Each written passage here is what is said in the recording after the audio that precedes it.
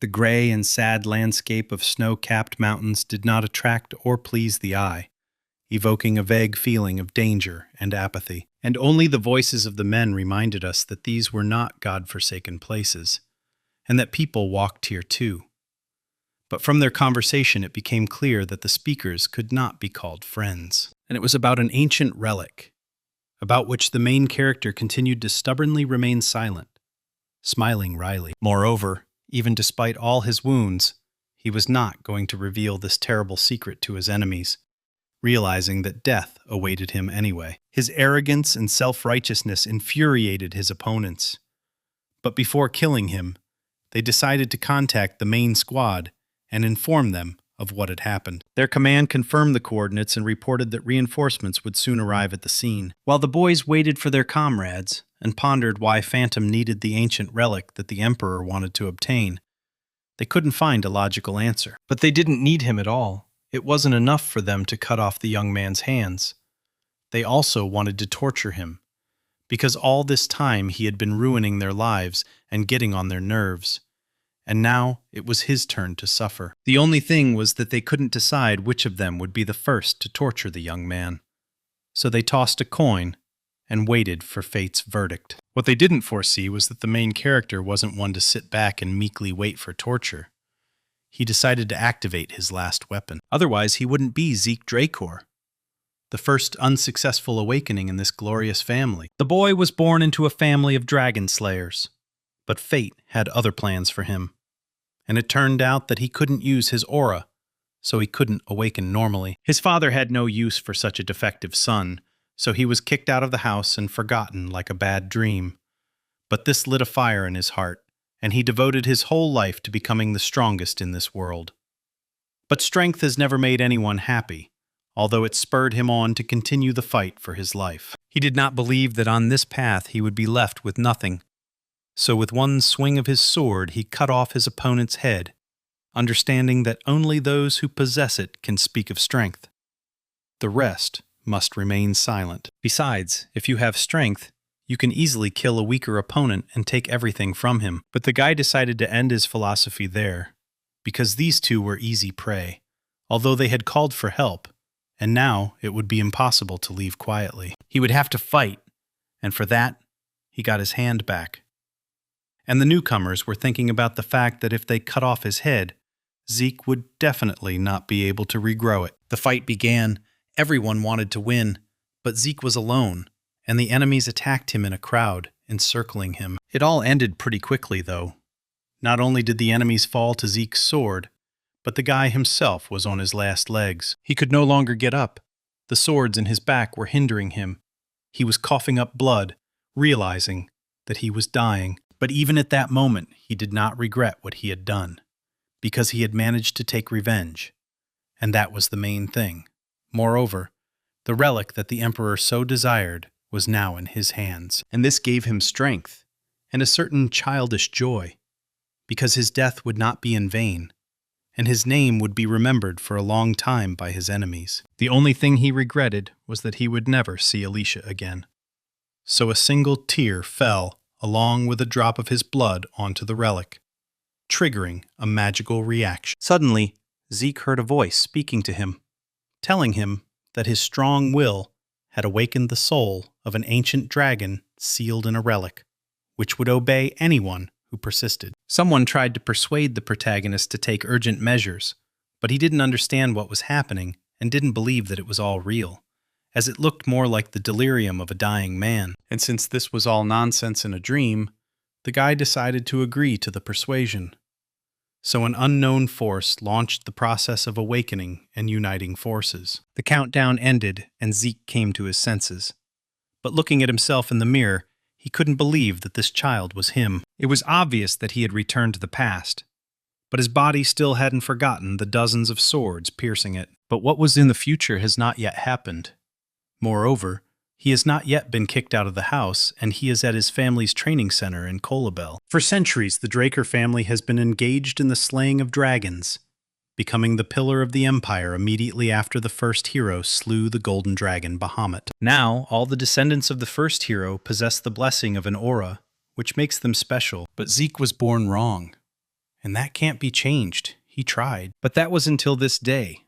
Now an unfamiliar voice said that the soul of the Chosen One had awakened and completely merged with the soul of the ancient dragon and received his will. Only now did the protagonist begin to realize that he had managed to activate the stolen relic, and now he had partial access to the system and could view his status window. At that moment, he remembered the words of his teacher, who once told him that in ancient times people were divided into classes, and then, depending on the class, they trained and used special skills. For example, if someone was a healer, then he could heal other people. Based on this and the information in the status window, Zeke realized that he was already a healer. But as they say, trust but verify. So the status window could have written anything, but it could have been verified in practice. In his past life, he became a healer when he was in his early 20s, around the time the ethereal hall was opened. Now he was much younger, but the advantage was that he remembered how to use the healer's power. So now, after performing simple manipulations, he realized that everything worked. It was good, as was the fact that he returned to the past. The bad thing was that his athletic and trained body was no longer there, and in general, he was still a child. Overall, he had no reason to complain. In his past life, his situation was much worse than it was now. But now he could explore the opportunities that the system opened up for him. But they didn't give it to him, because a servant came, knocked on the door, called the guy, and was not going to leave until he opened it for him. Only the boy's only servant, Derek, could allow himself such behavior. He was unhappy with his charge, who was lying on the bed and was not ready for study and training. True, Zeke couldn't remember what exactly he was supposed to be prepared for, and even though he was essentially 32 years old, he was still afraid of Derek. But he was lucky. The cold mind skill activated, and the guy immediately felt better. Moreover, Zeke even remembered the test he had to take today. It was no secret that all members of the Draker family had undergone basic physical training at the Cradle Training Center, starting at the age of 7. Every year, instructors evaluate students' progress in sword fighting and no-holds-barred pancration. Often, instructors themselves divide students into pairs for sparring. But there are cases when the guys themselves choose their opponent. But the fight can only occur when both members of the pair agree to sparring together. But that's not the worst of it. The main feature of this test is the lack of rules, which means injuries and wounds are inevitable. And because it's during this sparring that future class is determined, the guys give it their all and go overheads to achieve the best result. Unfortunately for the protagonist, he had to go through this nasty test for the second time in his life. The commander hoped that all the cadets understood perfectly well that their grade depended on how they performed today, since this sparring session was the final component of the final result. Everyone understood everything perfectly well and was ready, so the man was not going to drag things out and announced the start of the fights. The crowd was buzzing, but most of it was discussing not the sparring, but Zeke, who stood in front and pretended not to hear anyone. So the guys grew brazen and did not hide their disdain for him. But this continued until Aaron and Goda appeared on the field and began their sparring. True, Zeke got bored from the very first minutes, since it was immediately clear to him who would win and who would lose, so he couldn't suppress a yawn, and didn't even try. Aaron won, and overall the protagonist even admitted that these guys were not bad, but not the best. And if before he was afraid of this test, now there was not a shadow of his former feelings in him. And this did not go unnoticed by some other student. One of the guys was clearly burning with an undisguised desire to put the yawning young man in his place, to show that he was a nobody here, and that his name was nothing. And such an opportunity presented itself to him a few minutes later. But the main character didn't look nervous. For some reason, he was calm and ready for battle. Zeke knew that his opponent would be Leyon, who from the very beginning decided to morally disorient him, but this time it didn't work. Moreover, the young man remembered very well how every year during the test Leyon beat him up and then humiliated him in front of everyone. But this time, everything would be completely different. Besides, without dirty tricks, this arrogant guy wouldn't have been able to achieve the goal of being his opponent every year. And for the guy's family members, such behavior was the norm. In a past life, the direct heirs of the main branch of the Drake family could not meet each other, but cousins crossed paths with enviable regularity. By the way, Leyon was one of such cousins, and all these cousins considered it their duty to mock the main character both physically and mentally. Now Leyon was about to teach Zeke another lesson in obedience, since due to his limited mental abilities, the boy had not drawn any conclusions from the last time. But Zeke was still under the influence of cold mind, so he reacted too calmly to all the barbs directed at him. But before the sparring began, the protagonist asked his brother to slow down, because if he continued like this, he would not be able to restrain himself. True, his words did not make an impression on his cousin, who was used to Zeke enduring his bullying and unable to fight back due to his inferiority. It was a shame he acted that way, because the main character activated a critical strike and sent his brother flying. The guy stood his ground but grabbed his face, realizing that Zeke had most likely broken something. The protagonist wasn't particularly worried about this, but he understood perfectly well that he needed to learn to better control his new skills, since this time they activated automatically with a normal attack, strengthening it several times. Meanwhile, the instructor ran up to Leyon and began to scold Zeke because he had struck before he gave the signal to start the fight. He found something to say, because the new Zeke believed that the advantage in a fight always goes to the one who strikes first. So he struck. And this new Zeke really didn't please Pan. He emanated a real thirst for blood, which was not typical for an ordinary student at the camp. And perhaps the instructor would not have allowed this sparring to happen at all. But both guys were determined to continue, and each was going to kill or maim the other. If that was the case, then Pan was not going to delay, and gave the go-ahead, and Leyon attacked first. Only this time Zeke didn't stand there like a pillar, but fought back. Leyon even got scared of his brother for a moment, but he chalked it up to a mind game, since the counterattacks didn't even cause him pain, so there was no point in being afraid of them. Yes, and he knew perfectly well that if he avoided Zeke's left counterattack, he could easily be defeated with a feint. And so it could have been, if not for something incomprehensible that Leyon could not understand, as Zeke wriggled out of his grip and found himself a few meters away from him. And while Leyon didn't understand what was happening, Instructor Peng was covered in sweat. He couldn't believe that he saw a fighting sense that a 12-year-old boy shouldn't have. The man couldn't believe his eyes, because Zeke was as calm as a boa constrictor, even when his counterattack failed. And Leyon grabbed him, depriving him of the ability to move. But even then, the guy was able to hit his opponent and increase the distance between them. And it was amazingly strange. Meanwhile, the fight continued, and the protagonist struck his cousin in the legs. While Leyon could still stand, he didn't expect that a worthless person like Zeke would have such powerful blows. Nevertheless, Leyon tried to hit his brother again, but this time he failed, since the main character sharpened all his senses with the help of the skill and dodged. After which he grabbed his cousin and was going to throw him over himself and end this fight. And indeed, he did not lay his brother down on his shoulder blades in a gentle manner. But he knew that even after landing like that, Leyon would be able to get up, which he really didn't want. So he activated Precise Strike and hit his cousin. Zeke punched his cousin, telling him that he should learn a lesson from today and never speak to him again. But this concerned not only Leyon, who had clearly lost to him, but also the rest of the cadets. It was time for them to understand that he was not a whipping boy, and that they shouldn't whisper about him behind his back if they didn't want to end up in Leyon's place. But if anyone wants to tell him something, he doesn't mind talking to them on the battlefield, and is waiting for everyone down below. Most of the guys froze in their places, not knowing how to react to all this. But among them there was one who challenged the main character. Whatever one might say, Jake and Wardek, another cousin, had something to say to Zeke. And if he thought that this would scare Zeke, then he was wrong.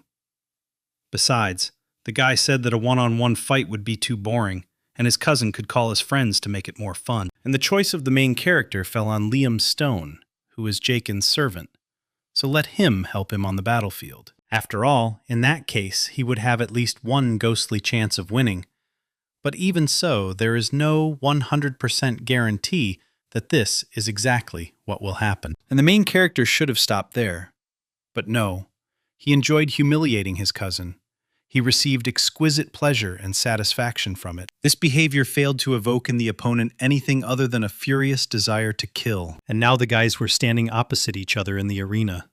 But Instructor Pan asked Zeke not to attack without a command. The protagonist was ready for anything, and he was also very interested in seeing the mercenary King Leyon in the uniform of this training camp. After all, in his past life, Leyon ended up in this place only because he served Jaken. But after the training camp, his fate took a turn for the worse.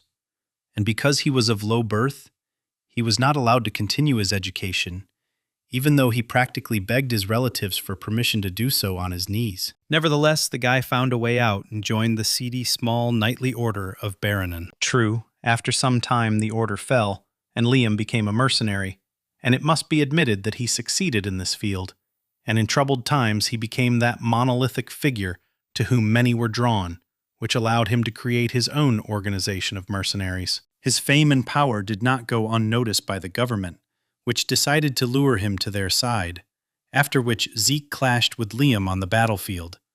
Only, their sides were different. And knowing all this, Zeke understood perfectly well that it was possible to create a new future, where they would be allies, not enemies. Meanwhile, the fight began, and Jaken attacked the protagonist first, who blocked his attack, reminding him that he was supposed to attack at the same time as his servant. But the cousin was confident that he could handle Zeke himself, so he tried to hit him again. True, this attack also missed the mark, since Zeke had prudently put up a shield, so he could now mock his brother's caution. Moreover, it was only a minute later that Jaken realized that he had slightly injured his leg, and while his cousin was distracted, Zeke attacked him. And if the guy thought the main character was going to punch him in the face, he was very much mistaken, because fear is not the best advisor in such a situation. After which he hit Jaken on the injured leg, because his brother had greatly disappointed him.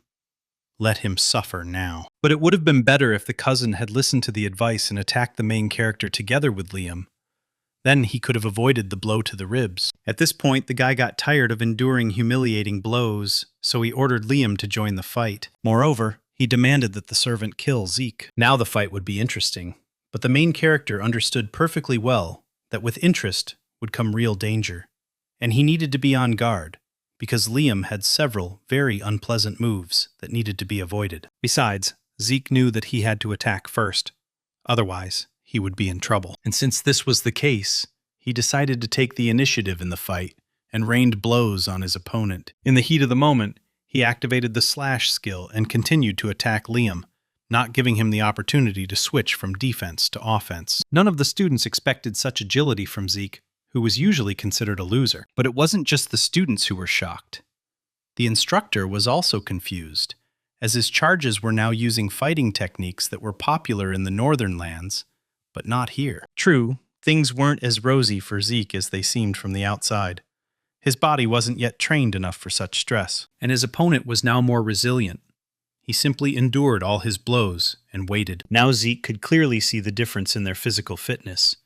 But if that was the case, then he needed to get Leyon out of his control psychologically. And Zeke tried to do this, using his signature blow on the guy, but he was able to dodge it and didn't even get angry. It was the perfect moment for Leyon to turn the fight in his favor, so he grabbed his opponent and tried to throw him to the floor. But it was not to be. Zeke calculated the variations of the development of events and was able to capture Leyon. Unexpectedly for everyone, they switched places.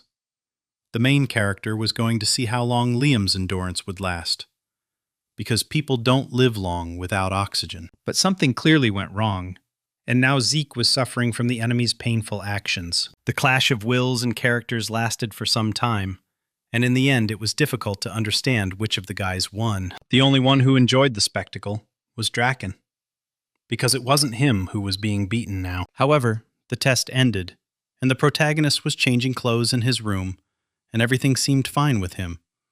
But the assistant still wanted to check his pulse just in case. The guy wasn't going to refuse, realizing that the old man wanted to check whether he had awakened his aura or not. The test began, and at that moment it became clear that Derek was not a simple servant, but a true blue knight. Usually when someone examines a person's aura and determines the level of awakening, they turn their attention to the Dantian.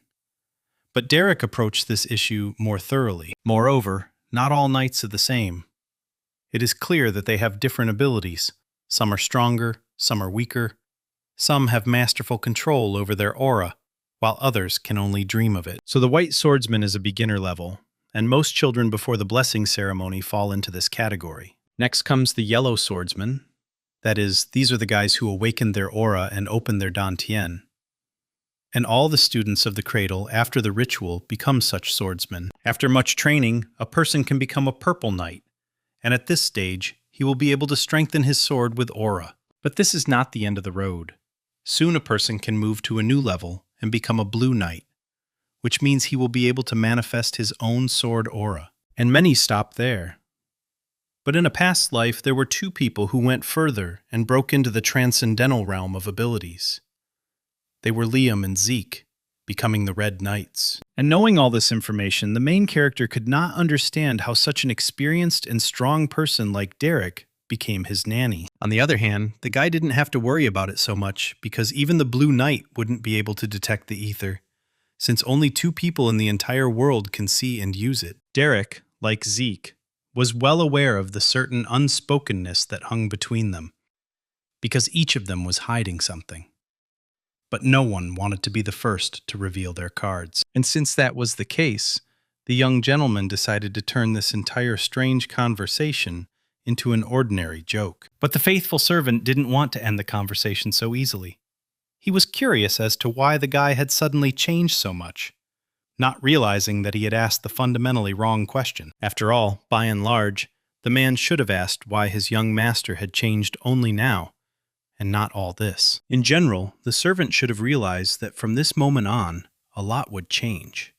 It would simply fall into its rightful place. So all Derek had to do was follow the young man and not ask unnecessary questions. The servant was not stupid and understood everything perfectly. Moreover, the man had already managed to prepare the training room that the protagonist had requested, earning the guy's approval. The man's efficiency pleased Zeke, even though he understood that this man had most likely been assigned to watch him. But even in that case, it was better to keep him close to him in order to extract as much information as possible. But there was still one small problem. The boy did not understand who exactly assigned Derek to him. It was unlikely that it was someone from his mother's side.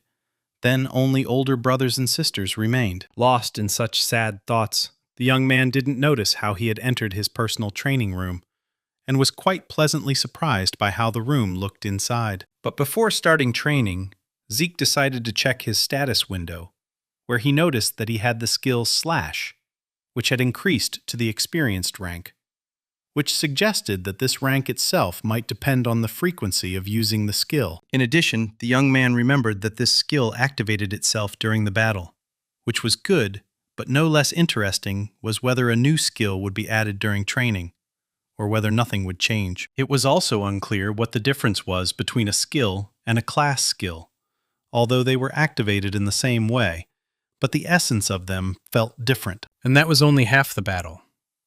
The other half was that he had dragon skills, but what exactly they were was still unclear, and in order to unlock them he needed 10 points, which could be earned by killing monsters that lived in the dungeons. But for this, he needed to become a purple knight. Nevertheless, the protagonist was curious about why he had regressed into the past, but it was only clear that he had received a system, skills, and classes that were somehow incomprehensibly connected to the ancient relic he had acquired in the past. But the guy had no specific information regarding it at the moment. But he decided to think about this some other time. And now he needed to start training. And for this, he decided to use an ordinary sword, until he became stronger for something more powerful. Therefore, it didn't matter how exactly he would train, because in the world there are two known powers, the aura of knights and the mana of mages. Knights strengthen their aura in dungeons, and mages control their mana with the help of circles. These two powers are on opposite ends of the spectrum, so if someone awakens one power, they will not be able to awaken the other. But unfortunately for the protagonist, he was unable to awaken either the aura or the circle, so in the past, he was abandoned and kicked out by his own family. But he was lucky enough to meet a master who guided him through difficulties and taught him everything he knew. This man gave the main character a lot of different knowledge, but the most useful thing the guy learned was healing and the etheric chamber. Thus, thanks to the etheric hall developed by the master, Zeke was able to control the energy of nature. Ether. He was currently training using this very ether, But over the past 2 hours, he had become so tired that he had almost fainted. But he was very lucky that the system activated 2 class skills for healing and energy restoration. So after a while, he was as fit as a fiddle. But unfortunately, the guy could not use these 2 skills during the test, so that the judges and other participants in the competition would not suspect him of anything. He was able to start the healing and recovery process only when he returned to his room and was left alone with himself.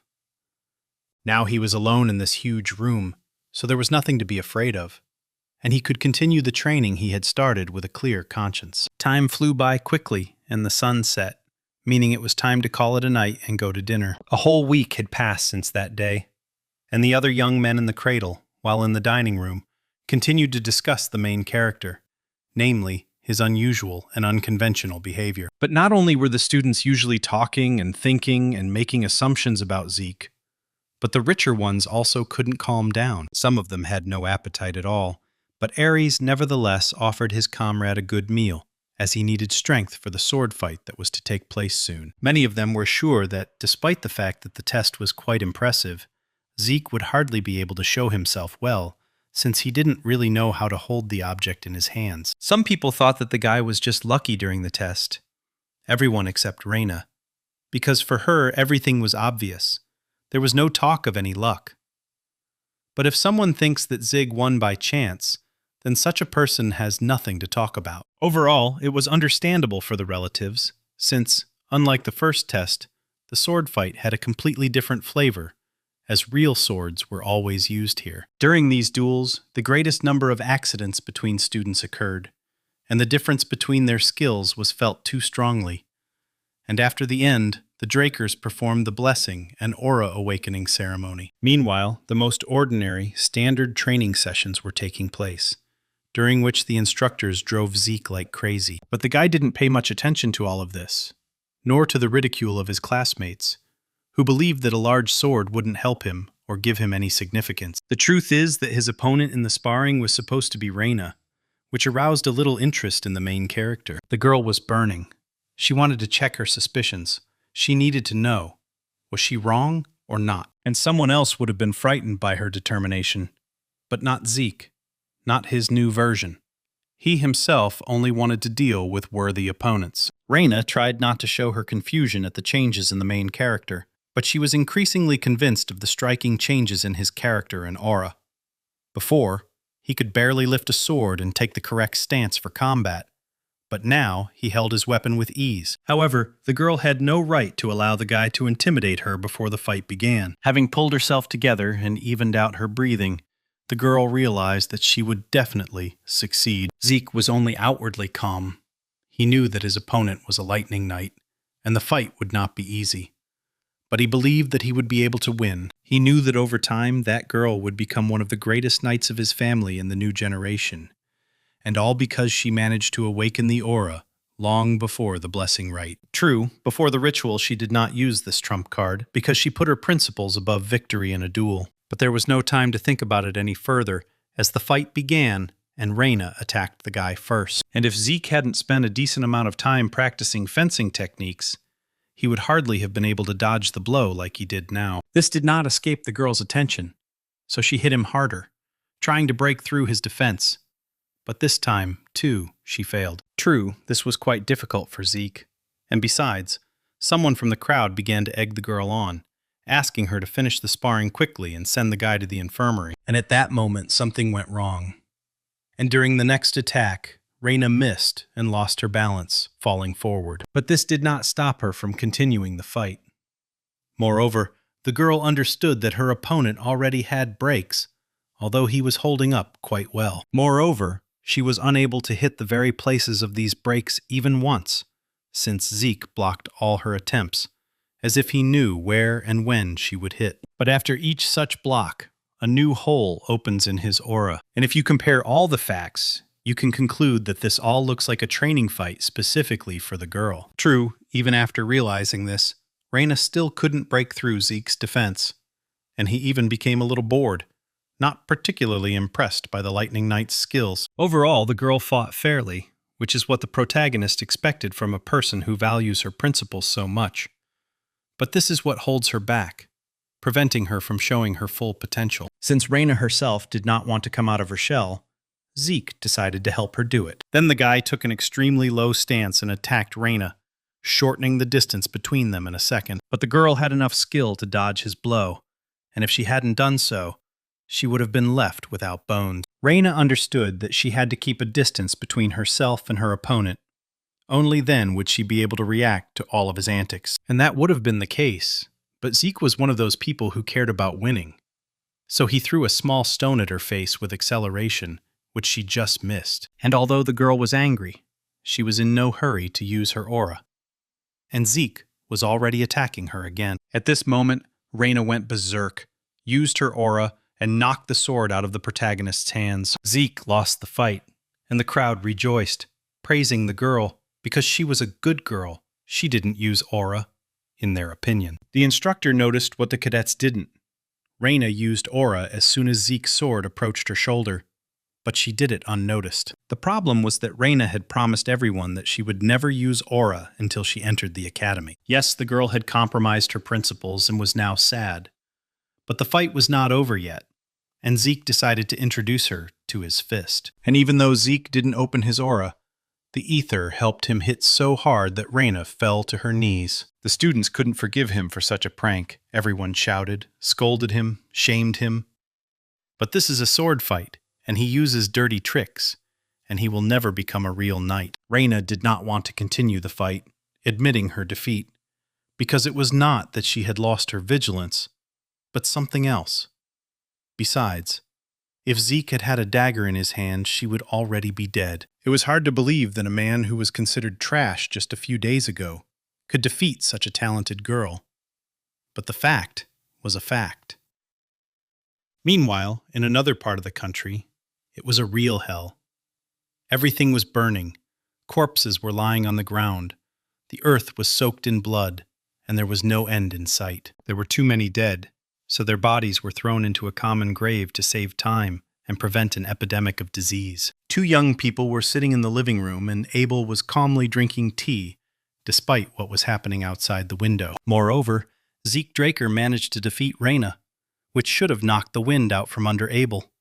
But this did not happen, since there was still time before the blessing ceremony. Moreover, it was the perfect moment for the young man to visit his family and see everything for himself and draw conclusions. Abel became overly curious about what kind of awakening their little brother would go through, and whether he would go through it at all. Meanwhile, in the Cradle, Zeke continued to train hard.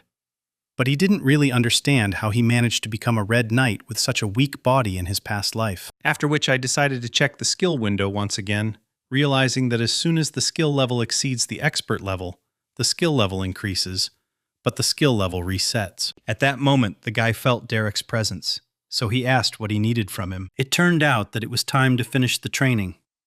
There were a few hours left, and now the main character is already sitting in a carriage and traveling to the main estate of his family, realizing that too much time has passed since the day when he was last there. Zeke was not going home just like that.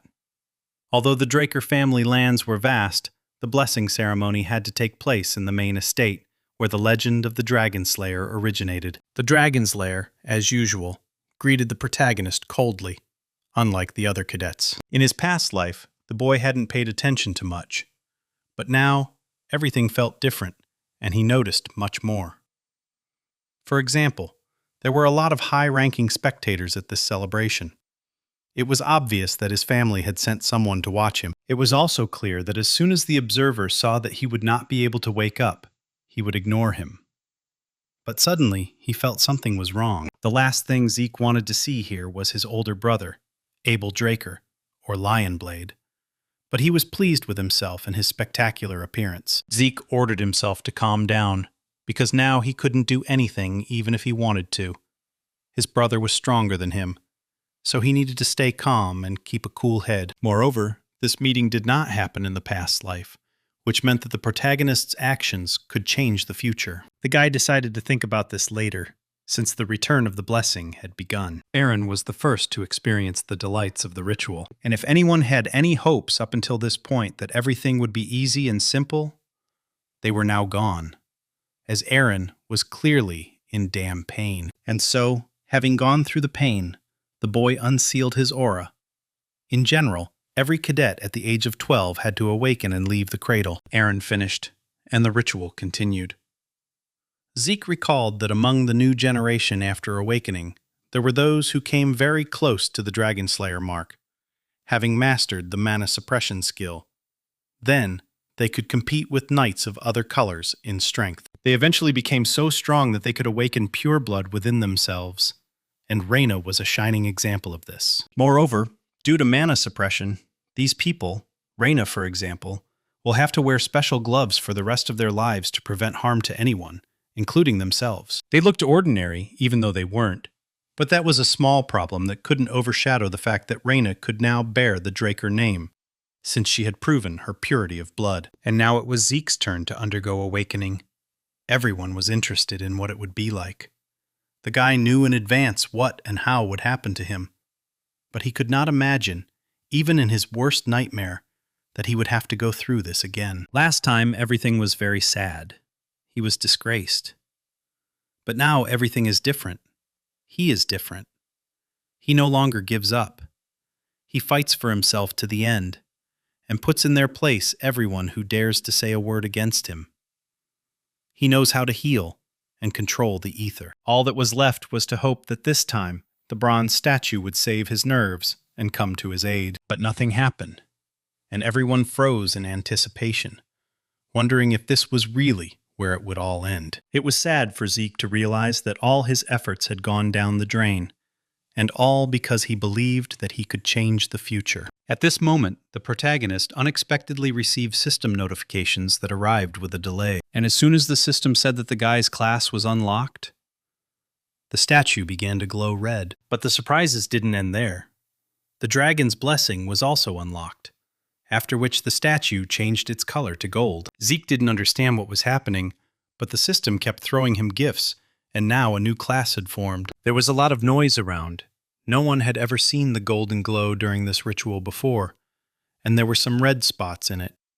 But there were still too many questions. The situation was not just mysterious, but something else entirely, since Zeke now had no choice but to remain silent, since anything he said would be used against him, which he really didn't want. But while everyone else was making noise and making various assumptions, Abel took the floor and asked everyone to calm down, since they should rejoice and not be sad, because in one ritual, 2 purebloods had awakened. If so, then we need to go to another room and celebrate this event. Everyone immediately began to agree with Abel, who demanded special gloves for his younger brother. The guy didn't feel particularly comfortable in the new accessory. After all, they were heavy, and quite heavy. The ritual continued. Zeke felt his brother's gaze on his back. He understood his intentions perfectly, but today he had to accept his help, even if he didn't particularly want to. A little time passed and the blessing ceremony ended, and the instructor informed everyone that a celebration would soon be organized where everyone could rest and relax. And while all the cadets were rejoicing and anticipating this event, the main character went to look for the training hall, but no one allowed him to leave. Or rather, Abel stopped him and asked why his brother didn't want to attend the party, and it seemed like he was smiling, congratulating and extending his hand to shake. But it was all completely false. And Zeke didn't particularly want to respond to this gesture, and he couldn't not do it, because otherwise his brother would perceive his refusal as an insult. And Zeke honestly tried to play along with Abel, but memories from his past life came flooding back, and he couldn't shake the man's hand. The guy understood that he was acting rashly, that he had to save face, but shaking hands with a monster like Abel was beyond his strength. Abel did not insist on his own, and was even about to leave, but still could not resist, and told the guy that this was not their last meeting. Meanwhile, the party had begun, but the main character didn't go and was changing in his quarters. He had a lot to think about and understand what was happening to him, because all purebloods have mana suppression, but apparently not him. In general, this ability helps purebloods in fighting dragons, but in everyday life it hinders them, because without the gloves they cannot use most mechanisms, and this would happen to Zeke too if he were a pureblood. So he studied his status window again. The characteristics had changed, and now he had the ability not to suppress mana, but to reflect it. So, mana reflection is not a passive skill, but an active one that creates a distorted field that drains your mana reserves. This has become a little clearer, but now other questions have arisen. For example, all the students woke up with a blue glow, Raina with a red one, but for some reason he with a gold one, which was originally also red, but then changed. And all this happened after his special system entered the missing information into the terminal, that is, into the statue. It turns out that the statue does not determine whether the knight has awakened or not. It determines the person's predisposition, his potential and class. So red is a rare class, and gold is unique. Another conclusion can be drawn from this. This article is a very ancient artifact, and the knowledge of its use was partially lost, so it was used only for awakening, and no one thought about classes. The sad thing was that not a single head of the Draken family realized this truth. But that's not important anymore. What was important was that he received dragon skills, dragon vision, and dragon power, although they were still blocked. So he decided to spend some karma points to buy something that would definitely be useful in battle. True, Zeke understood that using the dragon's power here would be too dangerous, but the dragon's vision was a different matter. So without thinking twice, the guy activated dragon vision. But nothing happened. Not even objects became clearer, although the description said that he would see detailed information about everything. But this was only for a while. And then everything changed as soon as he looked out the window, and the statue, which was far away in the garden, was now in front of his nose, because of the skill. It was a useful skill, but it was draining, and Zeke realized he wouldn't be able to use it often, at least not yet. And while he was feeling sorry for himself, the system activated healing and energy restoration, so Zeke immediately felt better. But then this happened again on its own. This issue required investigation, and it turned out that all of his class skills had become passive and increased by 1. And then a brilliant idea came to him, to cut his hand to check whether the healing factor was as limitless as he imagined. Everything turned out exactly as he imagined. There was no trace left of the cut after activating the healing factor. Now he could enter the academy, and what's more, he was planning to graduate in 2 years, not 5 like the others. Spring has arrived and all the cadets have entered Draker Academy, the most famous, prestigious, and largest, for which many are ready to sell their souls. Students with the highest ratings are absolutely no different from adults, as they are no worse trained. But if Zeke was going to compare the students with each other, then one thing was clear. Here were members of noble families who were rotten to the core. And the saddest thing was that they enjoyed authority. In total, the Drakers were supported by 3 noble families, the first of which was Turin, the personification of strength. The second most important family is the Simmons family, which can boast of its wisdom, but the third Vardakov family can boast of its wealth. It's no surprise that the children of these families take full advantage of their position. But the main character, by and large, didn't care about this. But in truth, he's not far behind them, since he'll be living in the Platinum Mansion for purebloods. This dorm has everything: a library, a gym, and much more to please the best of the best. Moreover, he and Raina will live on the Platinum floor. And if anyone thought that this was the end of it, no. A whole horde of servants was ready to serve the pure-blooded cadets, which seemed a little too much to Zeke. But what remained unchanged was that Zeke would be personally served by Derek, who was waiting for him in the room. The most interesting thing is that the man did not come empty-handed, but with a chest. It turned out that Derek brought his master new gloves, which turned out to be much better than the temporary ones. At that moment, the boy thought it would be a good idea to change his sword, since the academy was located in a place with plenty of high-quality weapon materials and just as many craftsmen. Moreover, he had just one such special master in mind, and Zeke planned to meet with him as soon as he received permission to meet. Only until this moment, Derek had never heard of Galleon Halbert, but he promised to find him and contact him soon. And while the meeting has not yet been scheduled, Derek asked the protagonist to familiarize himself with all the documents, since tomorrow is the first day of school. Zeke did just that, thinking along the way that on the Platinum floor he would have more freedom to hone his dragon skills,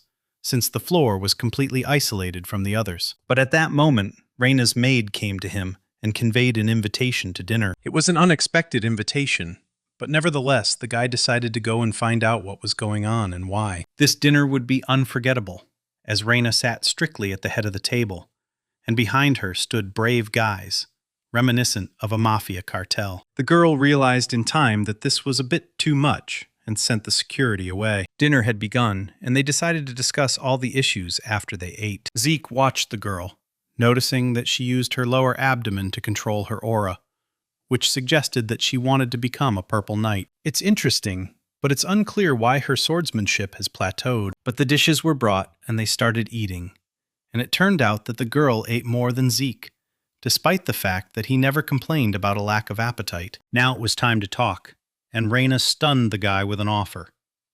She suggested that he accept the support of her family. After all, despite all the privileges they had at this stage, they were in stasis in their development. Even the best of the best received support when they studied at the academy. For example, Abel, the youngest Black Knight. But Zeke had no prospect of receiving support from his maternal family, and Raina didn't know why. And she didn't question the words of the head of her clan. For this reason, Raina offered him the support of the Tarun family. But the main character wasn't interested in all of this, and he decided to refuse the offer. Moreover, he understood that he had been made a lucrative offer, but he did not need anything beyond what his pureblood status gave him. But before leaving, he decided to give Raina one piece of advice.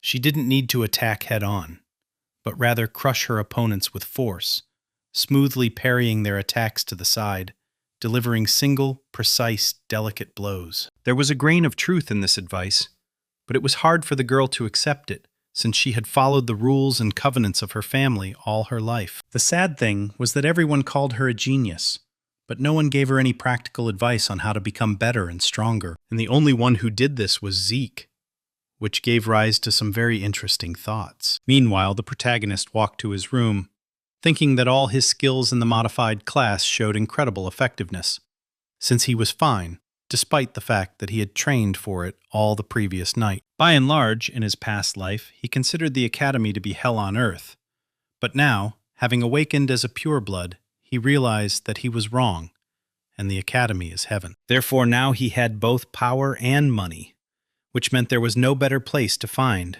than the academy. And everything would be fine, but in every barrel of honey, there will be at least one fly in the ointment. And now the role of this fly was played by Ares, one of the representatives of the upper class. Oven was the third son of the Simmons family, one of the three great families, so he used the family's specialty of deception to bully the protagonist in the past, and cunningly maintained his own position and image. This guy tried to seem nice, easygoing and kind, and even invited Zeke to dinner, but he didn't come. So now Ares was wondering if his friend hadn't received the invitation. Only the main character just received this very invitation, but decided that he didn't have to answer letters from the first people he met. Such impudent behavior certainly offended Oven's minions, so one of them pointed out to Zeke that he was wrong. The only problem was that the main character didn't know half the Academy's students, and he wasn't interested in them or other people. Even though he understood that this big guy wanted to curry favor with his master, but he personally wasn't interested in such games. So he turned away and went to his room. And at that very moment, the big guy attacked the young man, but he was ready for it. It was a pretty good attack, and the boy realized that this was a high-ranking student who could handle mana, and did it quite well. He was pleased with himself, and so that the main character would understand who was about to beat him, he introduced himself. It turned out that his name was Durbin Roswell. True, Zeke doubted that this, so to speak, powerful cadet had enough strength to defeat him, and it was funny that a person who was not yet a resident already had a nickname, like some kind of bandit, after which he himself rushed into the attack in order to show the difference in skills and levels between them. And we must give credit to the main character's blow, which was just right, knocking the wind out of the man and making him cough up blood. And just a second later, the young man was lying on the ground unconscious, and the main character was ready to knock out the next comer. But there were no more volunteers, and he and his henchmen decided to leave the scene, looking pointedly at Zeke and saying that he definitely enjoyed basking in the rays of his own glory. But sooner or later, it would end badly. But the main character didn't pay much attention to these words, considering them to be complete nonsense. The argument ended there, and the protagonist reflected on the fact that the academy is divided into two classes. The regular classes are for those who lack talent, so these cadets have to put in a lot of effort to achieve anything, while here they adhere to a strict regime from early morning until late at night. There is also a special class where you can freely choose subjects other than the basic ones. At the academy, the place where the greatest elites gather is a special class, so the main character had some expectations from the training process, but apparently they were not particularly fulfilled. By and large, most of the people in this class were graduates of the Cradle, and it was a very ordinary class.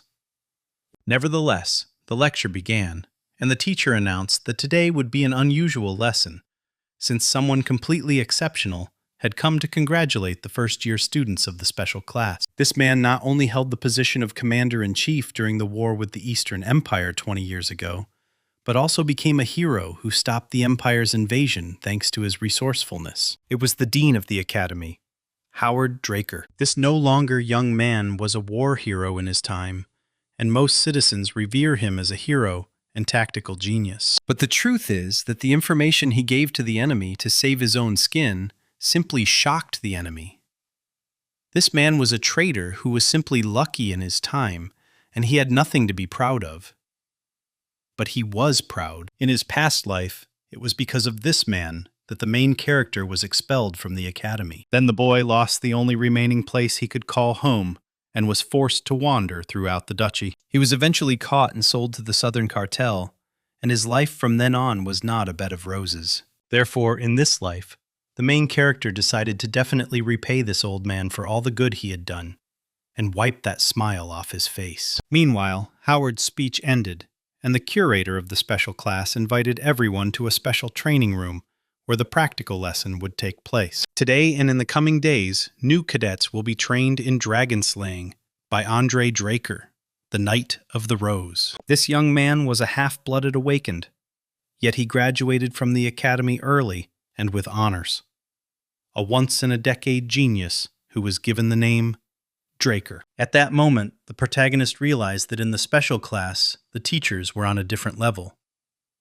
And Andre was known for his unyielding character, so classes would be a real quest, and no one would give anyone any breaks. One glance from the young man was enough to fill the classroom with deathly silence. So the lesson began, and Andre asked everyone to draw their swords. At that moment, his gaze was drawn to the protagonist's sword, which he happily demonstrated in all its glory, saying that it was his usual training sword. The instructor didn't particularly like this state of affairs, so he challenged Zeke to the arena, asking him if the boy knew that he had to choose a sword based on his body's capabilities. The main character knew this perfectly well, but he took this particular sword with him specifically to be noticed and to challenge his instructor, saying that even with such a weapon he could defeat him, all in order to demonstrate his skills and quickly figure out this ridiculous course. And it's good that the system worked properly and automatically activated the indomitable mental defense.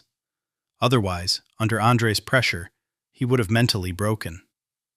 But instead, he stands there and doesn't even itch. The man appreciated the young man's endurance, so he accepted his challenge and set one condition.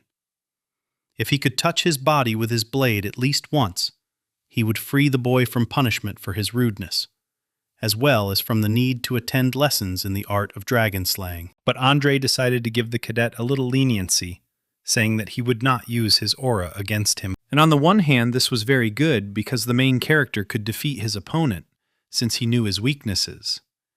But considering that everyone was watching him, he shouldn't draw unnecessary attention to himself, because it's quite dangerous for him now. Therefore, the main character decided to just lightly hit his opponent with his sword and solemnly lose. So the fight began, and the main character attacked Andre, and his sword passed within a millimeter of the man's neck. Andre was definitely good, so it wouldn't be easy to get him, but the main character knew where to hit anyway to achieve the goal.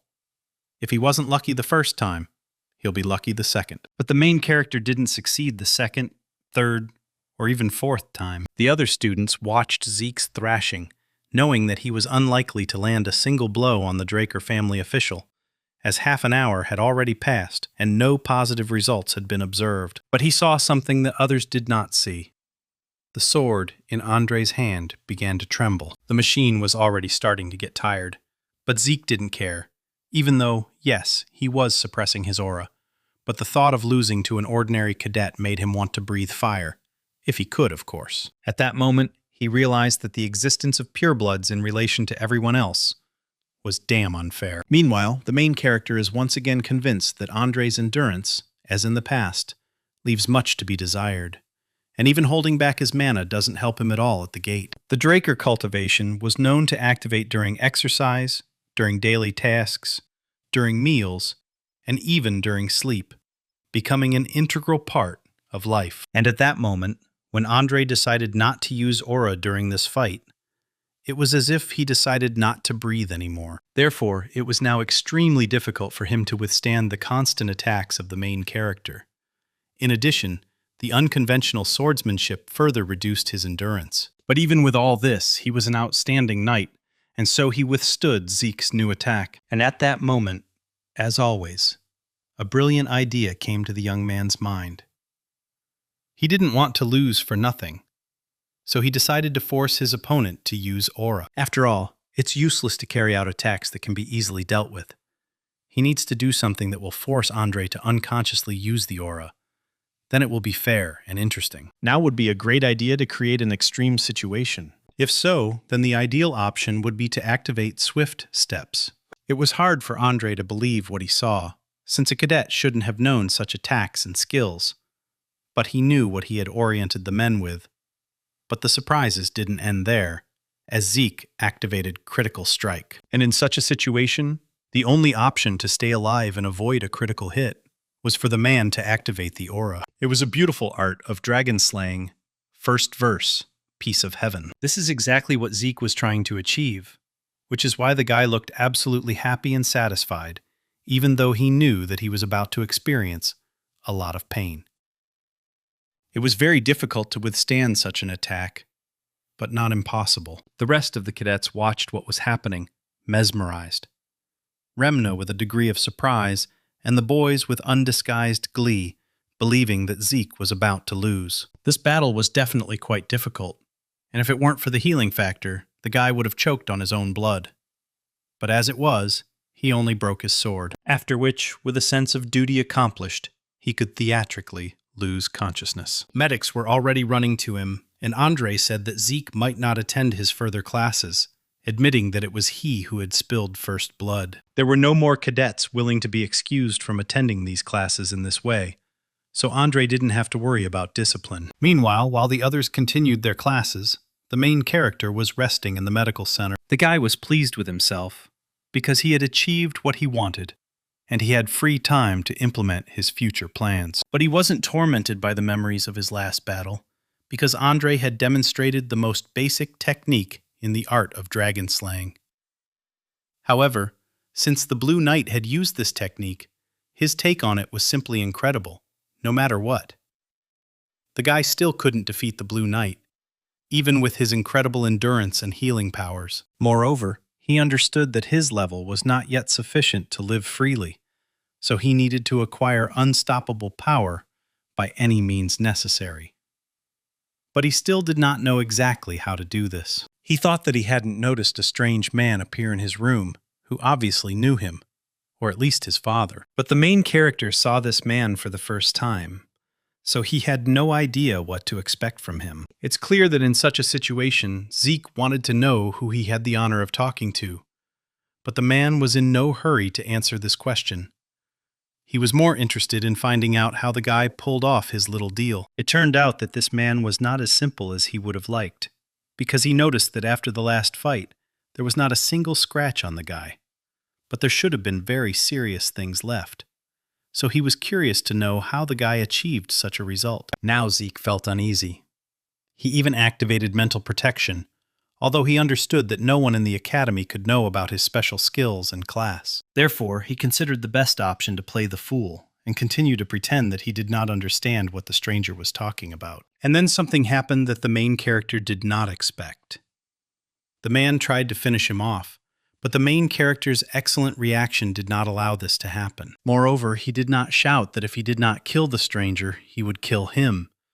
So he activated everything he could activate and rushed to attack. But the man stopped his sword with a light movement of his hand, without even straining. Moreover, the man understood that the teenager's reaction was incredibly similar to the reaction of a mercenary who was used to taking risks and killing. And just a moment later, the main character's sword was in the hands of the mercenary, who was making fun of the guy. It's good that at least Zeke managed to jump away from the dangerous guy a decent distance. The guy didn't understand who was in front of him, and why he suddenly remembered the mercenaries. It's unlikely that this man could have known anything about Zeke's past life, but he had some suspicions, because the Drakers never throw down their weapons or retreat. But then the man returned the sword to the boy, saying that he looked more like a mercenary than a knight. At that moment, for the first time in many years, Zeke felt a sticky feeling, because this man was much stronger than him, about the level of the Red Knight, and he could kill him in a couple of seconds if he wanted to. The man was calm and did not attack anymore, but he did not understand what such a talented guy was doing at the academy if he wielded the claymore so well. At that moment, the doors to the ward opened, and Andre entered the room. The knight did not understand what Dexter, the garden caretaker, had forgotten in the chamber. The men no longer paid attention to the guy and exchanged barbs with each other. Obviously, they were not on the best of terms. And in order not to fall under their hot hand, Zeke decided to quietly leave. After all, he had completed his treatment, and no one had cancelled his studies. But suddenly, Dexter suggested that he drop by his greenhouse when he had time, because he had something to teach the boy. Moreover, he was sure that the guy would agree. But it was not to be. Zeke refused and left. The guy wasn't fooled by this strange man, realizing that he wasn't the garden's caretaker. But he didn't want to play by someone else's rules. Obviously, since Dexter calls the head of the Drakers by name, he has a very high rank, and it was he who was Andre's teacher at one time. And if this is so, then it is none other than the Storm Knight, Duke Draker. This knight is so strong that if he wanted to, he could destroy a small kingdom single-handedly. There were always many rumors circulating around this man, one of which said that he received the status of a Black Knight only because he loved the color black very much. And now this person is showing serious interest in him. But this is good, because he can get easy training, and it would be great to learn this man's secret trick and turn his interest into persistence. Meanwhile, the teaching went on as usual. Professor Fanon of the Theory of Magic drew some formulas on the board and asked the students questions on the topic, which no one wanted to answer. Moreover, everyone was asleep and did not listen to the professor at all. The only one who was awake and listening to the professor was Zeke. He even wrote something down. But there was another problem with him. He didn't understand at all what Fanon was telling him, and asked him to explain everything to him again. But Fanon was not offended, but was glad to hear at least one question from the student, so he enthusiastically rushed to tell him everything once more. The class soon ended, and most of the students were glad to leave the room, believing that the theory of magic was of no use to knights. But Zeke was pleased, because the professor explained everything so clearly that even he understood everything. And when he was about to be the last to leave the auditorium, Fanon stopped him. The man was ready to answer the boy's questions about magic at any time if he was interested in something, because he knows and can do a lot. And thanks to him, the professor had his first good lecture. It was a great idea, so Zeke decided to get closer to Fanon, who was clearly not a simple magician. The guy understood perfectly well that magicians who are good at mathematics are usually flexible thinkers, so they are much better as colleagues than prim knights. With these thoughts in mind, the boy found himself in the academy courtyard, where Dexter was sleeping on a bench, clearly waiting for him. It was hard to call him patient.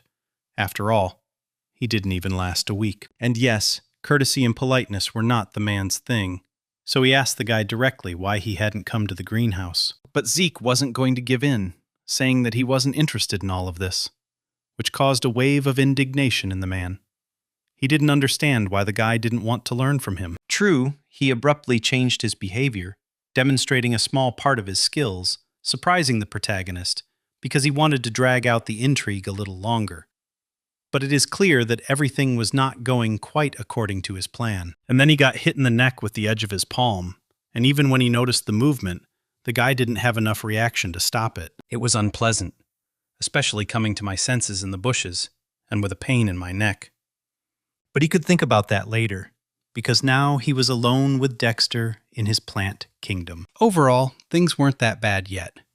But Zeke didn't understand why the man had kidnapped him and brought him here. Dexter didn't deny that he kidnapped the guy, because he was very interested in him. But he himself didn't want to come, so he had to resort to such measures. The man's impatience was evident, but the time had not come to give up without a fight. So Zeke activated swift steps and tried to escape. It was no use trying.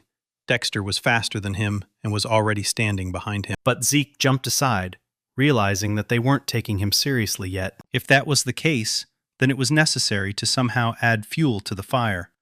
So first, the protagonist decided to find out what it was about his modest person that had caught the gardener's attention. Dexter didn't hide the fact that he was curious about why the boy's wounds healed so quickly, and that was what was needed.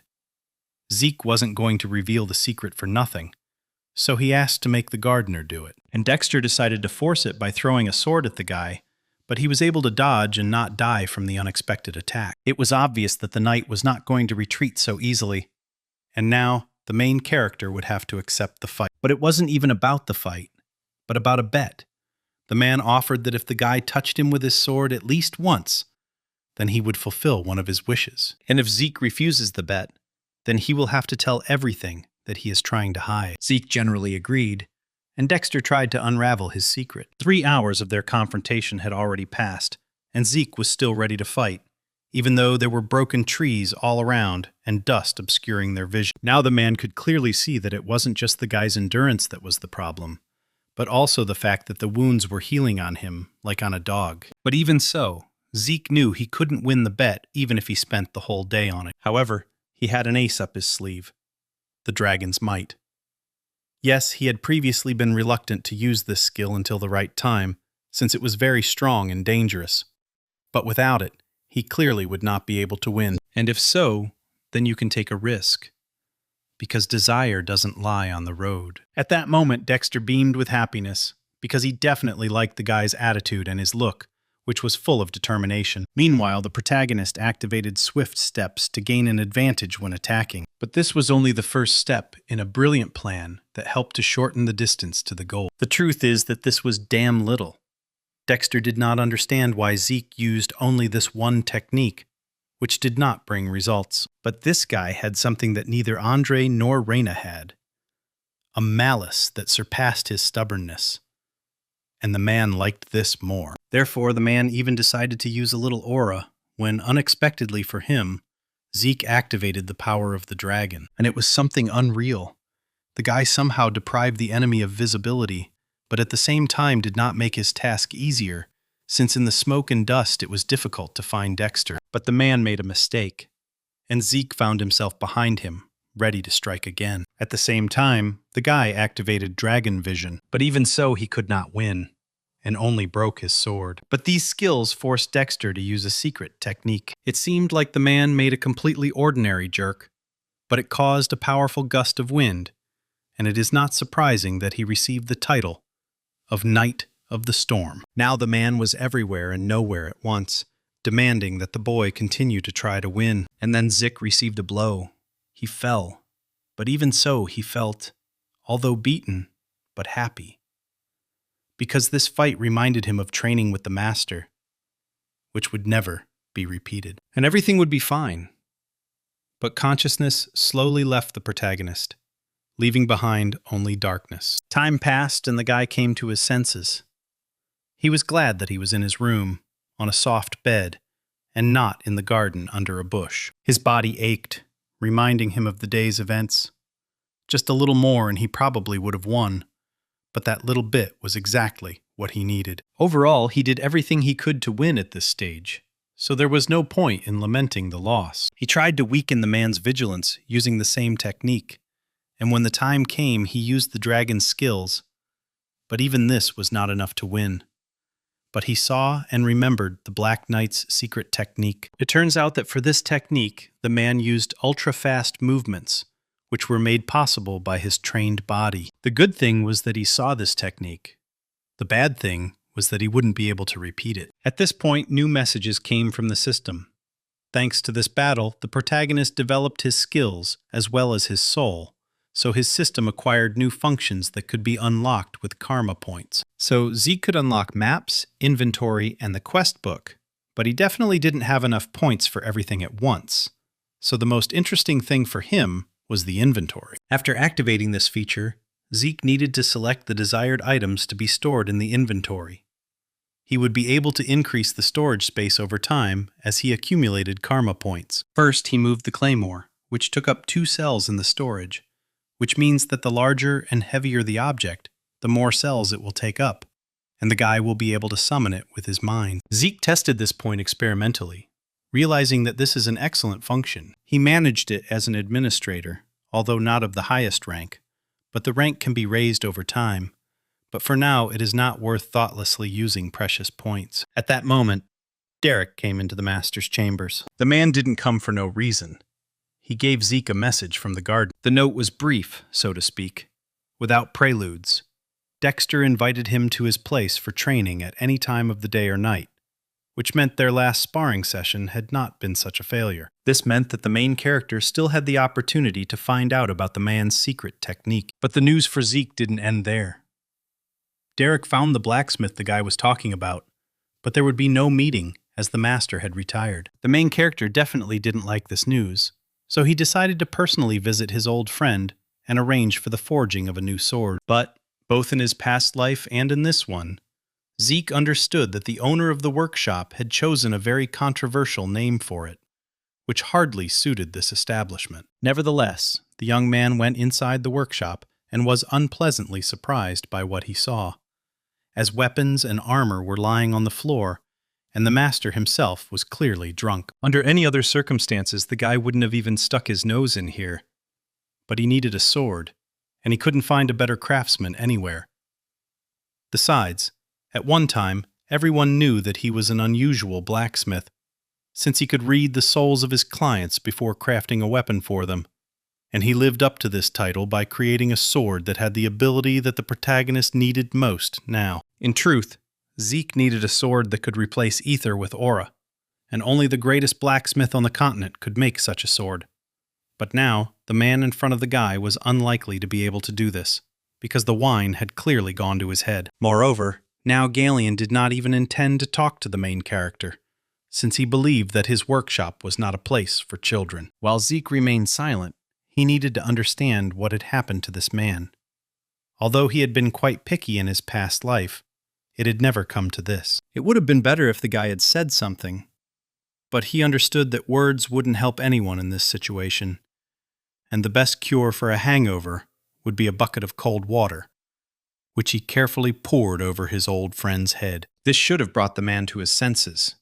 At least, the protagonist hoped so. Indeed, the blacksmith came to a more or less adequate state and could answer the question of why he refused to fulfill the order. At first, Leyon studied the young man closely, but as soon as he saw the distinctive marks of the boy's family, he even banged his head on the table, asking for forgiveness for his inappropriate behavior. It turned out that the man was not currently taking orders because he could not create a weapon for himself, and therefore considered it inappropriate to create something for others, since he was a shoemaker without shoes. This statement was a revelation for the protagonist because he had no idea that this talented man also had a dark streak in his life when he did not believe in himself. But if you think about it, Leyon was already the greatest blacksmith on the continent when the guy met him. But he never told the main character what kind of life he led before that, because he did not want to share such a shameful past. Under other circumstances, the protagonist would have waited 10 years. But in this situation, he couldn't afford to wait until his old acquaintance came to his senses and started his business from scratch. And since that was the case, Zeke thought it was right to push the man to take the right actions. So he asked him to show him a couple of his completed works. The blacksmith couldn't refuse the boy such a simple request, so he took him out into the backyard, where there were thousands of different swords. There were indeed quite a lot of good works here, so the main character decided to pick out something from what was available for now. And although the blacksmith was dissatisfied with each of these swords, he admitted that they were quite sharp, so he asked the guy to be extremely careful. And while Zeke examined the swords, he realized that many of them were far from being failures, and in terms of quality, They were no different from the swords that Leyon had fought with when he became the best on the continent. So in battle, each of them could be useful and serve well. And then, in order to confirm his suspicions, the guy activated his dragon vision and asked the blacksmith just one question. Was everything all right with the brazier? The blacksmith didn't have time to answer, and the boy continued talking, pointing out that Leyon uses several types of metals to create lighter and more refined materials. And this was great, but the problem was that the strength of this metal was a little weak. This was absolutely true, and it happened because the impurities present in the metals were not properly removed during the calcination process. Leyon was amazed. He did not expect that someone would be able to find out his smelting method, and also find the main flaw and its cause. It was curious and incredible. If so, then it was possible to ask a few questions to the main character. But before voicing them, the man took the young man into his office so that he could look at his notes and developments and perhaps be able to give practical advice. And so the man showed the main character the drawing of the magic brazier and shared his biggest secret. Back then, in the distant past, Leyon also hid nothing from the protagonist, as he had saved his life, and one fine evening he told him about the magic brazier, in which the temperature was maintained using magic. These memories warmed the soul of the young man. He smiled, and now seemed very inspired, because he understood that with this invention, the blacksmith's method would become impeccable. The only thing Zeke didn't understand yet was why Leyon hadn't created his miracle brazier, since he already had the design, and all that was left was a small matter. And in general, everything was simple. In order to implement this project, a scheme of the law of mana energy was needed. But the commission of the magic tower is 10,000 gold, which the man did not have. The protagonist didn't expect this turn of events, because if you think about it, the average family of 4 spends 10 gold pieces per month, so it would take Leyon about 10 years to save up the required amount. For this reason, the blacksmith turned to the protagonist, because if he helps him with the brazier, he will undertake to carry out any of his orders, as long as his own heart beats in his hot chest. But for Zeke, this was also problematic, because if he were the night guardian of the family, then such a sum would not be a problem for him. But now he is just a pureblood, so he will not be able to get the required amount. But he also could not refuse Graham's shining sword. And at that moment, a brilliant idea came to his mind. Because they were talking about the law of energy, and he just had in mind one wizard who could help them in this difficult matter. After which he took the drawing and was about to leave, telling the blacksmith that as soon as there was news, he would immediately inform him about it. But before leaving, the guy asked his old friend to stop drinking alcohol, as it would not end well. Responding with a new sword and grand plans for the future, Zeke returned to the academy, reflecting on the fact that the design was not really that complicated. But he was surprised by the prices for the mage tower. It was fortunate that the academy had a very successful research laboratory, which was worth visiting in your spare time, and it was located in one of the alleys on the academy grounds. But here's the problem. In this very alley, there was a crowd of hostile cadets, and these cadets beat up their fellow student, who was already bursting into tears and asking for forgiveness, just because he accidentally touched Leyon. Unfortunately, the protagonist himself had once experienced similar humiliation, so he would have liked to pass by now. But anger for previous humiliations forced him to take a wrong turn. Meanwhile, in the alley, the fight was gaining momentum. Blood was already spurting from blows in all directions. Leyon went completely berserk. He lost control of his actions, and all because he lost to Zeke. And now, everyone's attention was focused on him. Because he was a purebred, this could not pass by. And since he no longer wanted to conflict with Zeke, he beat up the weaker ones. He generally believed that he lost to Zeke because of a sudden attack that he never expected from the guy. But the idea that Zeke had become a pure-blooded awakened did not fit into Leyon's head, hence the bouts of aggression. At that moment, the main character walked into the alley with a light gait, who was clearly not in the mood for long dialogues, and he gave Leyon 3 seconds to remove his hands and feet from the guy. Leyon, however, had no intention of fulfilling this request, considering it beneath his dignity, and besides, the numerical advantage was on his side. And in general, the guy read that the main character became too arrogant since he woke up as a pureblood. Zeke was not going to listen to all this anymore, so he interrupted Leyon. Moreover, he ordered the cadet to kneel down, and he looked as if it would be better for him to obey. Leyon had never expected such pressure on himself, so he broke out in a cold sweat. But he was in no hurry to obey. Just a couple of months ago, it was Zeke who crawled on his knees. Now, they have switched places. This spurred Leyon to new outrage. He ordered all his henchmen to attack the protagonist, since he could not admit his defeat. Of course, Zeke didn't want to take part in the fight, but if everything turned out this way, then let the guys not blame him for what happens next. He easily avoided the cadets' blows and struck back at them easily, quickly, and precisely. No one expected such agility from the main character, because they remembered him as a completely different person. And now he was knocking them out one after another. Obviously, it was impossible to take him with just numbers, and the quality of the guy's strikes was poor. He showed miracles of dexterity, precision, and ruthlessness. The guys didn't have a single chance against him. Leyon stood and watched what was happening with silent horror, because this was incomprehensible, impossible, unbelievable. It shouldn't have happened, but it happened. Leyon's henchmen were now unconscious, and Zeke slowly but surely approached him, but assured him that the guy had nothing to fear, but that one fracture would not be enough. And in order to somehow protect himself, Leyon took out his sword, saying that he would chop Zeke into small pieces if he wanted to take another step in his direction. In such circumstances, and in a past life, such a statement would have made an impression on him. But now, it was an empty sound, because Zeke doubted that Leyon remembered that he had just made a huge mistake, since he had drawn his sword outside the arena. In essence, this act gave the protagonist a free hand, so he solemnly declared that Leyon had drawn his sword outside the sacred training arena with malicious intent, and that he would gladly take all necessary measures. It was a challenge to a duel, and the fight should end only with the death of one of the participants.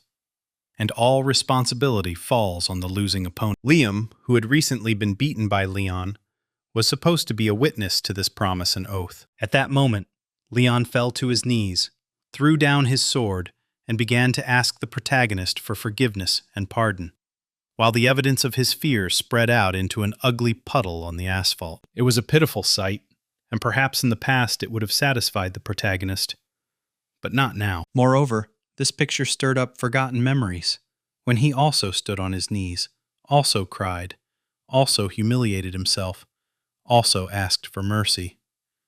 But no one heard him then. On the one hand, he didn't want to become the same scumbag as Leyon, but on the other hand, he couldn't let him go unpunished.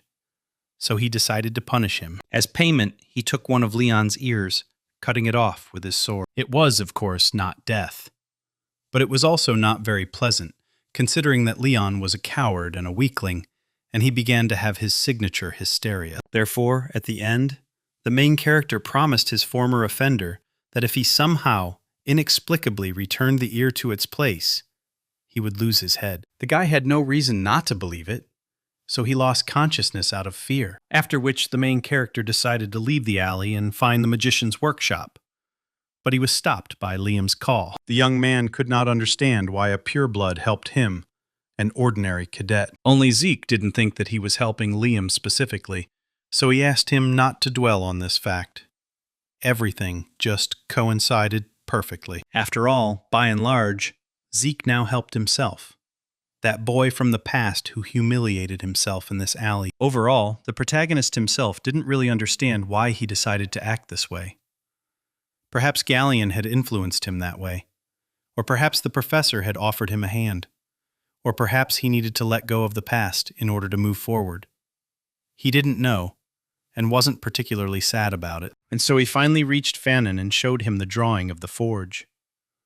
The magician studied the future device for a long time and carefully, and came to the conclusion that it would be entirely possible to recreate it. Yes, the professor understood that, by and large, this design looked quite simple. But there was one snag, which was in the core responsible for the output power. The core is the heart of the machine, but the circuit has an extremely complex limitation, and the core may be small, but it must be incredibly powerful. And they also had to come up with a way to adjust the output power. And here was a real problem, since the magician had never encountered anything like this in his practice. However, there were two possible solutions, given the core's position, and in principle, the professor could have adjusted the design slightly to bring these ideas to life. However, the whole thing would probably take 10 years, or maybe even 15. But the main character didn't have that much time, and he didn't have the desire to wait that long either. But there was a second option for the development of events. It would be possible to avoid changes and resort to an alternative, and then the time intervals would be significantly reduced. And to do this, you need to find a high-density mana stone. At that moment, Zeke realized that they were talking about an ancient artifact that could not be created using modern technology. Everything was just like that. However, finding facts about inertia is much more difficult than the stone man that is needed with the existing drawings. Moreover, the mana stone can then be purchased for only 3,000 gold, and this was yet another dilemma that Zeke had to resolve. Because if anyone at the academy found out that he couldn't use aura, they would kick him out. So he couldn't wait 15 years to realize the blacksmith's idea. But he didn't have 3,000 gold coins either, despite the fact that he was a purebred, plus from the Draker family, so most likely he would be left without his sword. Now most people think that he uses aura because of what happened during the blessing ceremony, but it was just the statue's reaction to his new skill and the system as a whole, and the guy still can't use aura. Ether is generally considered to be a force that is difficult for a person to control, but Zeke cannot use any sword skill that requires aura, with the exception of the soul skill, and even with it, the most he can do is strengthen his body and change the position of the sword in space. That's why he desperately needs Graham's sword, and therefore the stone. But where can he get it if he has no money? Meanwhile, Fanon continued speaking, acknowledging the talent of the man who created this design, and even taking into account the complex core, the design seemed quite effective. It's very difficult to find something like this, even to come across relics of the Golden Age. But here, an ordinary course could not create something so incredible. At this moment, another brilliant idea came to the protagonist's head. So he was going to leave for a while on business, and asked the professor to take care of this unique drawing until he returned. After all, the main character was going to get a high-density stone, and he already had a rough idea of where and how to get it. And the main character thought about the Golden Age. The age when huge dragons flew across the sky. It was then that humans began a war with these creatures. And after many bloody battles, Tarek and Draker won victory over Bahamut. The war ended, and peace reigned in these lands. And all the artifacts that were found in the Dragon's Lair were taken away and classified, as they were far superior to modern ones in magic and technology. And among all those items, there was a high-density mana stone that would be ideal for the main character's purposes. And if you're lucky, you won't even have to go far for the stone, because there's the Academy's central library, where in 10 years, when the storage facilities are expanded, relics of the Golden Age will be discovered. But for now, that hasn't happened, and it's time to seize the moment. Now it's just a library, just shelves of books, and no one has any idea what treasures lie beneath the layer of earth in the depths of the archives. But the problem was that the guy had no idea where to look for the entrance to the bins, so he activated Dragon Vision. True, even so, he had to wander around the library until he found the right entry point. Now it was time to begin the second stage of the operation to find the stone, the entrance to the dungeon. Now he was using ether. But it must be admitted that he had only learned one technique from the master, Spirit Soul, in all that time.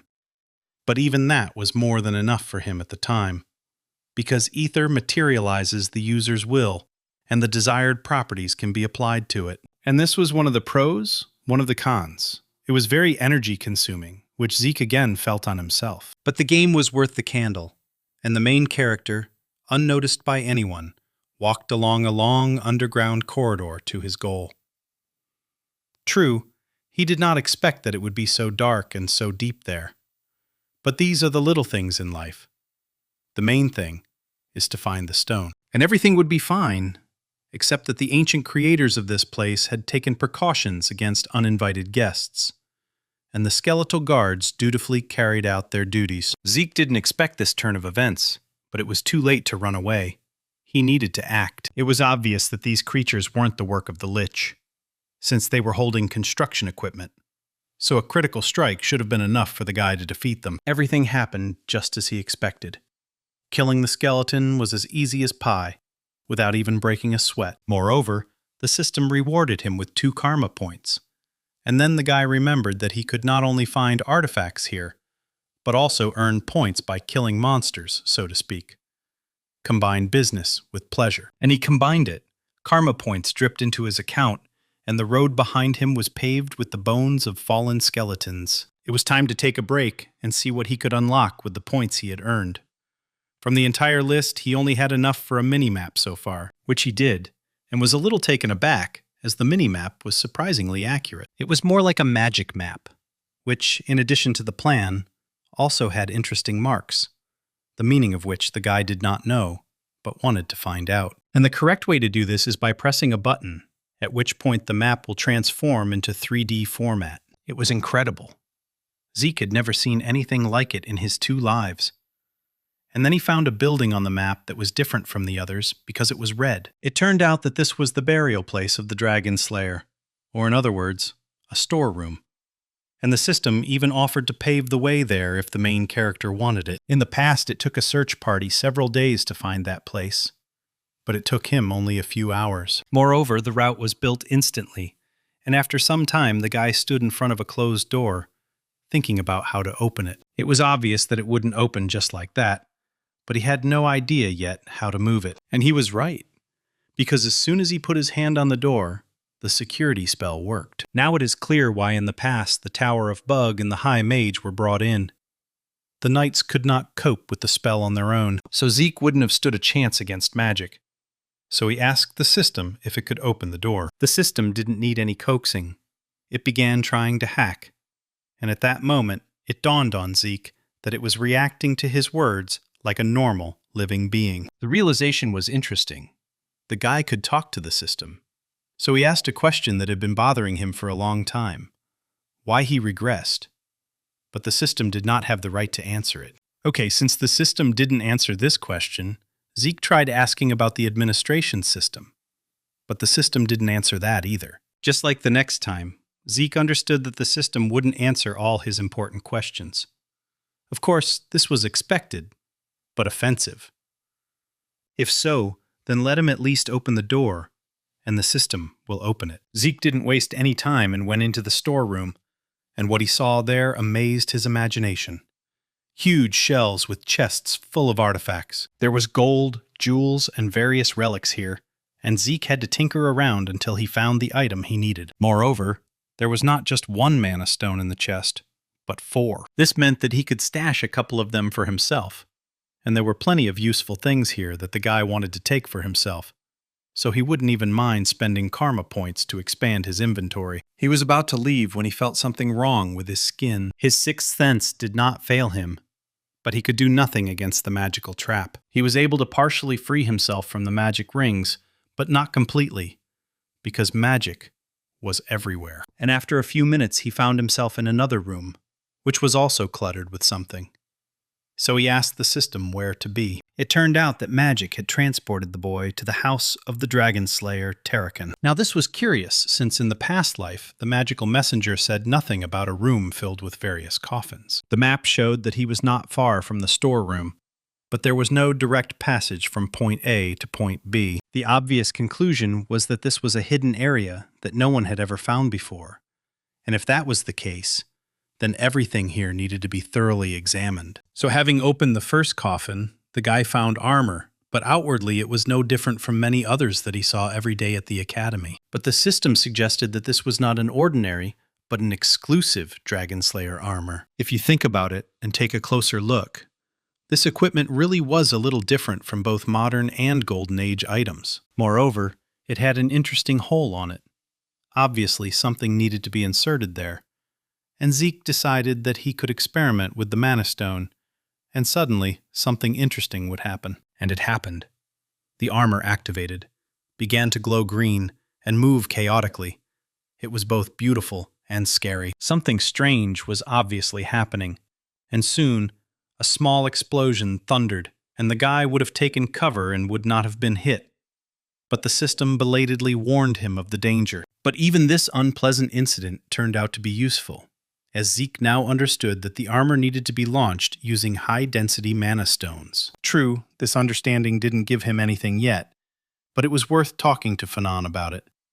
But now it was necessary to continue examining the premises. The remaining rooms were completely empty, and only the last hall remained, and it was practically empty. Only a glass cube stood in the middle and attracted attention. And there was something that Zeke didn't expect to see, because the cube contained the heart of Bahamut, the dragon that the boy's ancestor had once killed. Tarakan was clearly a psychopath, since he left such a gift to his descendants. And now it's clear where the feeling of danger came from during the passage to the pantry. But now, everything felt different. The fear and danger had passed, and the boy felt other, more complex feelings. Moreover, his heart reacted positively to Zeke. It influenced the guy, spoke to him, beckoned him, hypnotized him, saying that it would kill everyone. And although the system activated mental protection, it was already too late. One of Zeke's eyes had turned black, and this was not a good sign. Now he was no longer happy, but frighteningly uneasy, because something strange was happening. And it wasn't just strange. An unplanned quest had begun, and the young man needed to overcome the curse of his ancestor. And if he succeeded, he would receive the right of ownership of the Tarakan item gift. Only this curse influenced the consciousness and subconscious, whispering to the guy that if he killed everyone, he would become free. Mental defense doesn't work, and anyone else would have broken under such pressure. But not Zeke. He broke the wall, hitting his head against it and interrupting the monologue with a curse. After all, freedom is freedom for a reason. It simply exists. You simply feel it, and no one and nothing can give it to anyone. It was powerful. The curse had lifted, and the dragon's heart was now in the protagonist's hands, as he had overcome the curse. This was good news, because Zeke didn't expect that his mental defense skill would fail him at the most inopportune moment. It's good that everything ended well. True, this was not the end. And the guy unexpectedly began to absorb Bahamut's heart. A pure and dense source of mana penetrated his body, and the sensations were so strong that they could not be described in words. But the worst thing was the realization that the guy didn't have any mana circles, which meant that this flow would simply destroy his body and turn him into nothing. He knew he had to do something, so he turned to the ether, to the spirit soul, and activated the seal. In this way, he planned to seal the mana in the ether hole if possible. It's hard to say whether it worked or not, but for now Zeke was still alive and in his body. Moreover, he stood perfectly on his own 2 feet. But the dragon's heart was nowhere to be seen. And it's not surprising, because according to the system, he absorbed Bahamut's heart, and the seal on his chest spoke eloquently about this. It turned out that now his body had changed and become divine. The library had opened, and other interesting things had become available. And the most curious thing was another object gift from Tarakan Drake. The system readily opened the ancestor's second gift for the protagonist. Having taken everything he could, the guy returned to the Platinum Mansion and was ready to get acquainted in more detail with the characteristics of the items he received. Zeke couldn't unlock some of the new abilities yet, like the spell, due to his lack of experience, but he'll add more to his arsenal in the future. He could also summon and control dragons, and his body would become 100 times faster than it was before. A status window also appeared, which had not been seen before, as well as windows related to Tarakan, which the guy wanted to take a closer look at. But to do this, it was necessary to first update the information. True, to do this it was necessary to move to the place marked with a red dot on the map. Unexpectedly, this place turned out to be Valhalla, the most prestigious institution on the continent for training knights, entry to which was forbidden to outsiders. Even as a pureblood and a direct descendant of the Draker family, Zeke would not be able to get in there, and he had no intention of going there. But obviously fate had other plans for the guy, so I'll have to make some personal adjustments. In the meantime, he was planning to undergo low-level administrator training, and if everything went according to plan, in the end he would not only become stronger, but also receive a reward. In general, It was similar to the system in adventurer or mercenary guilds. And, as usual, it all started unexpectedly. Moreover, the system prepared a surprise and transferred the guy to a strange remote space to undergo training. At first, Zeke thought that teleportation had worked, but after listening to his feelings, he realized that it was something fundamentally different. But the guy didn't have time to think about it because the orcs were already attacking him. So Zeke had to defeat all the monsters, but the time for this was limited, as was the number of skills to use. But if the guy succeeded, he would receive karma points and a reward. At that moment, the idea occurred to him that the system was simulating a situation in which he should take advantage of it. It would have been great if he had something similar in his past life, but alas, in the meantime, the orcs attacked him.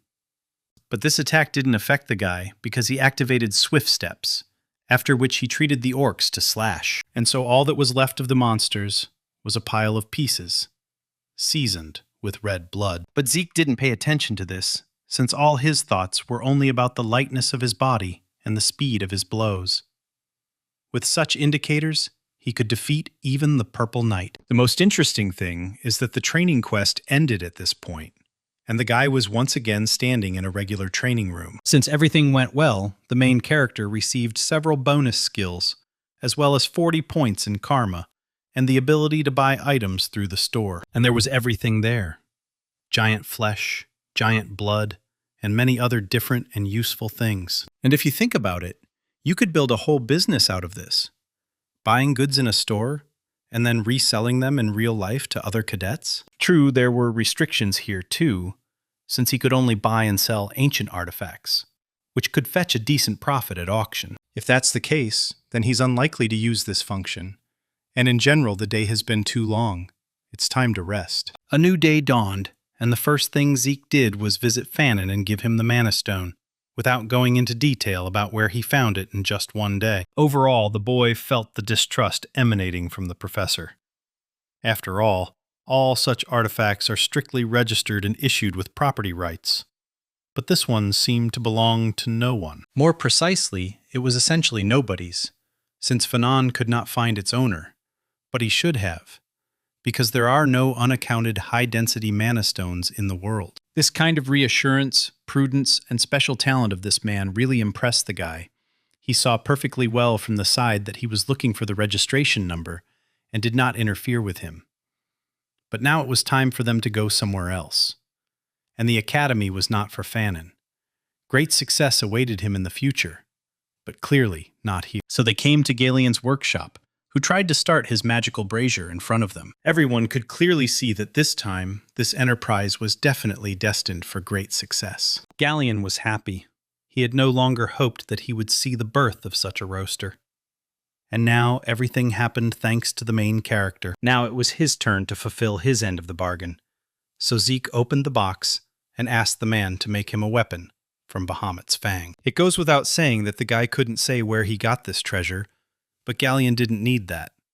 He was burning with enthusiasm and promised to create a truly unique weapon for his benefactor. Zeke didn't even doubt that the man would do it, because in both his past life and this one, he was an honest guy who never forgot the people who were kind to him. But still, he was curious what kind of sword Galion would create for him this time. The guy didn't wander around idle and soon returned to his room, wanting to rest, as he had spent a lot of effort on creating the sword. He had a strange presentiment that something was about to happen, as a whole week had passed since he had received the note from the gardener. His premonition was right, as he was not alone in the room, and the oppressive aura of the man who had arrived sent shivers down his spine. Dexter didn't understand why the boy didn't come to him when he called him so kindly, and now this man radiated a desire to kill, even though he said that he wanted to hear the truthful answer to his question. Zeke decided to duck and say that the note said that he should come when he wanted to challenge the man.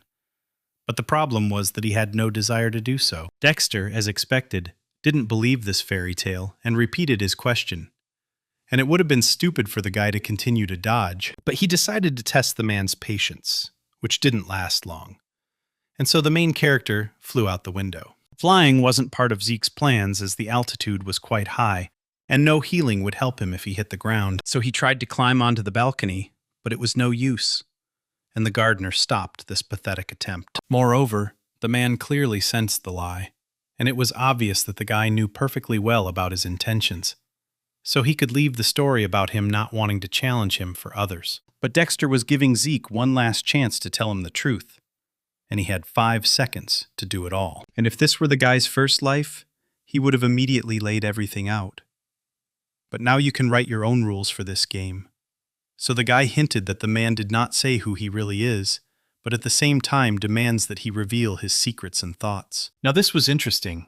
So the man threw the main character back into the room. Zeke hit his head on the wall pretty hard, but it was better than falling from a height and turning into a pancake. At that moment, Dexter extended his hand to the guy for a handshake, saying that he was once a Black Knight of the Draker family. After which something happened that was not an official meeting between two strong personalities. It was beautiful.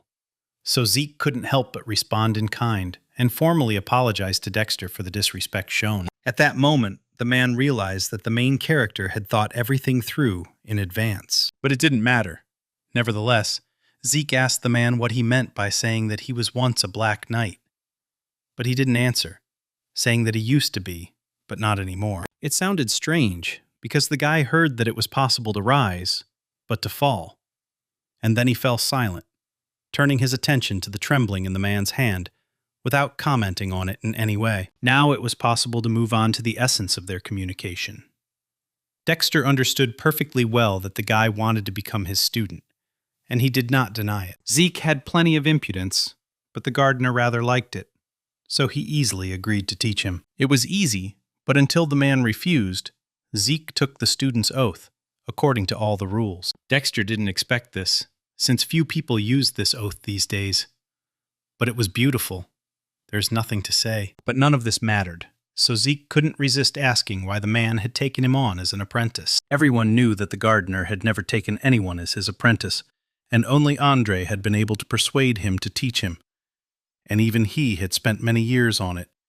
And now the man so easily agreed to teach the main character. But Dexter kept the intrigue alive and asked the guy to guess the answer to this question. And Zeke tried, saying he was a genius, so Dexter couldn't resist. But his self-confidence looked ridiculous. It turned out that it was just the guy's stubbornness, because talent alone isn't enough to become a red or black knight. Many geniuses have broken under the pressure of difficulties and remained only blue knights. But the guy wasn't in danger of that. At this point, the conversation ended, and they went to their first lesson. True, the training was strange. The guy had been simply running in circles for 3 hours when suddenly Dexter stopped him because he had one question. And at that very second, the man appeared behind the young man. He wanted to touch Zeke's hand, but he pushed the teacher's hand away. The conclusion was obvious. The guy had some kind of problem with checking his vital signs. And it's not just now. From their first meeting, the man understood that something was wrong with the main character. His fears were confirmed during sparring. Did the guy really not know how to use aura at all? In general, the man saw that bronze statue. Then there was a fuss because of the unprecedented golden glow, but everyone thought the guy was a purebred. So the question arose as to why he didn't let them check his pulse. On the one hand, the protagonist understood that this man did not suspect him. But on the other hand, the situation was out of the ordinary if one of the Drakers was not able to control the aura. So he was very curious. And overall, the main character is lucky that this is the person in front of him, so if he can get his personal sword, then no one will have any suspicions about him. But until then, he needs to be extremely careful. But now, there was no need to lie any further. Unlike his previous life, where the boy was the first awakened loser in the family, now he could use the mana reflection skill which proves his pureblood status, even though he couldn't use aura like all the other awakened ones. Such truth was able to hide the young man's lie. Moreover, he sincerely apologized for not telling about this earlier, because if it turned out that he, as one of the Drakers, could not use aura, then he would be thrown out of here, so he was very scared. After which he called Dexter to check his pulse. The teacher was silent. He felt a malice deep in the boy's soul that did not correspond to his age, but at the same time, in front of him was just a child. But there was no aura at all in him, despite the fact that he had successfully awakened. The protagonist continued his performance. He understood perfectly well that even after checking his pulse, the man would not be able to be 100% sure how true the blessing ceremony was. Even if it was true that Zeke couldn't awaken with an aura, Dexter would find an explanation for it himself, and he would be left to deny everything. But the guy didn't expect the man to come to the conclusion that he was fickle. Although something like this was to be expected, because if you don't know the concept of classes, it's quite natural to think this way. After all, this term is used to describe people with abnormal abilities. For example, the ability to use aura and mana simultaneously, or the ability to see into the future. Although people don't have a very positive attitude towards unstable abilities, so it's best not to tell anyone about it. The reason the master considered him unstable was because of his incredible endurance and ability to recover, no matter how severe the damage. The man came to these conclusions because he saw the protagonist instantly recover, although this meant that it must have taken a lot of energy, and most likely this energy was aura, and since it is constantly being spent due to stamina and healing, there is almost none left to perceive. If you think about it, this was a completely working hypothesis for most people. But even if this is true, the guy shouldn't worry at all, because the art of the storm is a special art that doesn't use aura. Essentially, a special art is a special technique created by a knight who has reached great heights. Usually, this skill is used to kill dragons, so it would be more correct to use it, but the gardener's art only uses the resources of a trained body. And now Dexter was about to demonstrate this very art, so Zeke had to watch carefully and remember his movements. And Zeke watched. Only the man moved so quickly that it was extremely difficult to track his movements, but not impossible. Nevertheless, Zeke believed that he had remembered everything and asked the master's permission to show it to him. And the guy repeated it. Now he could repeat the master's movements, and saw something he had never seen before. Apparently, these steps were taken as if Dexter was fighting with someone. Others indicated that he was attacking. Others were taken to return, and others were shortening the distance, while on the other side, they were increasing it. That is, behind each step there is a specific goal. Zeke finished, and Dexter couldn't believe what just happened. Not that this guy didn't have talent a week ago, but he wasn't as good as he was now. Something had clearly happened this week, and this guy was just perfect right now. And everything would be fine if the main character behaved a little more restrained, not so arrogantly. Then he would simply be priceless. The training ended, and it was obvious that the gardener would continue to work with the protagonist. A whole month flew by at this pace, and after each training session, the protagonist was hungry as hell. At that moment, when Zeke was eating another bun, Andre approached him, as he had a serious conversation with the guy. But the conversation, by and large, wasn't that serious. Andre was simply curious about how Zeke managed to persuade Dexter to become his teacher. At that moment, Zeke remembered that Andre had not yet become Dexter's student, so he asked the guy about his success. But Zeke did not really have what to answer, and he said that the gardener simply chose him. Andre thought that Zeke's purebred status played a role in this matter, but this was absolutely not the case. And the boy pointed out to his teacher that he had a real inferiority complex, since he believed that it was only a matter of purebred status. After all, even if the gardener was initially interested in the protagonist because of his pedigree, this did not mean that this was the main reason why Dexter chose him as his apprentice, since it is obvious that the gardener is not the type to chase social status. The fact is that the main character managed to intrigue him and use this intrigue to become his student, which testified to the level of his intellectual abilities. After which he suggested to the mentor of all the cadets that he try to do something to get selected, and not just support his ego with an inferiority complex. Andre, who had already run several laps around the training arena, came to the next training session between the main character and the gardener. Moreover, Dexter promised to take Andre as his student if he could run 300 laps without using his aura. And Andre ran. Stubbornly ran. Although by and large the main character did not count on it. But it turned out that this guy is not a lost weakling, and when he wants to insist on his own and show character, he can. A new day dawned, and all the cadets of the academy were gathered in the courtyard and lined up, since the head was supposed to arrive that day. Everyone was expecting the leader's appearance as if it were manna from heaven, and even Howard came out to greet him. Everyone froze in anticipation. And then the carriage slowed down, and the head came out. All the knights and cadets who were on the academy's territory bowed their heads before this man, acknowledging his strength and power. The man thought that Howard had done a great job, so he praised him, although, by and large, the classes at the academy were nothing compared to what the head had been doing all this time. Arthur Draker believed that only Howard truly understood how important the job of being the head of the family was, and how important it was to raise the younger generation. After which the man turned to the young cadets, saying that each of them was the future of the country, because sooner or later they would protect civilians from the encroachments of dragons and their ilk. That's why it's important for them to train long and hard now, because their development is the development of the Drakers. It was a motivational speech that helped boost the cadets' morale as they had their idol in front of them, after which Howard and Arthur went on to take care of their business.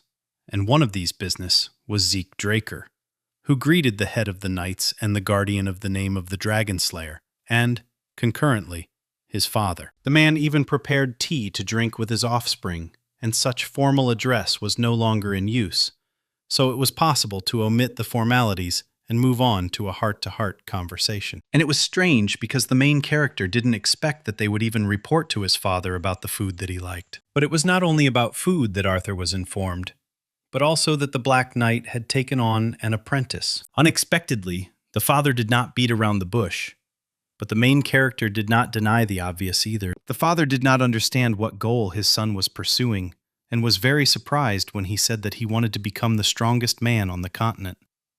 Steel immediately flashed in his gaze, but Zeke didn't pay any attention to this, because he was going to become stronger than everyone else in order to live freely. The goal, of course, was quite ambitious, and implied that one day the boy would surpass his father. But now the man suppressed his offspring with his aura. The main character could not help but recognize the sword of aura. After all, they say that it gives power over all living things within its radius, which makes it the pinnacle of aura use, available only to Black Knights. It was difficult to withstand this pressure, but the main character was determined and did not give up. This answer, oddly enough, satisfied the head of the family, so he stopped attacking his son. After all, this was the most interesting thing Arthur had heard in recent years. Most people simply bowed down, recognizing his strength. By and large, Arthur had come to the academy to support both the institution itself and Zeke, but now he knew that wouldn't be enough. And the next minute, the man handed his son a black card as a gift for becoming the gardener's apprentice. It was a credit card that was given out only to a select few, and the protagonist never thought he would see it in person. But now, holding it in his hands, he realized that with its help, he could get incredible benefits. After using a credit card, a record after using a credit card, a record remains. And he just wants to monitor what the guy will do in the future and keep him under control. But it was better to let it be so than to resort to the help of a fighting black squad. Right now, in Arthur's opinion, Zeke did not pose any particular danger, and he could be left alone for a while. The young man was happy to try, so he left the office where his father was sitting with great pleasure. But instead of him, Dexter entered the office, who certainly jabbed his brother, because he knew that for no apparent reason, he began to act like a caring daddy, although all this time he had been neglecting his own child. But Arthur didn't pay much attention to this because he was the head of the family, which meant her interests were above all else, even if it meant neglecting her own child. Now it was time to talk. But in order for the conversation between the brothers to be productive, Arthur offered the gardener a little drink. And the conversation really took a more interesting turn. It turned out that the Emperor had gone crazy with the idea of immortality and was searching for him all over the continent. But this seemed completely unrealistic, because magic can rejuvenate, but never grant immortality. Arthur thought so too, but there is a relic that is connected to an ancient dragon, and which the Emperor wants to find. Zeke didn't leave, but hid in the next room, and eavesdropped on the conversation of his older relatives. It's a good thing that an interesting artifact was found in the storeroom, with the help of which this became possible. The conversation was about a relic that could make their emperor immortal, and it was clear from the conversation that Arthur knew its approximate location. According to the Black Scene's report, the item is located somewhere on the northern continent. This information has not yet reached the Empire and the Emperor, but we must understand that it is a matter of time. Yes, and I didn't want the ruler to find out about this, because in the past, as soon as he gained power, he unleashed a war on the continent. And if he gets what he wants now, history will repeat itself, and rivers of blood will flow. For this reason, Arthur wanted to personally find the relic, but if he left his post, then there would be no one to restrain the Emperor. For this reason, he came to his brother. Dexter could not refuse, since he himself understood that Arthur was right. The men were still talking about something, but Zeke didn't have the strength to eavesdrop any longer, and he interrupted the artifact's operation. After absorbing Bahamut's heart, it was extremely difficult for him to avoid the side effects of using certain things. After hearing this, a lot of things fell into place. In his past life, before the regression, he stole a dragon statue that could fulfill the Emperor's wish, which is why elite fighters were on his trail, which is why a strange voice sounded in his head and united with the system. But then, he was so consumed by revenge that he did not want to understand anything. Now he could think clearly and put two and two together. The administrator system that sent him into the past is one of the functions of the relic. It remained to be seen who and why created such a powerful thing. Meanwhile, the brothers also finished their meeting and went their separate ways. Suddenly, Arthur sensed something was wrong coming from one of the doors, which, by a lucky chance, was next to the office where he was talking with his brother. And right behind this door, Zeke was hiding, still not having come to his senses, and wondering whether his statuette could really grant immortality and youth. Suddenly, the door opened, and Arthur entered the room. Only now it was already empty. Only walls and some boxes, and spiders, frozen like statues to themselves in the corners. This was the end of Zeke's adventures, and to relieve stress, he decided to exercise. True, Derek interrupted his lesson, saying that a classmate had come to see him, which sounded strange because the main character had not communicated with anyone.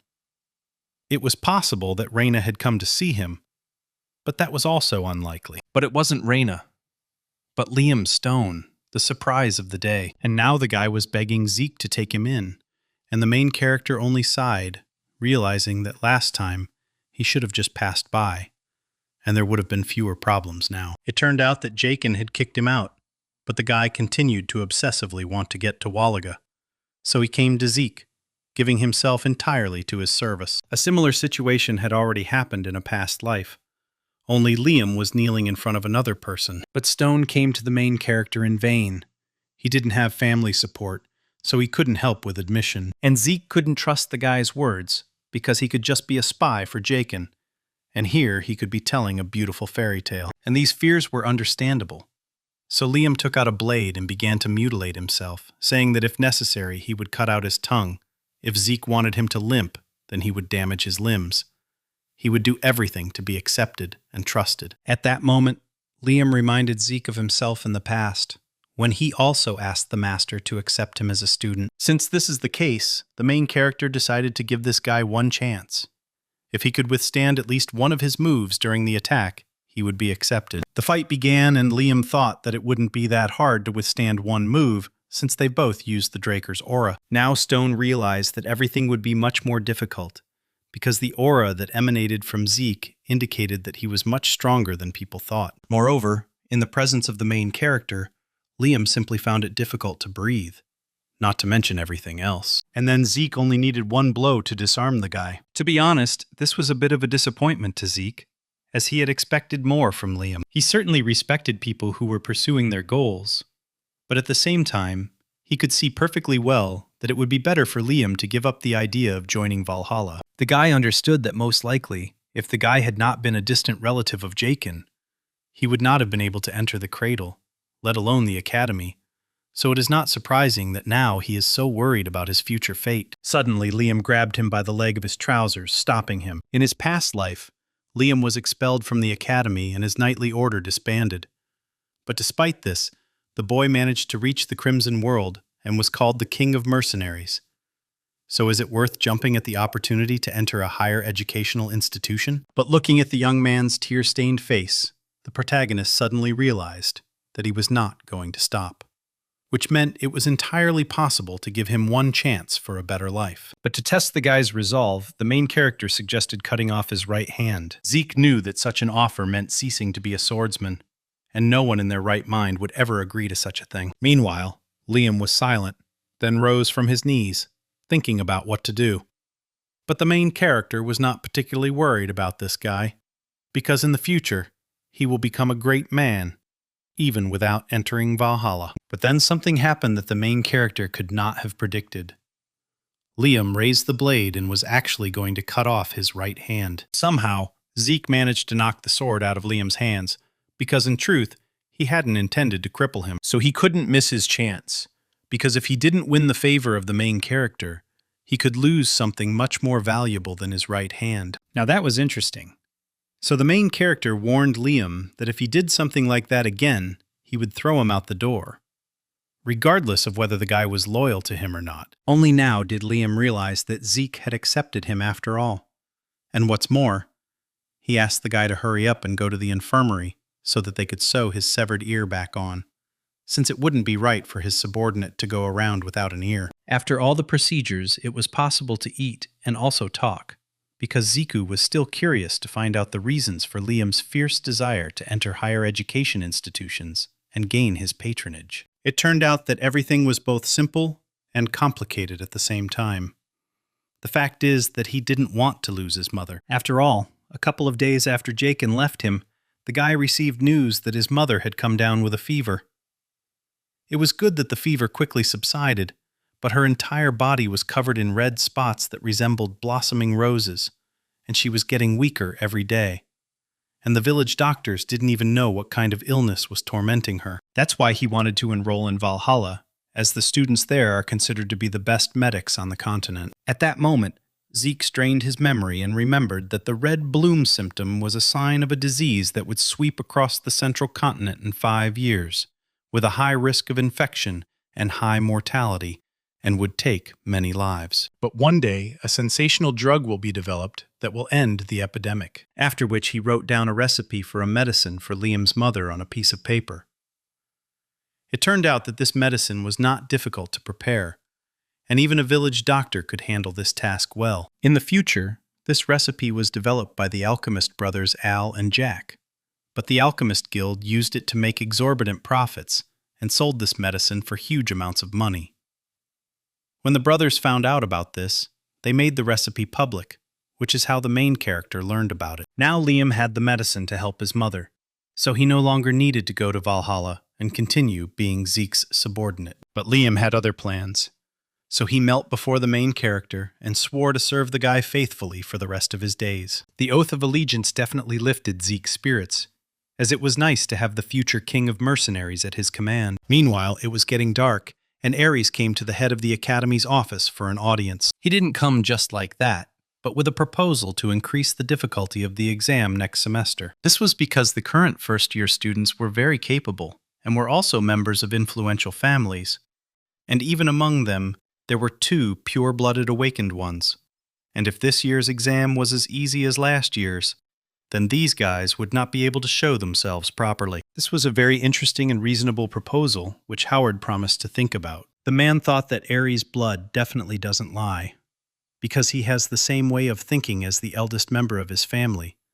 He calculates future threats that are best nipped in the bud. Not much time passed, and the day of the dungeon exploration exam arrived, which was a unique test in the academy, during which students were divided into pairs and had to clear a dungeon within a certain time. The difficulty of the dungeon was determined randomly for each pair, and it had great significance. Liam, even though he was a big boy, was worried about passing this exam, especially considering that Zeke was his partner. This was not surprising and quite natural, but it was necessary to remember that too much excitement leads to mistakes, and too little is a sign of arrogance. But moderate excitement prevents everything. And now it was their turn to enter the dungeon. But the problem was that they were stopped at the entrance and asked to enter through a different door. Although they hesitated at first at the entrance, they still began to descend. It was difficult to predict the difficulty of the dungeon, but since this is a Draker dungeon test, there will be no great danger. The main thing is to get out within the designated time, and to do this, each team is given a timer that starts upon entering the dungeon, and they'll have 96 hours to do it all. Basic combat skills are also part of the assessment, so if you bring the heads of defeated monsters with you, you can get bonus points. But the main thing is to get out on time. During the first hours, they worked and worked, and now Liam could rest, since the main character could not sleep for 4 whole days, and therefore was ready to be on duty. So Liam went to bed, and the main character began to think. 16 hours had passed since entering the dungeon. Before the exam, he had not slept for 3 days and was training, which means he had not slept for a total of about 90 hours. Infinite stamina only protects against physical fatigue, but not against psychological fatigue, since in a dungeon, you never know what will happen. So you need to minimize risks. And then he heard the ringing of a bell, which transported him into memories of a completely different place. Snowy, scary, with a dead girl in the snow. It is not surprising that he woke up in a cold sweat, because this dream, with fragments of memories, was the most terrible that could have happened. And then it dawned on him that he had clearly heard the bell, that it had not been his imagination, but had actually happened. So he abruptly extinguished the fire and ordered Liam to wake up without turning on the light, as there were enemies here. Unfortunately, using dragon vision after 4 days without sleep was too risky for the protagonist, so he had to get used to the darkness. The worst part was that he smelled sulfur, which meant that they were being hunted by a creature with a herd instinct, and most likely, it was a hellhound. At that moment, he also remembered that in his past life, Raina had brought the orc heads, but he never expected that there would be hellhounds here, and he would have to meet them. But something was clearly wrong. Even the leader of the pack was nowhere to be seen, and what he heard and felt indicated that it wasn't someone who weighed at least a couple of tons who was coming towards them. He barely managed to dodge because a troll appeared on the horizon, carrying the heads of hellhounds, and it was clearly not friendly. Everyone knew that the troll was the most dangerous monster, which could easily deal with hellhounds, or orcs, and their blood was a key ingredient in potions. Plus, they had incredible regeneration. Oddly enough, Liam decided to protect his master by acting as bait. But Zeke wasn't going to run away, because no self-respecting gentleman would leave his ward in trouble. It wasn't about the guy himself. Moreover, he trusted Liam and considered him quite strong, but he was obliged to support him, so he could do as he saw fit. His rear would be covered. And the guys rushed into the attack, choosing the enemy's weakest spots. The joint attack was quite successful. The guys dealt several pretty good blows to their opponent. Zeke liked the fact that Liam aimed precisely at the joints, which indicated that the guy most likely studied monsters and their weak points before the exam. But even so, the guy lacked a little dexterity, so the protagonist covered his back when the troll attacked him in a blind spot. Liam shouldn't have worried too much about what happened, because this was his first real fight, and it was easy to make a mistake. Hitting the soft joints was a great idea, but you can't underestimate trolls, because scratches on them heal very quickly, and normal attacks might not cope with his regeneration. Still, this science was too difficult for Liam, so Zeke decided to finish off the troll himself. And after just a few minutes, the troll was already dead and lying on the ground, and the main character received 30 karma points as a bonus. Meanwhile, he sent Liam to cut off the monster's head, which he needed to take with him to show to the Academy staff for evaluation. Suddenly, the system presented another surprise to Zeke, in the form of a sudden quest, during which he will need to defeat 100 monsters of 10 different types, and he will have 72 hours for everything, and the reward for this will be double the amount of karma points and 2 random boxes. In total, he had 79 hours left until the end of the test, and in principle, killing 100 monsters is not such an impossible task. But the problem was that even if the dungeon is large, usually there are a maximum of 3 or 4 types of monsters in one. But if there is a trap prepared with the Simmons family, then if you search well, it is quite possible to find 10 types of different monsters. Meanwhile, Liam finished processing the head and packed it into a special bag that the Academy gave to each pair, along with the timer. It's worse, of course, than a spatial bag, but it's quite enough for carrying the loot. There was no point in staying here, so the guys set off on their journey, and the more time passed, the more monsters they killed, of different types. Quite a while had passed, and Zeke was wondering if Liam had gotten used to real combat or not yet, after a series of monster kills. The guy couldn't answer this question yet, since all his feelings were quite mixed. But Zeke himself understood perfectly well that it would take time to adapt. But what he was worried about was that there wasn't much time left before the task was completed, and there was still another type of monster to find. But where to look for it? That was the question. Suddenly the earth shook. It didn't feel like an earthquake, and very bad suspicions entered the guy's head. And at the last second he was able to warn Liam to drop the bag and jump to the side, and a moment later a monster appeared from under the ground. She ate all the heads, but the main character managed to drive it away a little, and even wound it a little. But this injury was too minor, since during the fight Zeke would hardly be able to look after Liam, so the guy would have to take care of himself. After all, before them was a dungeon worm, a dangerous monster, and to defeat such a thing, 12 purple knights were needed. And Zeke was alone here, so he decided to take the brunt of the attack. And so far he has managed to hold off the monster. But how long his strength will last? That is the question. But even the Blue Knights avoided meeting the worm in the dungeon, since we are in a confined space, because due to its ability to burrow and move underground, if the pain lingers, the person will be buried alive. While Zeke was aided by his quick reactions and trained body, he still had no plan for victory in his head. But he continued to strike and strike the monster, trying to cut it right through. But the guy couldn't manage to cut it in half yet. The process stalled. The worm turned out to be too tenacious and was already about to counterattack the young man with its free tail. And just a moment later, the steel rings of the worm were squeezing the main character's body. The young man held on with all his might. It was good that the healing effect was working in the background. Otherwise, it would have been really hard. But at that moment, something really useful happened.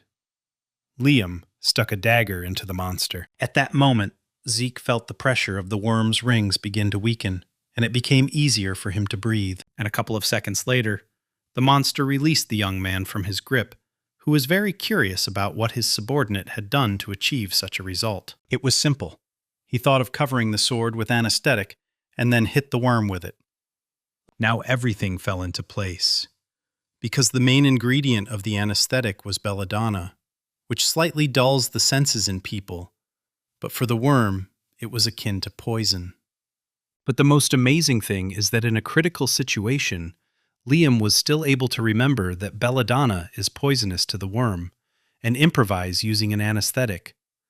Such prudence and adaptability justified this guy's reputation. At that moment, Zeke knew perfectly well that he had done the right thing by taking Liam with him, so he ordered him to wait for a moment, and when he gave him a special sign, to strike the enemy again with the poisoned blade. A few minutes passed and the boys simultaneously attacked the monster, which howled in pain, after which the main character activated the soul and body technique and cut the worm in half, as he wanted. It became obvious in an instant that he had managed to complete the surprise quest and earn extra karma points, as well as 2 random boxes. Meanwhile, most of the students had already finished the exam, so it was time to sum up the results. The evaluation began with a pair consisting of Raina and another unknown cadet. She received 30 points for the exit, and she and her partner also killed 20 goblins, 2 hobgoblins, and 1 orc, thus earning 180 points. In this way, she almost broke Abel's record, which was 200 points. This was 130 points more than the passing score,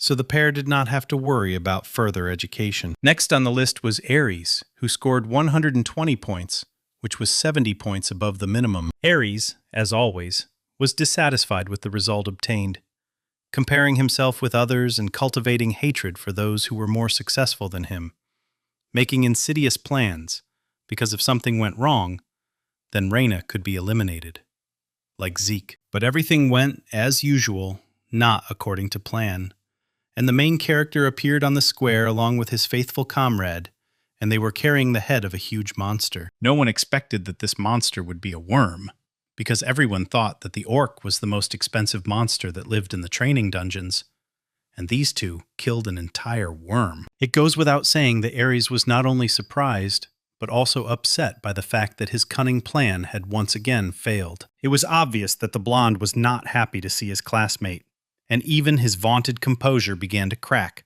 as it was no longer possible to keep a straight face. Zeke had been teasing Ares for quite a while, and in a graceful manner, so he decided to tactfully leave so as not to provoke a fight in front of the teachers. The guy believed that the purity of Zeke and Raina's blood was to blame, and one day they would definitely pay him for all the humiliation he had experienced. Meanwhile, the main character and Liam were approached by instructor Andre, who would evaluate their work. And the man was going to approach the fulfillment of his mission more than carefully, even though he saw only the head of a worm in front of him.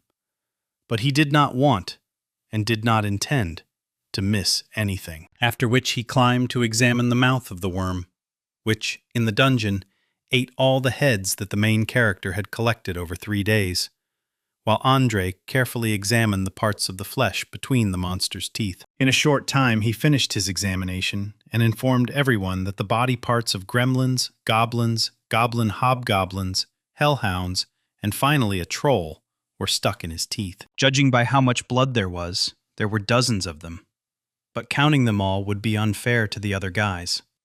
So he decided to evaluate one monster from each type. No one had ever seen trolls and worms in the dungeon before, so they were never counted.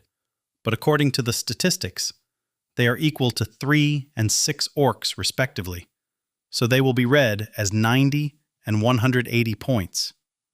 Thus, the main character earned 368 points. Many students were unhappy with this decision, since the main character only brought an expensive worm, but others understood that this monster alone was worth about 180 points, and what difference did it make anyway?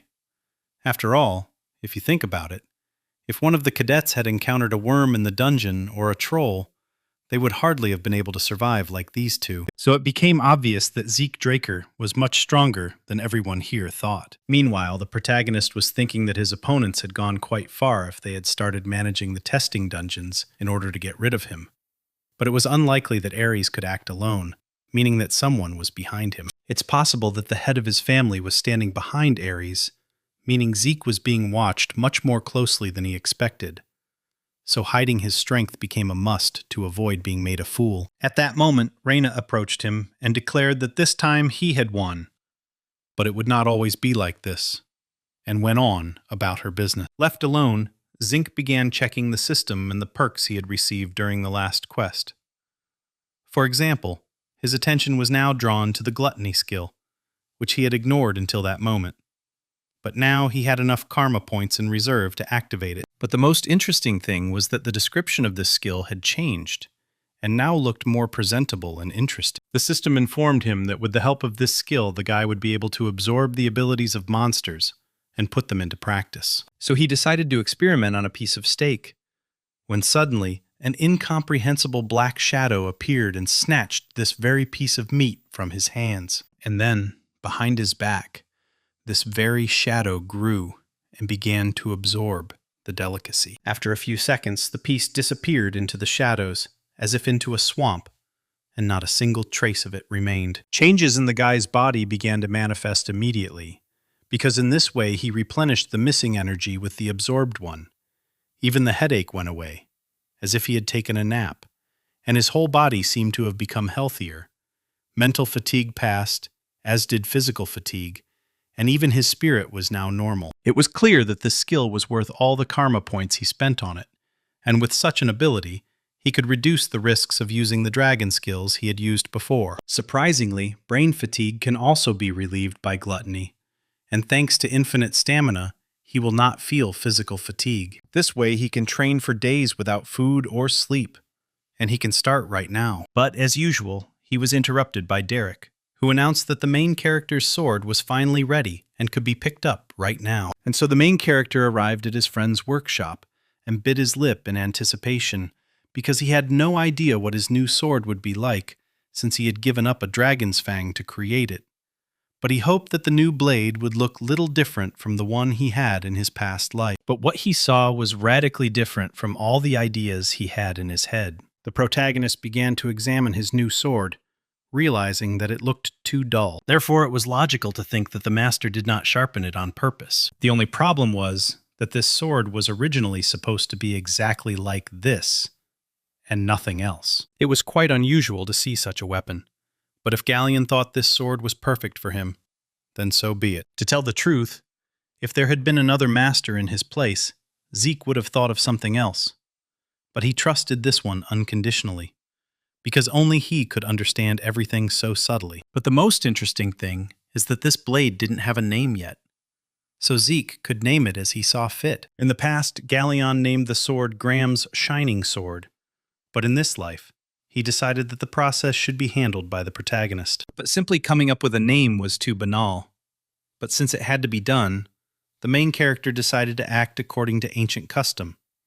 For this, he cut his hand. But the problem was that the healing factor was working in the background, but it was still the protagonist's skill, so he knew he had to learn to control it. It's good that the system processed the administrator's request quickly, so the healing factor was temporarily suspended, so the cut didn't heal instantly. Now he dripped some of his blood onto his new sword. At that moment, the blacksmith realized for the first time that this was no ordinary young man in front of him, for he was now performing the ball naming ritual, which was a traditional dwarven ceremony that gave a weapon a name and consisted of the owner pouring core, mana, or aura into it, and when it touched the sword, the ritual itself began. After this, the sword's owner falls into unconsciousness and embarks on an endless journey until he finds a suitable name for his blade.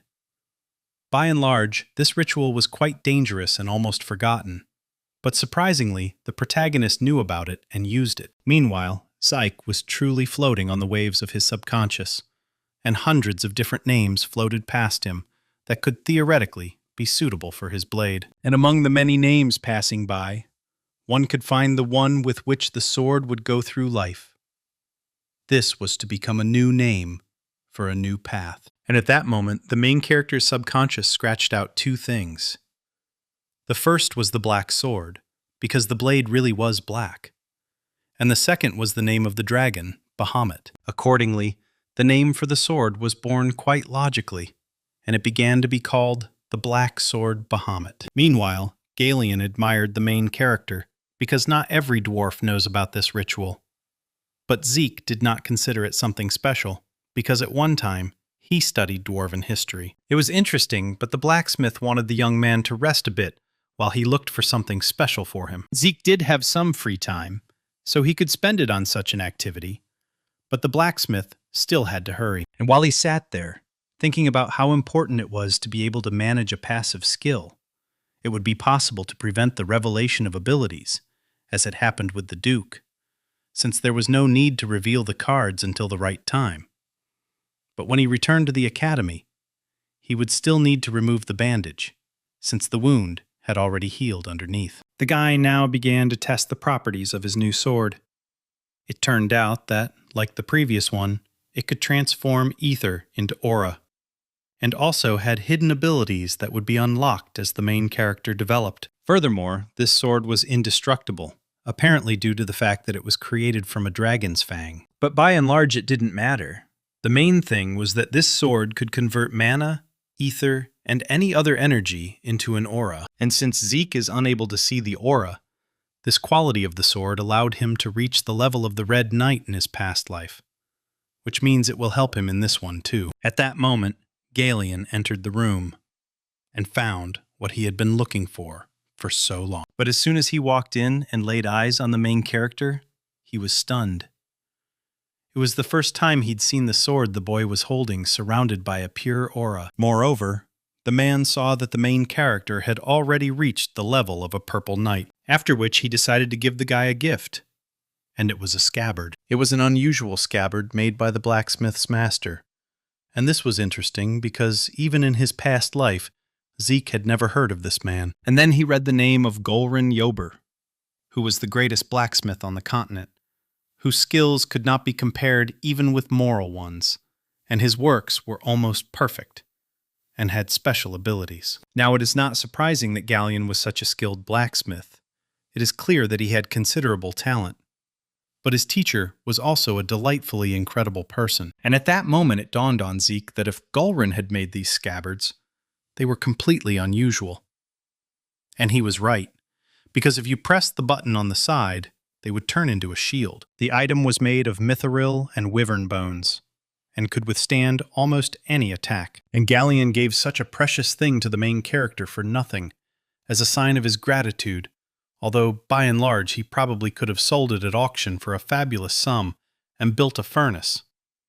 But he could not give the scabbard of the hand to just anyone. If so, then there was no point in refusing the precious gift, and when he brought the scabbard to the sword, it automatically gripped him like a second skin. It was truly a priceless gift, and after taking it, the protagonist came to the academy and began to sort through the chests with artifacts that he had received during the previous quest. Having finished with the first chest, the guy opened the second one and was pleasantly surprised by what he found there. An ancient map fell into his hands, which intrigued the young man, because its existence suggested the real life of the ancient hero, Kaiser. There wasn't a single person on the continent who hadn't heard at least once about the Kaiser and his kingdom of Kronos. But it was more like a children's fairy tale, and there was no evidence of the physical existence of this person, and now here it is. And while Zeke was thinking, the system was actively working, analyzing and displaying the received data from the map on the minimap. If you think about it, the quest will be easier to complete than the guy thought.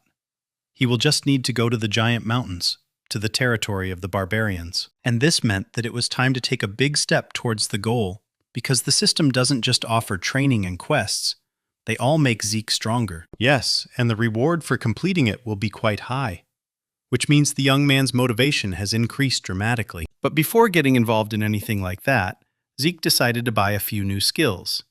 Fortunately, he had glasses, and Dragon Claw and Dragon Scale immediately came to mind. The skills were purchased, and the boy decided to test the Dragon Claw first. The effect of a simple attack turned out to be more than decent, if not magnificent. On his second attempt, Zeke activated his Dragon Scale skill and struck his hand with his sword, but it bounced off the armor without leaving even a small scratch. The days flew by during training, and it was time for the semester exam on Aura.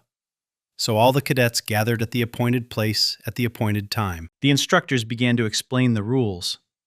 There were dummies standing behind them, but they were made in a special way, so even scratching them would be very difficult. To cut down even one such mannequin, you will need to use Aura. But if the cadets cannot even scratch the objects, they will not be allowed to take other exams and will have to start their training from the very beginning. Many of the students were nervous, but Ares was calm because it was his family who created the Aura training course at the academy, and the training methods were the same as the guys at home. Therefore, he considered himself the best student in Aura control, which meant that even purebloods would definitely yield to him in this regard. And so he waited for his moment of triumph, using the sword resonance to impress everyone. The instructors were also impressed, but not so much that they fell at his feet. Ares showed an excellent result, cutting all the dummies. Overall, the guy was also pleased with himself. Even the thought entered his head that he could surpass Abel. The other students also tried their best, but it was much harder for them. Perhaps Ares' success had such an effect on them and suppressed them. But they tried. Meanwhile, it was Raina's turn to show her strength, and the instructors understood that if the ordinary students all passed the exam and were good, then this girl would surpass them all. But she was on a different level, so she asked the instructors to evaluate her according to the criteria of Dragonslayers. It was an odd request, and Ares hoped that Raina was doing it to compete with him, but he was sure that her strength and skill would only be enough for 2 swings of the sword, and then she would lose. The instructors didn't object, so Raina began her performance. She moved smoothly, precisely, beautifully, thoroughly controlling the flow of Aura, cutting through all obstacles in her path. Raina finished. Everyone could only discuss what had just happened. Until this moment, the cadets believed that Ares controlled the Aura better than anyone. But now they realized that they were wrong. Ares was wrong too. Wrong in everything. Even to the point of thinking that the girl was challenging him. But no, she was challenging Zeke. Zeke wasn't stupid, and he understood Raina's gestures, even though he didn't want to take part in this madhouse.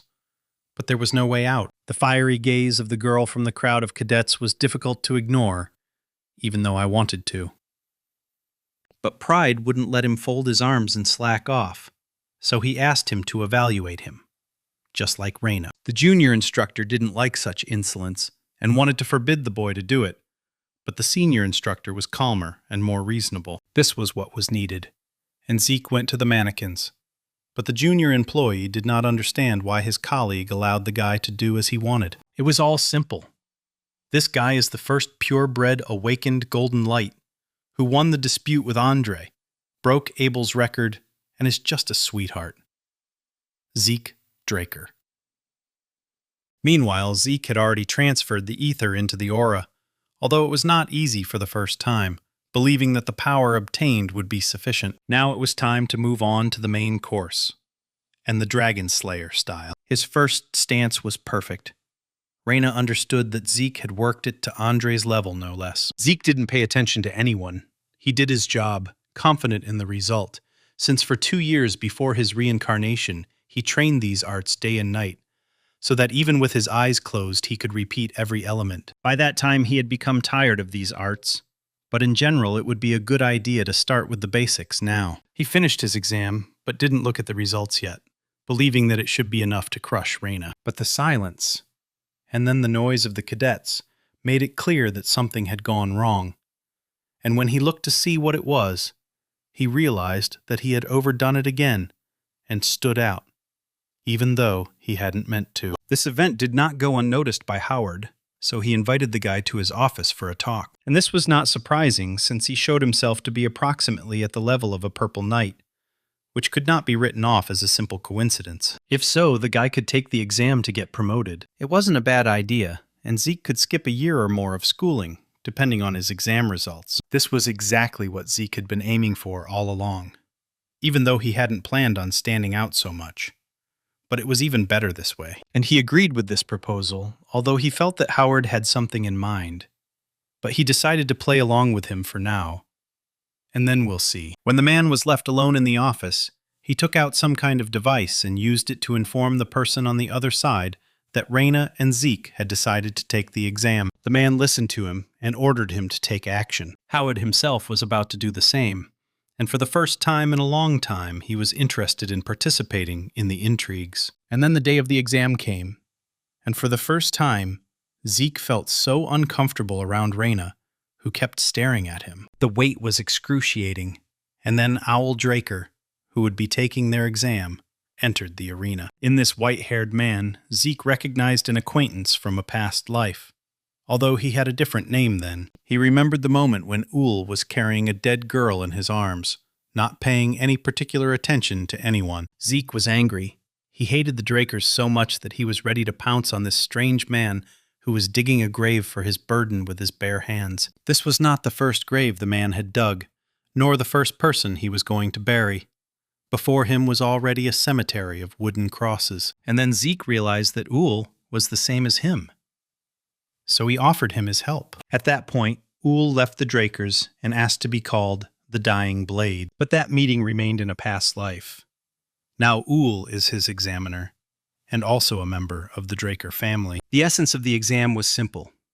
It was a typical fight that would last until someone lost consciousness or wanted to raise the white flag. Raina wanted to go first, but Uhl stopped her and ordered the cadets to attack him all together. This statement immediately infuriated the girl, but Zeke asked her to calm down and understand that the difference in their SID was really big. Besides, the test had already begun, and it was necessary to figure out how to pass it with fewer losses. And the girl would have lost points if she had lost control of her emotions, so now she was cooling her head. Overall, Zeke already had a plan on how to defeat the enemy, so Raina just had to listen to him and do as he was told. After all, Uhl uses an oriental sword, which can make things more difficult for classical blades. But that was only half the trouble. The girl was not in the best mood, because her pride was hurt. But this is only a hindrance, or the fate of the weak, and Zeke now needed her strong.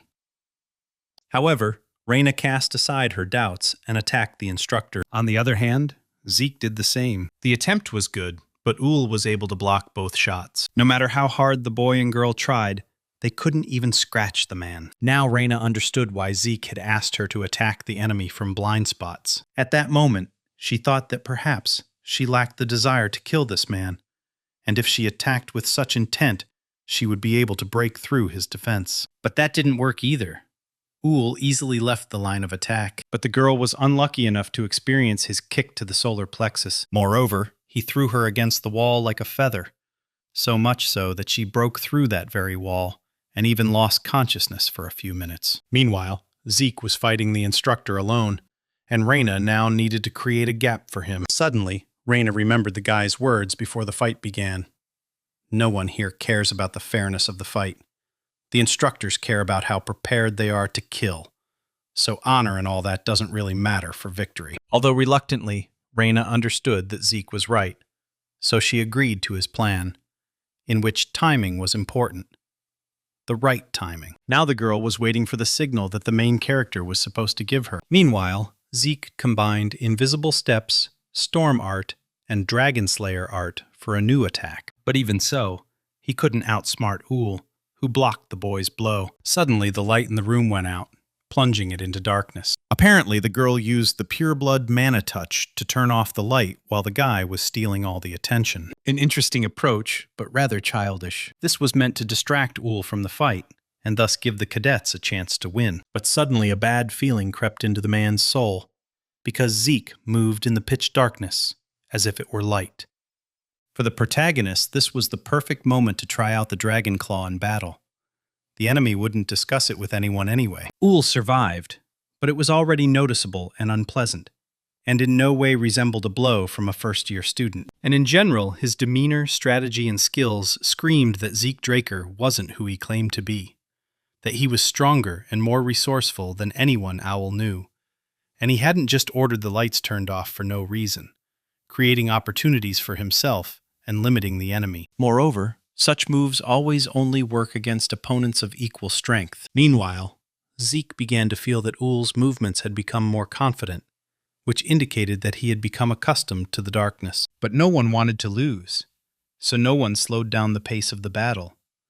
And at some point, the instructor thought that he was fighting not with a person, but with a shadow. To some extent, this was true since Zeke used ether to move, and then extraneous noises came into play, concealing Zeke's movements in space. This continued until the moment when Zeke's blade almost touched his opponent's head. And if the man blocked this blow, then he was unarmed against the explosion of light and noise. It was unpleasant to realize, but these children had trapped Uhl. And while the man was coming to his senses after this, Raina attacked him. And on the other hand, Zeke was not far behind her. In truth, it was more than good. But Uhl summoned his aura and scattered his partners in different directions. The fight ended, and Zeke and Raina were carried away on stretchers by medics, as they had given more than 100%. But it wasn't just them who did a good job, but also old Draker, who was praised by a fellow soldier. At that moment, Dexter entered the hall, as always lightly, trying to tease the little guy, saying that he could easily defeat other students, but he couldn't do it with these ones. And in general, the man was curious about Uhl's opinion of his student, but the answer hung in the air. The blonde tried to formulate his attitude for himself, and couldn't. He saw how Zeke threw away the sword, how he increased his vigilance. He understood that this was an excellent opportunity for a counterattack, but the guy's inaction at that moment was confusing. After all, the guy was clearly striving not for victory, but for something else. And during the battle, he showed only what he considered necessary to show. Therefore, Owl could not help but admit that he could not appreciate Zeke, since he had long since gone beyond his understanding. After this exam, there was a meeting of professors, at which it was decided to transfer Raina and Zeke to new classes, 3rd and 5th, respectively. Everything happened just as the boy had planned, so after everything, he led a very quiet life within the walls of the academy. He quickly finished his training with Dexter, and his place was taken by Andre, whom the gardener persecuted even more than the main character. Meanwhile, Fanon changed jobs, but the good relationship between him and Zeke remained, which was good news. It was also good that the heirs of the great families were also sitting back for now, and not bothering the main character. The only one who was bored was Oulu, who challenged the main character to a duel almost every day. And so it went on for quite a long time, until he had an epiphany and left his post as instructor and locked himself in the training room. What happened there remained behind the scenes of this story. At this rate, 2 years passed, and Zeke could proudly call himself a graduate of the academy.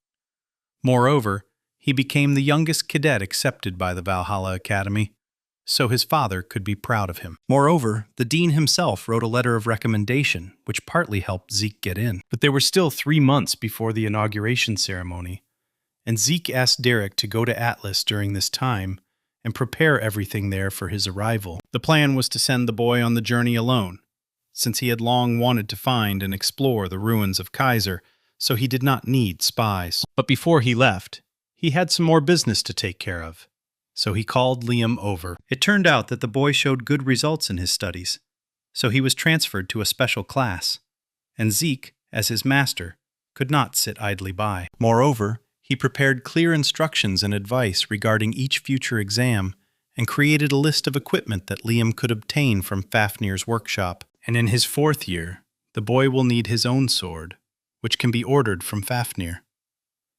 There is no need to worry about money, since Zeke has paid for everything in advance. Liam, overwhelmed with happiness and the master's faith in him, almost burst into tears, promising to go with him even to the ends of the earth and never let him down. Now it was time to think about travel plans. The guy needed to go to Argos, one of the great kingdoms of the continent, and this kingdom became a place where every adventurer could find adventures to suit every taste, so their flow was endless. Zeke tried to disappear among this crowd.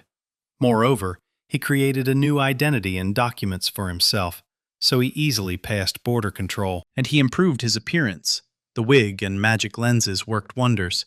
Even his mother wouldn't have recognized him. While everything was going well, he was even able to meet a caravan, since driving was easier than stomping his feet. True, the company wasn't very good.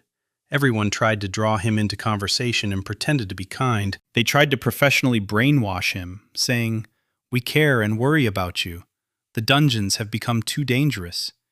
And in general, it would be better if they all went there together." Zeke had encountered similar people in his past life, who used newcomers as bait in dungeons or sold them into slavery. He found all this uninteresting and disgusting to listen to. And besides, he felt danger approaching. He decided to tell the driver about this danger, but he didn't believe him because they were traveling a safe route, which meant there shouldn't and couldn't be orcs or other monsters here. Only now they were there, and they came right up to the cart. It was an unpleasant surprise. Besides, there were a lot of orcs, and they did not spare people who could not fight back. Zeke, of course, could have helped everyone, but that wasn't in his plans. So he just decided to stand quietly behind the tree, after which he went to check the knight's base, because orcs couldn't just walk around the safe area. And there wasn't a single living soul there. Everyone was dead. But as soon as he examined the soldiers' wounds, it became clear that they had not been killed by monsters, but by human hands. And this man was worse than a monster, deliberately leaving such marks on bodies so that everyone would think that it was a monster who did it, and not a man. The knights did not have time to resist the attacker and were killed with one blow. Only the Purple Knight was capable of such a thing. It was bad, but not the most important thing. The guy first needed to find the ruins, and then everything else. The road was long, and everywhere he could see the signs of the barbarians who ruled these lands. He was glad that the minimap showed that he was almost there. But it wasn't just he who came to this place, but also the hounds of the Empire. Why they are here is a big question. These people were very talented, but could not study at the academy for one reason or another. So they were selected and trained under similar conditions, after which the Emperor could personally make them knights. In their past lives, these people made a huge contribution to the Empire's victory in the Continental War. The whole way to this place, the guy followed his enemies on the map, since he had already dealt with them in a past life, and he would not forget their techniques for tracking prey. We must not forget that it was the hounds who drove him into a trap like cattle and killed him. But that wasn't the main thing. What was most likely was that these people were here on the orders of the Emperor, who was obsessed with the idea of immortality and youth, which is why they were looking for ancient artifacts for him, which meant they were the first to find the ruins of Kaiser. If that was the case, then the guy needed to personally sort everything out and confirm or refute his own conclusions. And what is the best way to do this? The right way is to attack first and kill the enemy without letting him send a signal to the others. Now it was possible to try and talk. The guy knew that usually there were 12 hounds. Here there were 3, which meant they were guarding the perimeter. But no one answered him about this, and they only began to assert their rights and ask questions. They shouldn't have done that, so Zeke cut off the head of his first enemy. After all, the others had to understand that it was he who was asking the questions, and they were answering them. But the others didn't even bother to answer. It was their choice. The guy didn't insist. He himself already understood that the hounds had made a temporary base for themselves from the ruins. It was time to move on and check on the affairs in the ruins.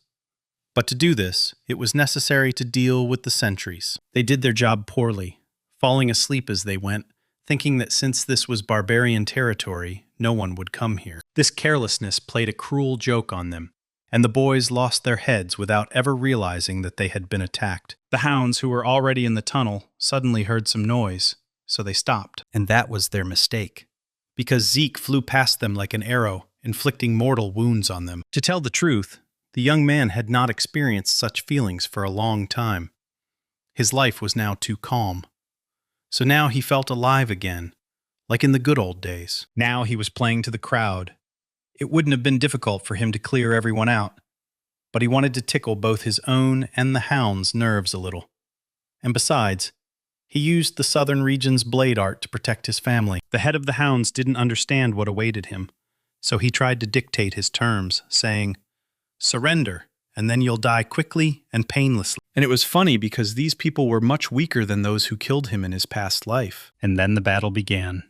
All the hounds attacked the guy at once. Now everything seemed strange to the main character, because he remembered a completely different level of the hounds, and not all of this. It was unclear whether the enemies were so weak, or he had become so strong.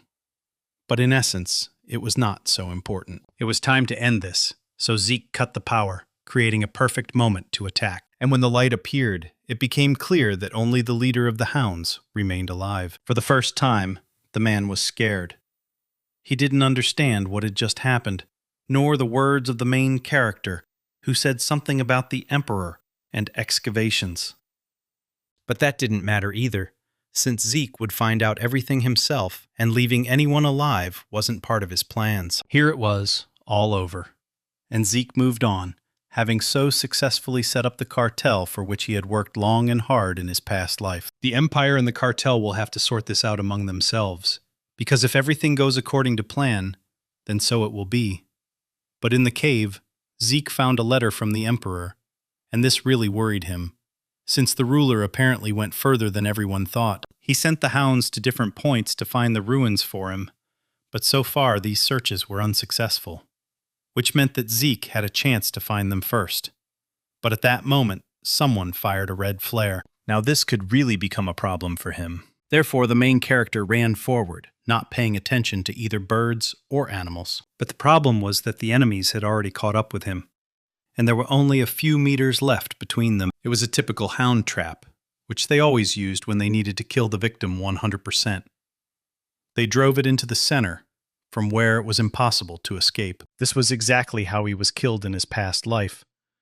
But now he had a system, and therefore an advantage. So far he had managed to repel the attacks of his enemies, even though there were more of them and the blows rained down on him from all sides. But these were just small potatoes the guy could handle. But he didn't take into account the fact that the hounds were made up of people of varying levels of training, and these were much more dangerous than those he had killed in the cave. They acted in a coordinated manner and blocked all his escape routes. Moreover, his enemies had surrounded him.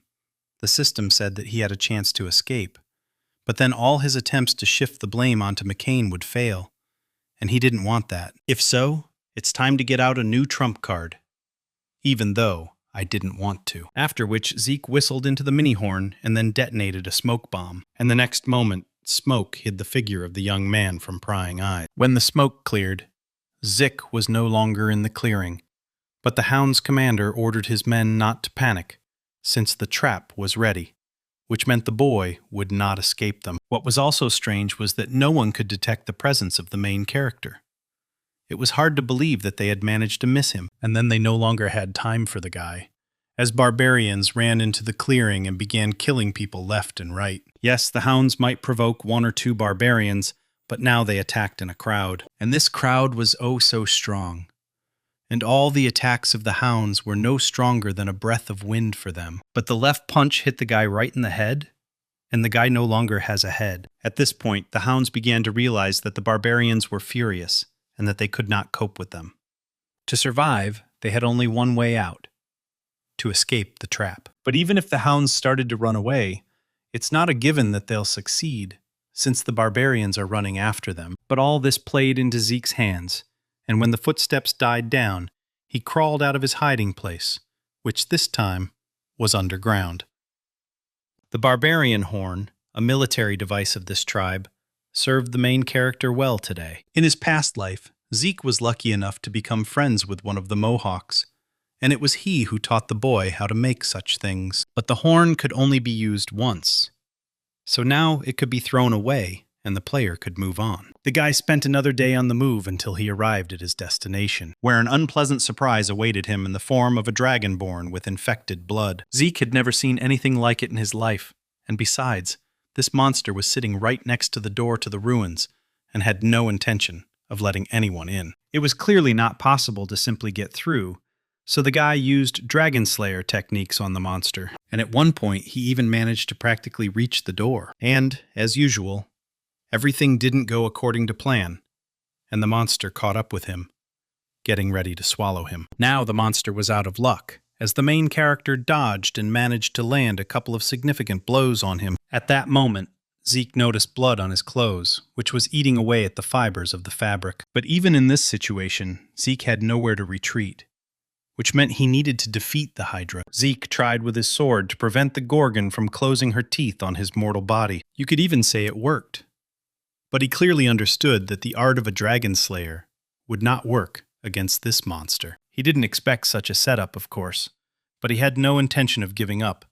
Nevertheless, he understood that his skills were not enough to achieve an unconditional victory over the monster. There were about 30 meters left to the door, so it was necessary to calculate the options and ways out of the situation. And the first thing that came to his mind was to close the door to the Kaiser ruins using the system. When the door was completely sealed, the protagonist once again activated the art of Dragonslayers, after which he added the art of Storm to it and attacked the Gorgon. He even managed to cut off one of the monster's parts, which gave him a small head start and the opportunity to reach the door. But this creature was far from stupid and saw the man's maneuver, so it hurried to intercept him. Zeke was so inspired by the fact that he had managed to gain such trust that he did not notice the maneuver of his opponent, who had already bitten him well. Still, he didn't expect such agility from such a huge creature, but since she liked his hand so much, he would give her what she wanted. Along with his hand, he prepared a gift for the monster, which she would clearly not like. It's a good thing the healing factor was working in the background the whole time, so the severed arm grew back instantly, and now he could fight at full strength again.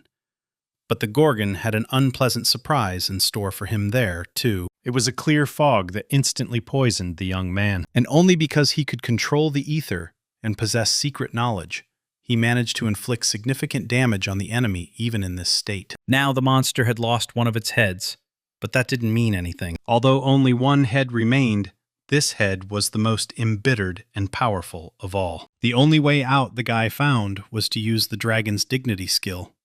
So he began to threaten the Gorgon, saying that if she did not step aside and leave him alone, then he would kill her without regret. The most amazing thing is that the monster was frightened by this threat and broke out in a cold sweat, after which he slowly began to crawl underground, without even taking his severed parts. Now he could breathe a sigh of relief.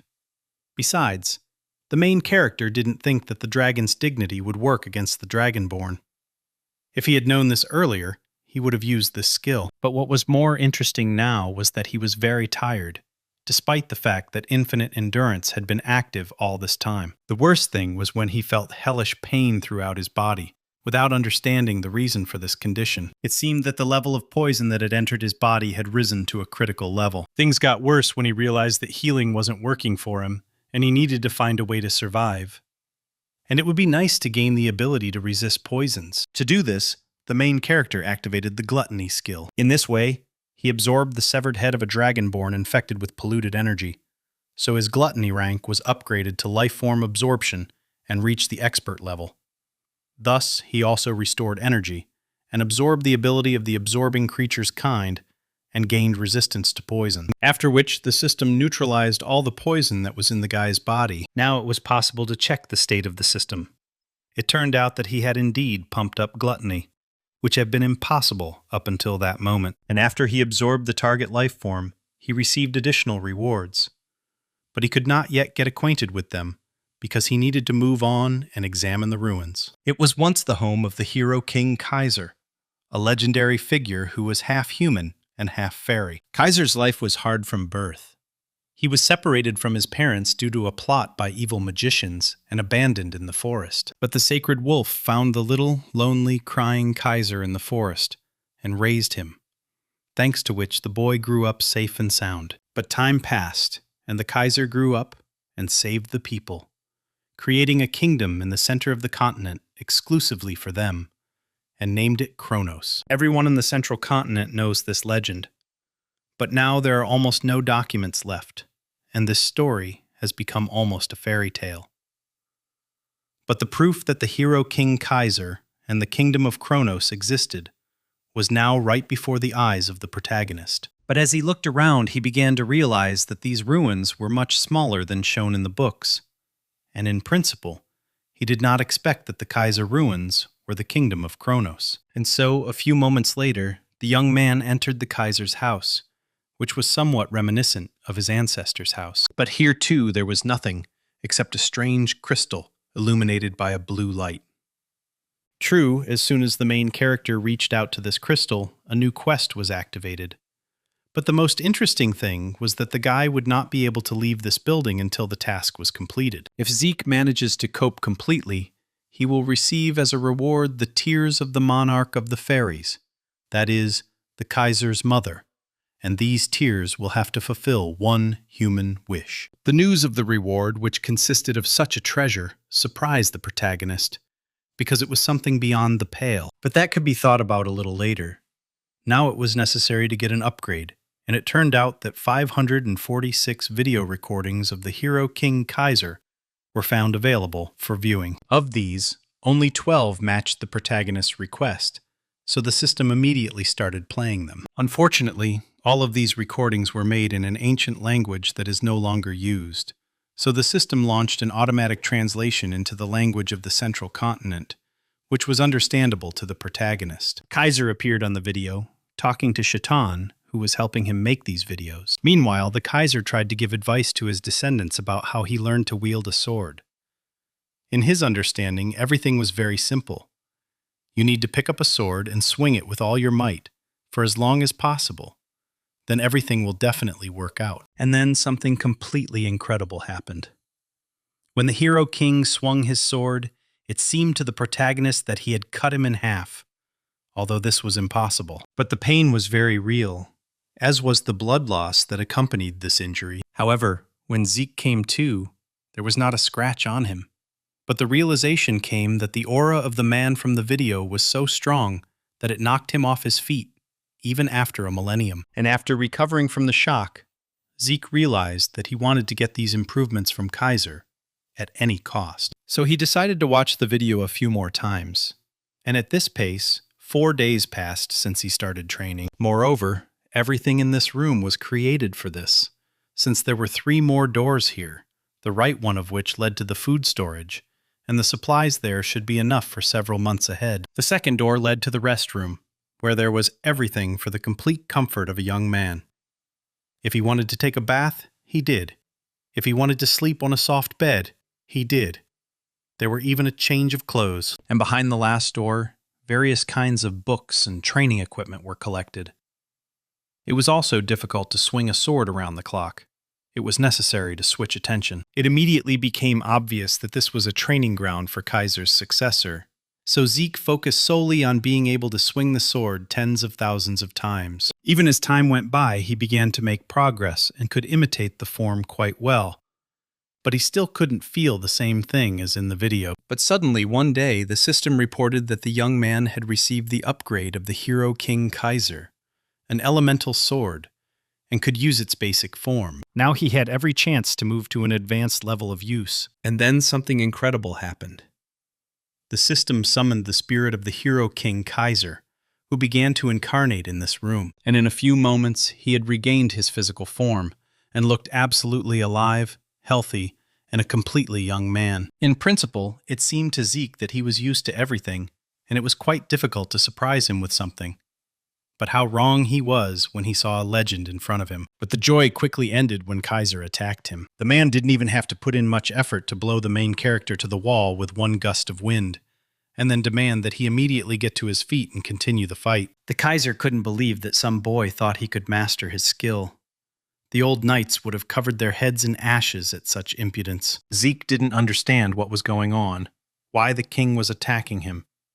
Maybe this was some kind of test, the rules of which he didn't know. He was unable to finish his thought, as he needed to defend himself from a new attack. He managed to do this, but suddenly the realization came that they were really trying to kill him now. If that's the case, then I had to give myself completely to this fight, and I wouldn't be able to do that with a training sword.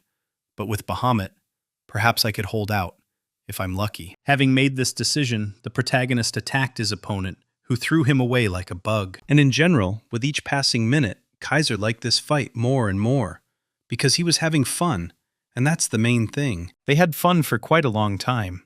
Zeke, of course, expected something like this to some extent, but not to that extent.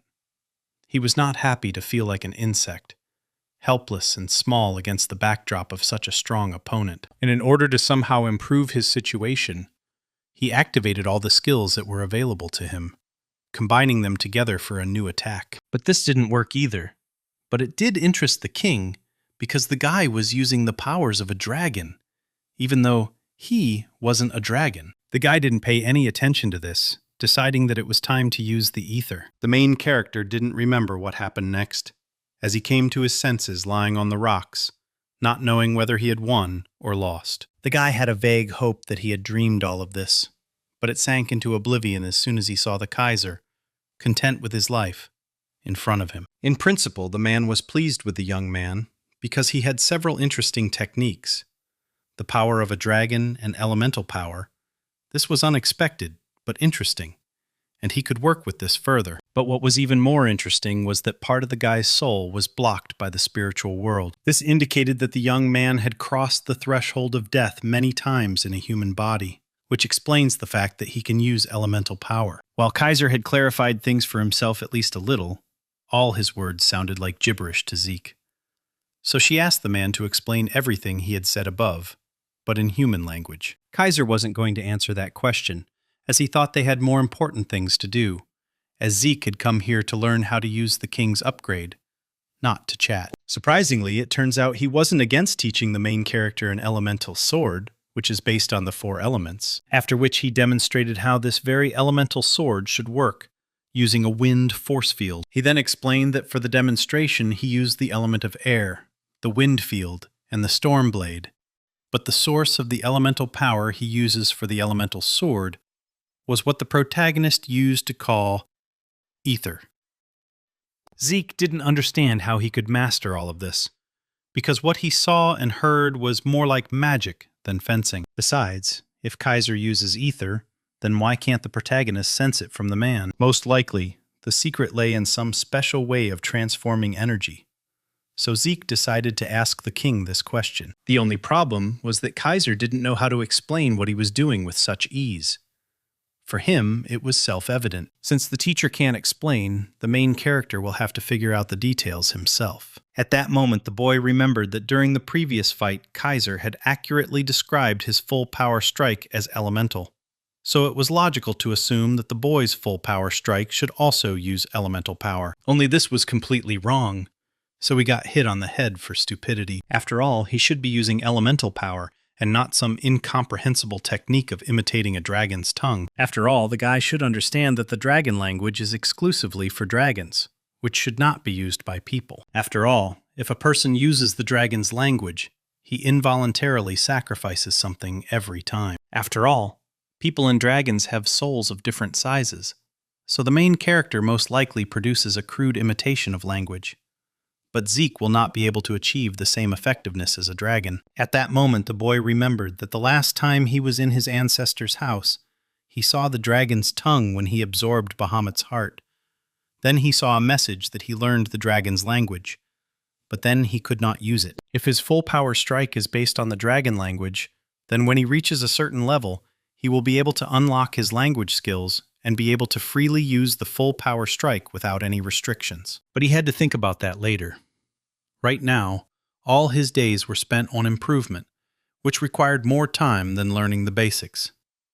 But thanks to the divine body, Kaiser's demonstrations, and many fights with him, the boy was able to understand the principle of the elemental sword. He realized that magic was activated by using mana according to a formula, just as the elemental sword used ether as a medium to restructure elemental power into spirit power. And once he understood the principle, he was able to summon and use elemental power, and it was no longer so difficult. By and large, Kaiser was pleased with his successor's performance, but the next stage would be more difficult, so they could rest a bit today. Rest is certainly good, but the protagonist had several questions that he would have liked to ask his reluctant mentor while he had the opportunity. The first question was that at their first meeting, the king had said that the boy was Shatan's student, so he was interested to know what he meant. It turns out that Shatan once said that people can't use elemental swords, so he created his own technique, which, by the way, Zeke uses. The Kaiser had nothing against this technique,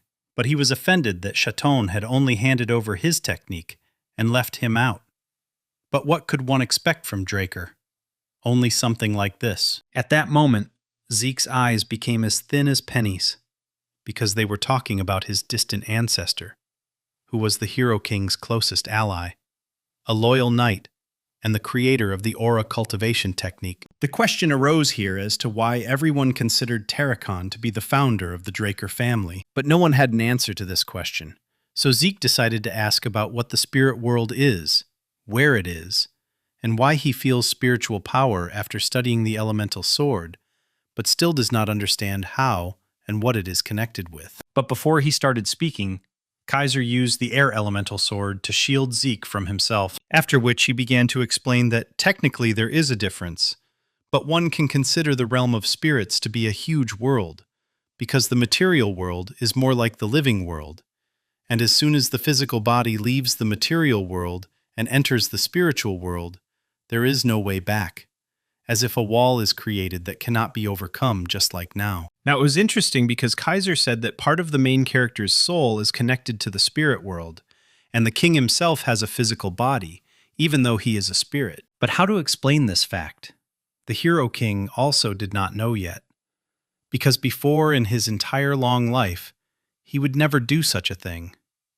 But there are several ways to cross the border. If we talk about the Kaiser himself, the dragon helped him cross this very border. And this news stunned Zeke again, because he believed that dragons usually do not help people. But the guy was absolutely wrong, because there is no one who would value people more than a dragon. Zeke couldn't believe it, how dragons could care about people.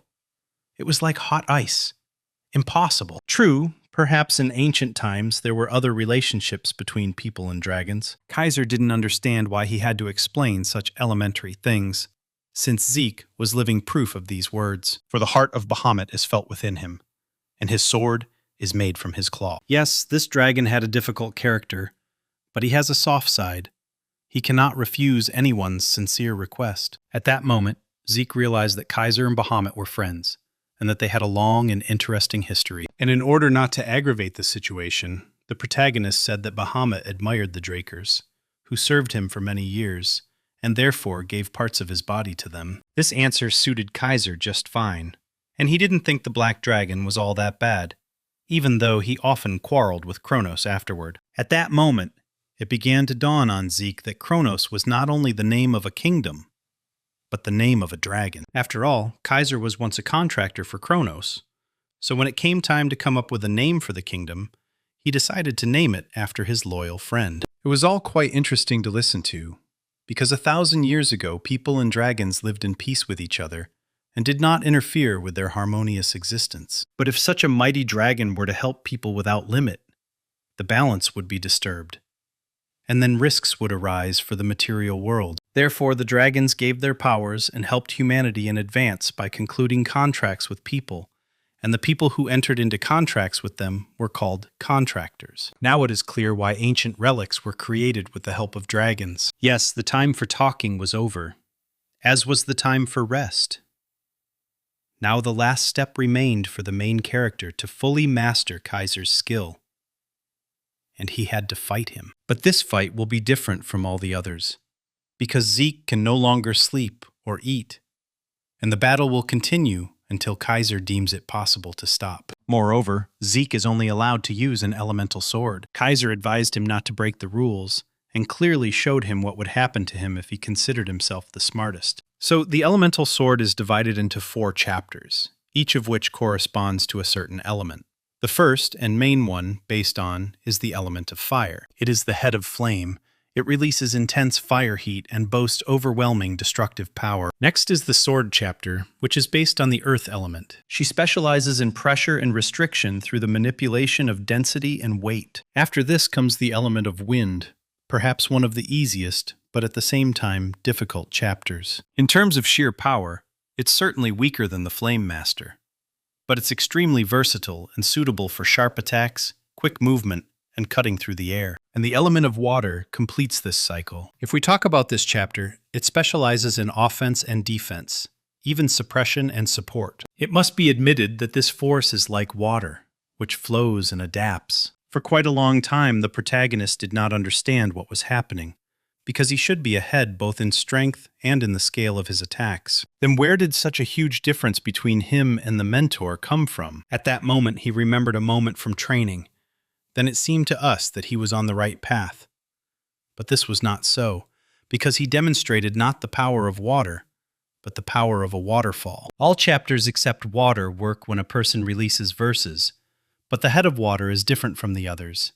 It is not about strength, but about softness. Softness surpasses strength, and the main character should have remembered and felt this, but he just couldn't do it. The master's words seemed like nonsense to him, because softness could never surpass strength. Besides, if you remember his past life, Zeke lost because he didn't have the strength to resist any longer. He lost people because he didn't have the strength to protect them, to survive, and to maintain his principles, protecting what was dear to him. So he spent his whole life chasing power, and now someone tells him that softness is stronger?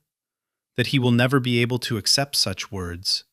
That he will never be able to be imbued with such a philosophy? The Kaiser exhausted him not only physically, but also mentally, so he even passed out for a few seconds. But he came to his senses in time and was able to block the king's blow. In the grand scheme of things, it must have been about 15 days, but that's not certain, since it was on the 15th that the guy stopped counting. If you think about it, it's probably been a month since I started this crazy training without food or rest. It wasn't because of this that the boy realized something. Infinite stamina is not enough. It is not omnipotent in the face of a monster that crushes even such an ability. And the Kaiser was such a monster. He knew no fatigue. He knew no respite. He had a goal, to train a successor, and he did it. And he no longer had any strength. Even the hand in which he held the sword began to stop obeying. The ground was also slippery, so it was extremely difficult to maintain balance, and at the same time it was necessary to block the enemy's blows. Only when he blocked the heaviest blow did he understand the simple truth. From the effort of holding the sword to the effort of simply standing, he needed to let go of all of it. Then he could open his heart and mind to the words of the master. The way he had trained all these years to control the path and shape of the sword had actually limited his freedom of action. So now he needed to break these unnecessary chains from beginning to end, to become like flowing water. In this way, he was going to let the water and himself find their own way. He had felt something similar once before in his past life, when the line between him and the sword blurred, and then a feeling of unity was born between the man and the blade. Sometimes it was painful, sometimes smooth, but it was real, just like now. The Kaiser was happy with his student's success, because he realized everything and let it in. Now the protagonist's elemental sword was beautiful and ready for battle. But the battle was over, and Kaiser was finally able to hand over his brainchild into worthy hands. It was morning when the protagonist began to come to his senses, realizing that this was the second time he had lost consciousness. This happened because he overused his skills, which exceeded the limits of fatigue, and for safety reasons, the user's consciousness was forcibly shut down by the system, and Kaiser also disappeared, and his house now resembled even more ruins than it had before, and the ruler apparently returned to the spirit realm, since he had already completed his mission. Left alone with himself, Zeke began to think about whether he had completed the quest or not, since he had to help in the last stage of the tests. As soon as he opened the system window, dozens of incoming messages started beeping. They said that the task was successfully completed, the time bonus was added to the rewards, and he also received a lot of different bonuses and rewards. And the most interesting thing is that there was a growth of the soul, which partially unsealed Bahamut's heart. The current seal level was 90%. Obviously, 10% was the maximum that the main character could withstand. It also became clear that the dragon language, which could not be unlocked with karma points, and the control of dragons must be linked to the seal level. So it would be necessary to carefully monitor the percentage ratio. And now it was time to collect the gifts that the system had prepared for completing tasks. The chests contained pieces of equipment, boots and greaves, and also earrings that increased and restored the wearer's mana by 15%. Of all these gifts, it was these earrings that attracted Zeke's attention the most, since they could be sold to the magicians for a very decent amount of money. Yes, the system has now offered to give you 3 random skill cards. After a few seconds, random skill cards were opened by the system. The first one was static electricity. The second one was a flash bomb. And the third one was dissonance. All of these skills were C rank, and that was already good, because if all the high-ranking skills were given for free, then all the efforts of the protagonist would have been meaningless. And so there was a point in training and growing further. Now the main thing was to understand how the acquired skills work. And the first thing he did was activate static electricity. The effect obtained was excellent, and this skill can be used in different ways depending on the situation. After all, if you combine a flash bomb and dissonance, you can expect an even greater effect than from the artifact the guy used in his last exam. Afterwards, Zeke was going to test the new system features that were unlocked after increasing his authority. These turned out to be quick slots for items. The main character could insert items here and then use them when needed. Yes, the guy had infinite stamina and a healing factor, but maybe it would be worth putting something in there, like a healing potion just in case. After all, even the ideal skills mentioned above have their weaknesses, and there's no guarantee that Zeke won't encounter a second Kaiser who will break his infinite stamina over his knee, so a healing potion would be ideal. Yes, it was an unexpected expense, but at the level he's at now, it was worth it and should be able to replace infinite stamina and healing factor for a while if needed. Now it was the monarch's turn to cry. Of course, he could have called upon this very monarch, but at the moment it seemed like an irrational waste of resources. After all, the guy remembered the legend according to which the fairy could fulfill one true wish of a person, so he did not want to lose such a prospect. That's why he decided to hide the bottle of tears for an emergency. Now it was possible to leave this destroyed place. Moreover, he used one of the acquired skills and teleported from point A to point B, and he found himself in an adventurer's outpost, where everything was as he remembered from his past life. The system never ceased to please him, because he could now select any point on the minimap and move to that very point quickly and reliably. The only drawback was that he had to use a large number of karma points to move, but if he had enough of them, he could even travel between continents. But now he tried to confuse his pursuers in this simple way. Suddenly he noticed that something very beautiful had begun to bloom around the flowers. This was strange, because in theory it should still be winter now. But it wasn't winter at all, and he missed the entrance ceremony at Valhalla Academy, where student life was already in full swing. And now Zeke came to bow to the rector of the academy, who was furious, because Zeke was the first cadet who arrived at the academy a month after classes began. The protagonist was also upset, because he couldn't lose this year. It was important for him to gain access to his ancestors' secret archive. Therefore, he had to convince the rector at all costs. And he began to tell that he went into a trance during his training alone in order to erase his shortcomings and lost consciousness for a long time. The man didn't believe this fairy tale, but the cadet could have come up with some better excuse that would have looked more plausible. Flaubert Borges is not used to trusting us. But in the past he served longer than all the captains of the royal guard of the kingdom of Tibia, and was the most respected resident of the entire continent. This person values honor and principles, so appealing to emotions will only produce the opposite reaction. Therefore, the main character insisted on his own, so the rector decided to give him a chance. And besides, he was personally recommended by the head of the academy, Draker. But all this will not be for nothing. The guy will have to show the results of his training, which will be evaluated by a committee, and if they consider the guy worthy of continuing his education, he will continue. If not, he will leave the walls of this educational institution. And within a few minutes, the training hall was prepared, and all the teachers from different faculties were gathered to evaluate the main character's skills. Moreover, every professor here was a famous knight, whom the guy had seen at least once in his life in the news feeds, which spoke of the high level of this academy. And now that everyone was gathered here, Flaubert ordered the main character to show everything he was capable of if he wanted to continue studying here. And now Zeke stood before this commission and thought about what interesting thing he could show them so as not to be exposed and to move on. It's clear that there's no need to show him an elemental sword, but a simple old trick won't work here either. The decision came instantly. He needed to show at least a little bit of what the guy was truly capable of. That's why the aura blade seemed like the perfect solution, and such a beautiful, perfectly powerful one at that. But this time the guy overdid it, because it meant that he had reached the level of a blue knight at the age of 15, and the previous record was set by his brother Abel at 19. And this was not at all according to plan.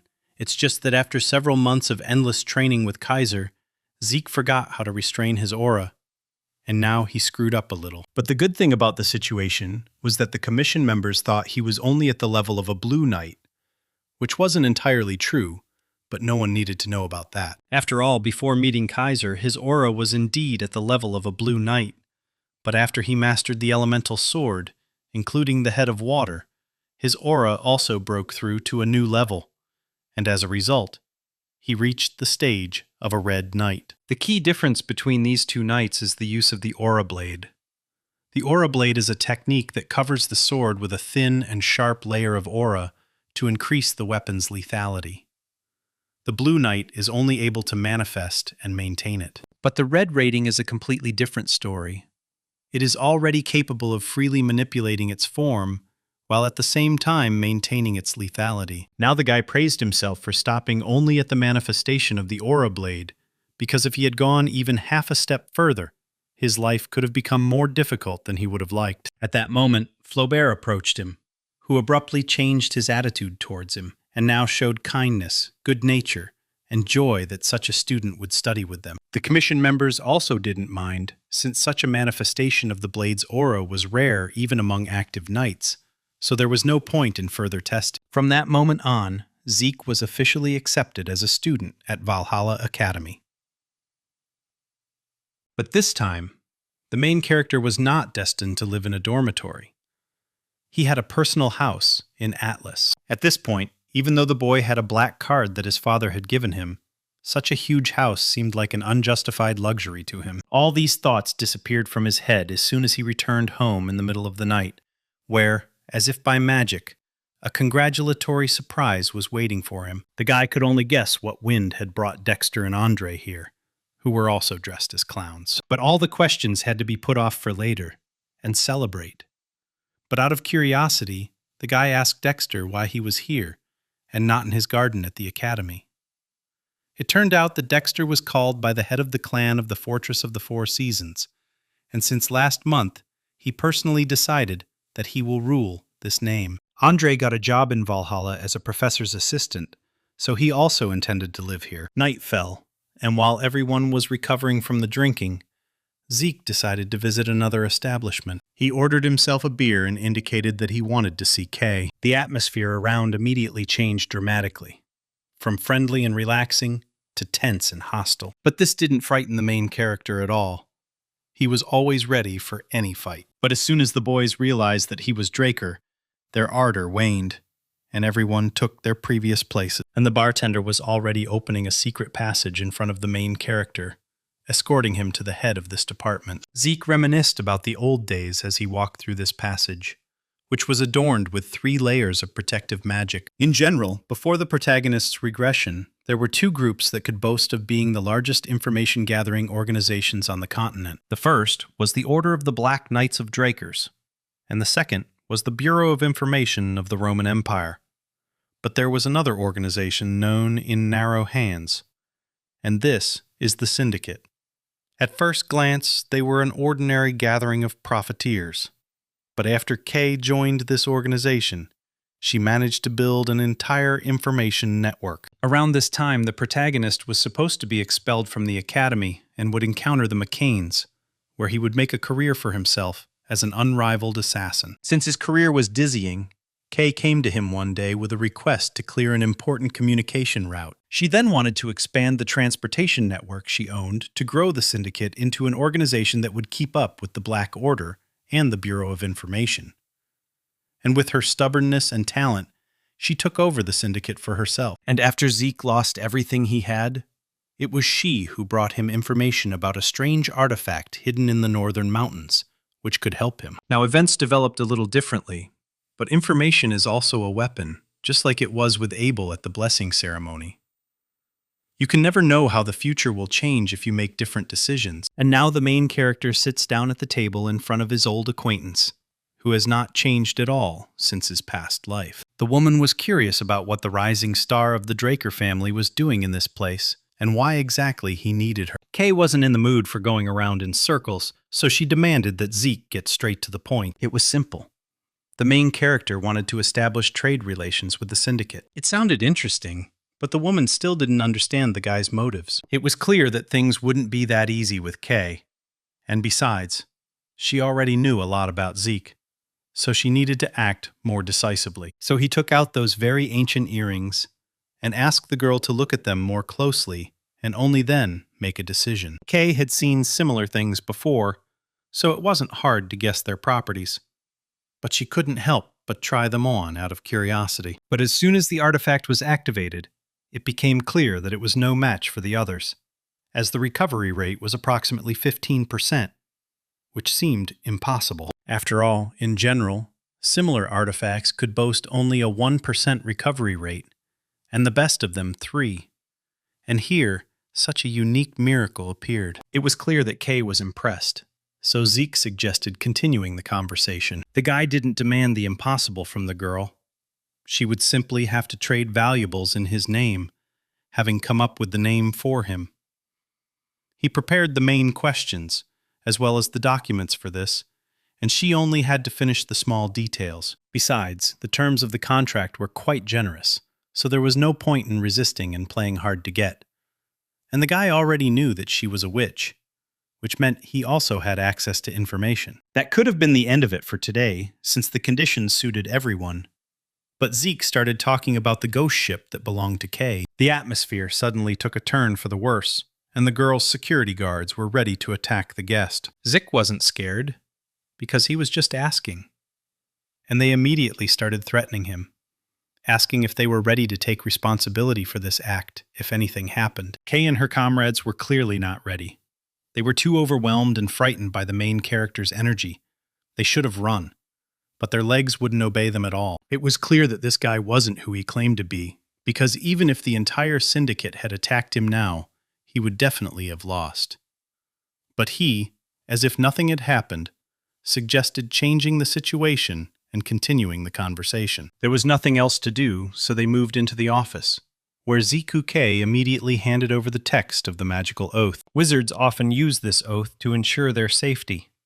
The text is always standard, but since it is signed in blood, it works perfectly. A mark immediately appears on the hands of people who sign this oath, and if any of them wants to harm the other, they will die. Kay was glad that the guy knew about the oath, and therefore was obliged to sign it, since she needed insurance, because there were few things that could come to the mind of a rich heir. For Zeke, this was not a problem, so he signed. Moreover, he was ready to sign such vows even every day, if only the girl would trust him. Since they were now partners, it was time to talk about business.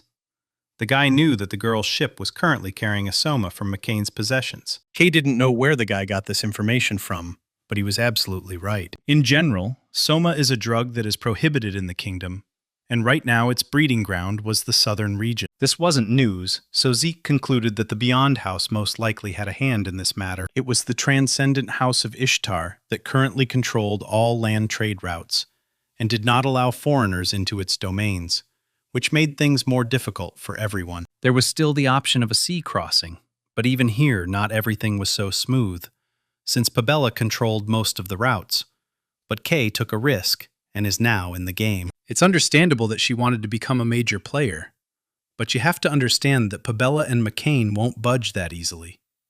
They're at odds with each other, and only the forest, which serves as a border between them, cools their art. Abella was currently using sea routes to transport the Soma, while McCain was using land routes. But now the McCains also have problems because of Ishtar, which closed its borders, so they also need access to the sea. Kay knew all this herself, but she couldn't understand how the main character knew about her ship. Zeke couldn't say that he knew everything about his past life, so he began to hint that information brokers don't give up their sources. Moreover, the guy knew that now Kay should be considering Pabella's proposal, and in his opinion, it would be best if Kay refused the offer.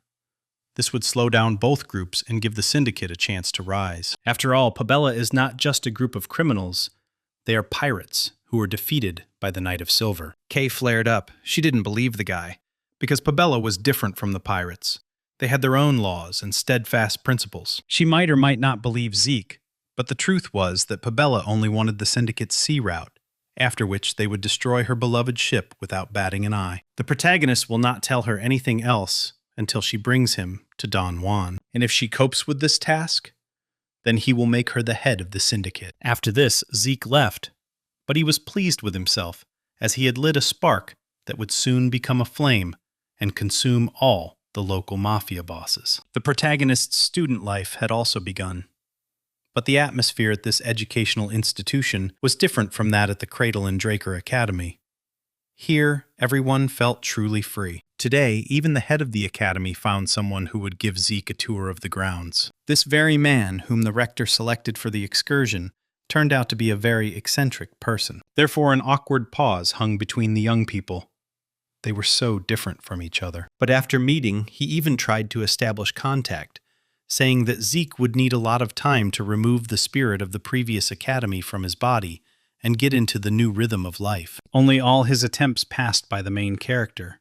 But even so, this guy was not particularly worried, and continued to talk in the same spirit, promising to show every nook and cranny within the walls of this educational institution. But Zeke's attitude toward the young man changed dramatically when he learned that he was Diego, a preacher of a new era of fusion between traditional Southern drums and central melodies. However, Zeke did not show his reaction, but was ready to tolerate the strangeness of his new acquaintance, knowing who he would become in the future. And he will become a knight of rhythm, destined to become one of the 5 Knights of Heaven. The Knights of Heaven are the 5 knights who will play a key role in the Continental War. So now it was time to think about where these future heroes could be encountered. Meanwhile, the tour reached a cafe that was full of exquisite and delicious dishes. For example, one of them was made from dragon shark, which even a southern native like Diego recognized as the best on the continent. But the main character wanted to hear the history of the dishes, and why Diego ended up at this academy. Everything turned out to be simple and complicated at the same time, because the young man's parents were the rulers of a small kingdom in the south, and therefore status played a big role. This was not surprising, since the southern continent consists of a coalition of small kingdoms, and from the kingdom of Cusco, most of the inhabitants moved to the central continent after the collapse of the kingdom of Cosca in a civil war. However, the kingdom still existed, and this guy was a prince.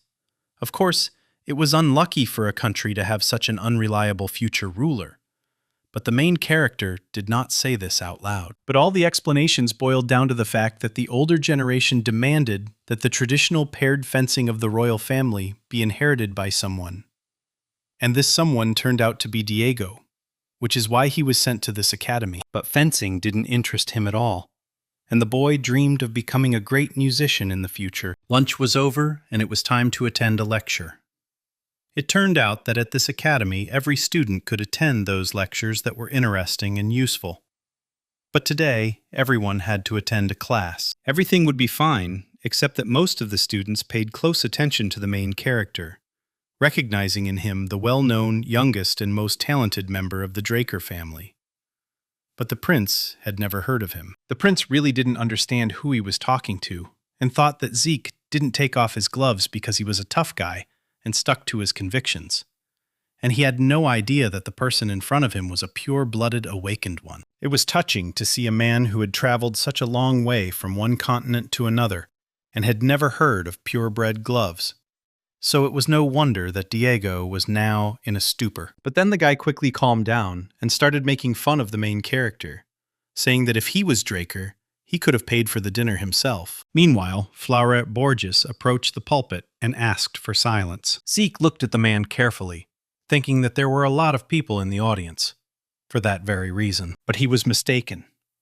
Today's lecturer would be none other than Dexter, who had recently returned from the battlefield. Such a spectacular appearance did not really come as a surprise to Zeke, since the master had already returned to the Fortress of Four Seasons, so it was expected that he would begin a definitely international activity. Meanwhile, the Black Knight took his place at the lectern, beginning his long speech, thanking everyone for still remembering him. While at first all the students were happy to have the opportunity to see the legendary man, in the middle of the lecture, many fell asleep. After all, Dexter Draker had been showing off for 2 whole hours without a break, and he had no intention of stopping. But suddenly the reactor pushed him away from the microphone, saying that the man's time for performance was over, and it was time to invite another guest for the day. This girl needed no introduction, as everyone in the audience knew the guardian knight of the Draker family, who found time in her busy schedule to visit the academy. Indeed, it was impossible not to recognize the platinum white hair and white full armor,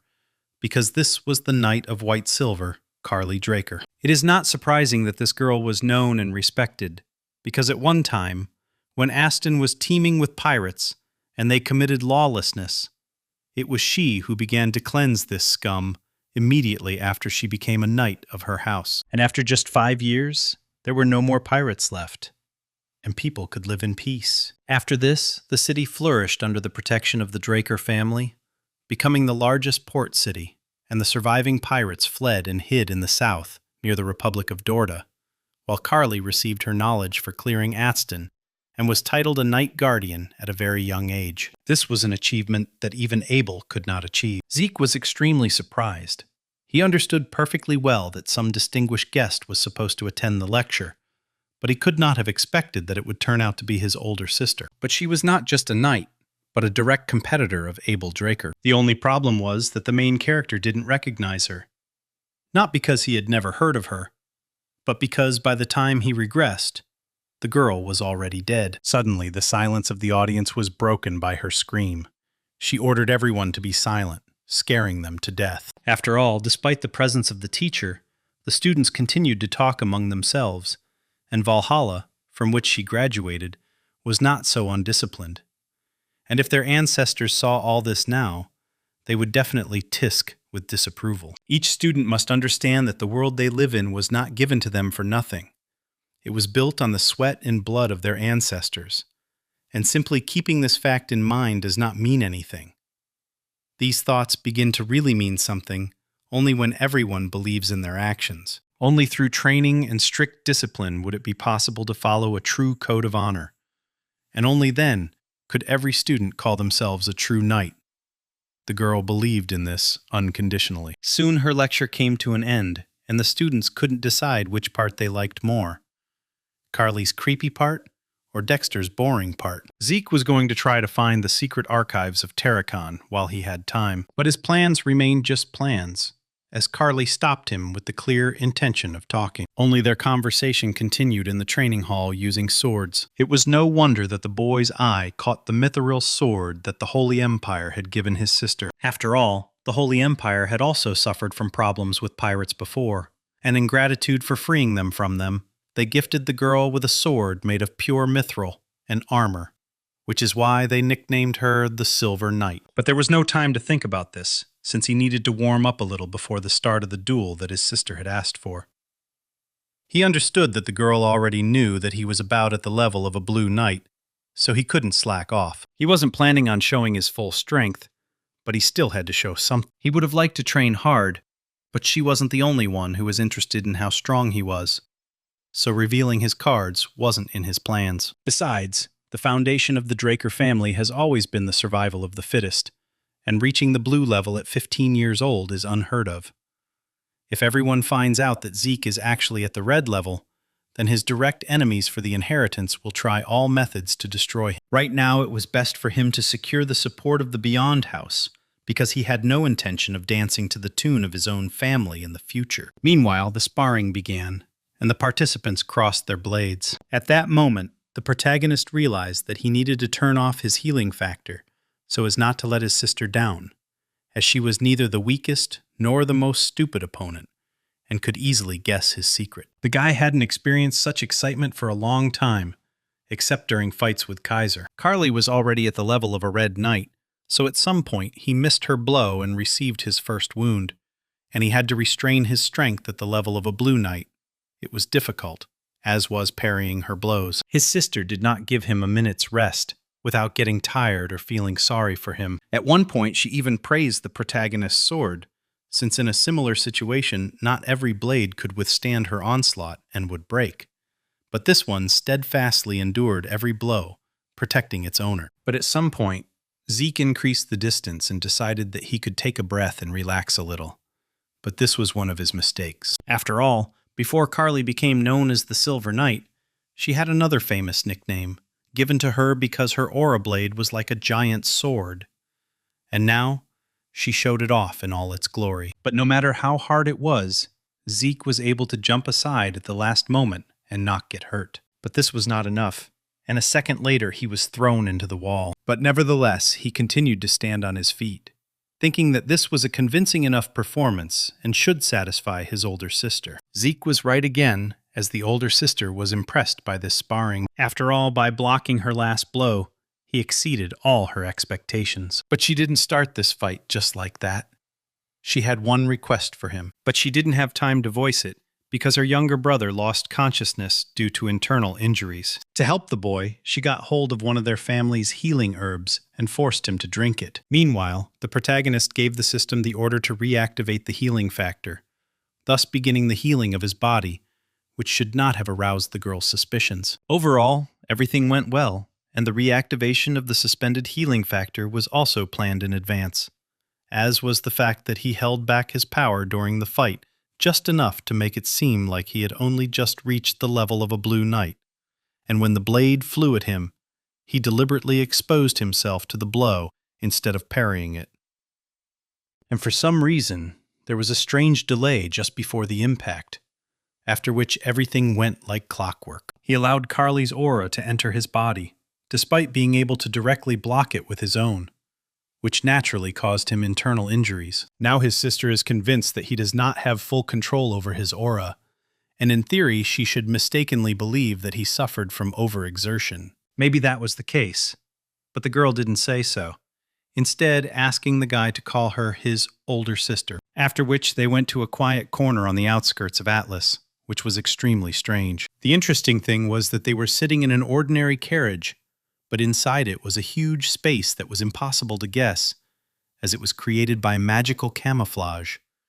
So it was the perfect atmosphere for conversation. The conversation actually began, and it was quite serious, because the girl asked the protagonist to help her destroy Abel. Right now, Abel is breaking one of the core principles of their family, the oath of neutrality, and is actively participating in the conflict between the Roman Empire and Alencia, on the side of the Empire. Zeke didn't expect his brother to take action so early, so he wondered if anyone in the Four Seasons Fortress still knew about it. But absolutely everyone knew about this, but they successfully turned a blind eye. Overall, the Order has split into two parts at this point, with a faction within the Council of Elders supporting Abel and the Empire. Only a few of them still remain neutral.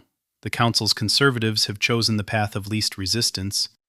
It's only a matter of time before they change their name to their brother's side. Now Carly's people were investigating the levers the man was pushing, but they couldn't afford to wait for him to make a mistake, because if they allowed him to do whatever he wanted, a full-scale war could break out at any time. Therefore, the elder sister decided to create a force capable of stopping Abel and not allowing him to start a war. After all, he is now gradually raising the highest ranks of the Drakers to his ranks. Most likely, he believes that everyone of lower rank will follow him on their own. However, true knights do not bow to authority, but act only in the name of justice and the common good. And it is for this reason that she, true to her principles, plans to gather under her flag the knights of the Fortress of the Four Seasons, just like her. But it wasn't in her nature to force anyone to follow her, so she doesn't force Zeke to take one side or the other, because as a pure-blooded awakened one, he has a great and bright future ahead of him in any case. Now the guy better understood what kind of person was sitting in front of him. He saw in this girl strong convictions, but at the same time enough flexibility to sacrifice them for the common good. Carly paused for a moment and then continued. She understood that if something went wrong, Zeke could be labeled a traitor, so he should think carefully before making his final decision. But he had already made a decision, even though he was still inexperienced. But he asked for permission to join her righteous cause, which was approved by his sister. At this point, his meeting with his older sister ended, and he could begin searching for his ancestors' library. And as he walked towards the designated point on the map, he reflected on how he had tried to leave his family because he wanted to avoid Abel's interference while he was preparing his forces for war. But now he had people on his side who shared his goal, so by and large, he no longer had any reason to leave his family. In fact, everything worked out for the best. He could stay in the family and keep an eye on Abel. Carly would be at the head of their supporters. He would get less attention. Now he wanted the main role in his plan to be played by his older sister, even though in the past she had been unable to defeat Abel. Despite all her merits, she was not a pure-blooded awakened. But if he took her side, then it was quite possible to tip the scales in their favor. After some time, he stood in the room that should have housed his ancestors' secret archive. He just didn't expect to see some useless old books. But that's exactly what he saw. It seemed to him that if this archive was marked by the system, then something crazy would be hidden here, like a heart or a fang of Bahamut. But there was nothing here. Only when he accidentally stepped on a stone, the system launched an update, and a closet began to materialize in front of it. Moreover, he received a strange message stating that the secret archive of Tarek and Draker had been synchronized and updated by a third-party administrator, Zeke Draker. Something that suggested that the ancestor was also using the system. True, he didn't particularly want to delve into the intricacies and subtleties right now. So the guy asked the system to find him something that would help him become stronger right now. And only one book was found according to his request. This was the True Dragon Sword Study Guide. The most interesting thing is that the main character has never heard of such a technique before, but everything happens for the first time. And this book was written by the closest associate of the king, the hero, Kaiser Saturn Draker. The book's preface stated that Saturn Draker was to share the reasons why he sought to develop the essence of the true dragon sword. At that time, the connection between humans and dragons began with the great hero king, thanks to whom the pathetic humans were able to formulate contracts with higher beings, dragons. However, the dragons did not help people because of any good or bad motives.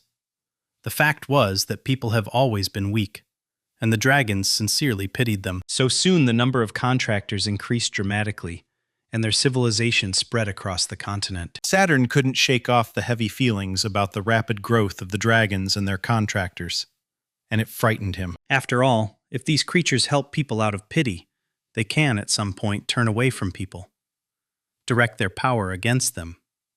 If suddenly their fears become reality, then humanity will be completely defenseless and will be wiped off the face of the earth in one night. So he set out to find a way to resist the dragons. At first he turned to magic, but magic was the first gift of the dragons to people.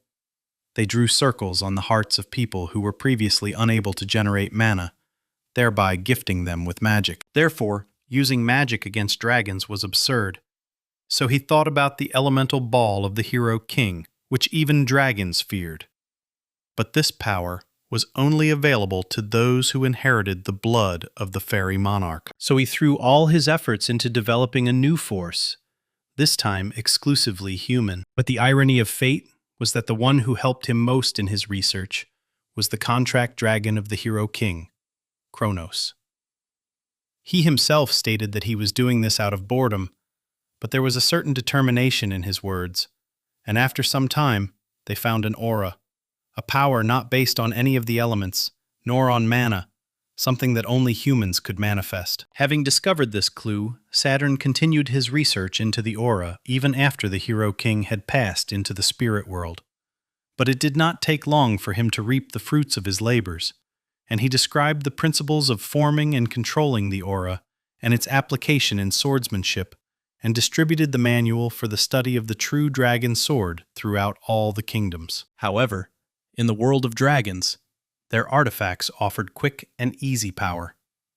Few were interested in the true dragon sword, which gave strength in exchange for hard work. It was fortunate that his fears of dragon betrayal had not yet come true, but he knew that the day would come when this fencing would be useful to someone. So he asked the person who found this manual to master the technique described in it. At that moment, the system presented the protagonist with a new quest, in which he would have to master the secret technique of the heavenly dragon sword. True, there was a time limit, but rewards were also offered for completing it. Moreover, as a reward, he will receive the coordinates of the treasury of the kingdom of Kronos, where there should be many interesting artifacts. The only problem was the time limit, so it would most likely be more difficult to master this data than the elemental sword. Of course he would complete the task, but for the first time, the boy clearly understood that his ancestor was right. It was unknown how much time had passed since the death of the hero king, but what Saturn feared had happened: a war between dragons and people. And it would be nice to learn something more interesting on this topic, so he asked the system to find useful information in the secret archive. Perhaps some Terracon diary or something like that was stored there. The system found one magical visual recording, which the system reproduced. The space around the main character changed, and he moved to an unknown place. Suddenly, a huge dragon appeared in front of him, and in order to withstand the onslaught of this monster, the guy activated a mental defense skill, because the realism of this recording was simply off the charts. Suddenly, Zhu heard the voice of a man calling the dragon by name, and it was behind him. The voice belonged to a man who was a monster in an entirely different sense of the word. It gradually dawned on Zeke that he was in the recording itself, and if he had found it in the secret archives of Terracon, then he was now viewing the legendary final battle of his ancestor with the dragon. But something strange was happening, and it wasn't just that the recording was a little glitchy, but that the dragon and the man were behaving extremely unusually. Terracon was waiting for something. The dragon was waiting too, and then Bahamut said that he was disappointed in his contractor, and this put the protagonist into a state of shock. Believing that a distant ancestor was a dragon contractor, like Kaiser and Kronos, was difficult, unexpected, and beyond comprehensible. Suddenly everything around became quiet.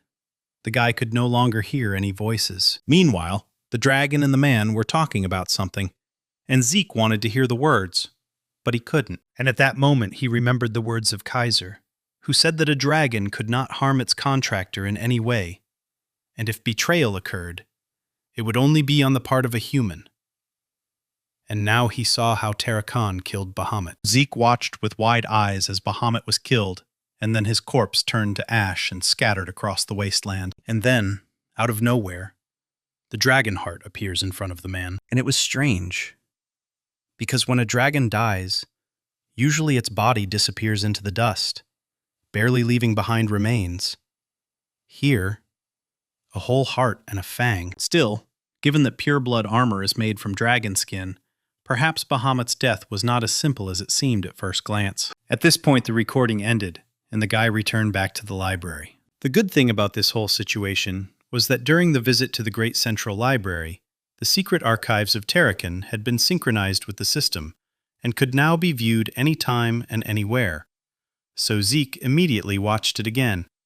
But as expected, interference started in the same scene, and he couldn't hear what the dragon and the human were discussing near the end of the recording. Naturally, he couldn't leave empty-handed, so he mastered all the new information by gradually combing through the archive. Zeke realized at least that the manual for studying the true dragon sword stood at the origins of the creation of the art of dragon fighting. But Terracon at one time simplified the obviously difficult-to-learn aspects. Now this art was easier to learn, but its effectiveness was significantly reduced, to the point that it was no longer capable of even causing serious injury to dragonborn monsters, despite its grandiose name.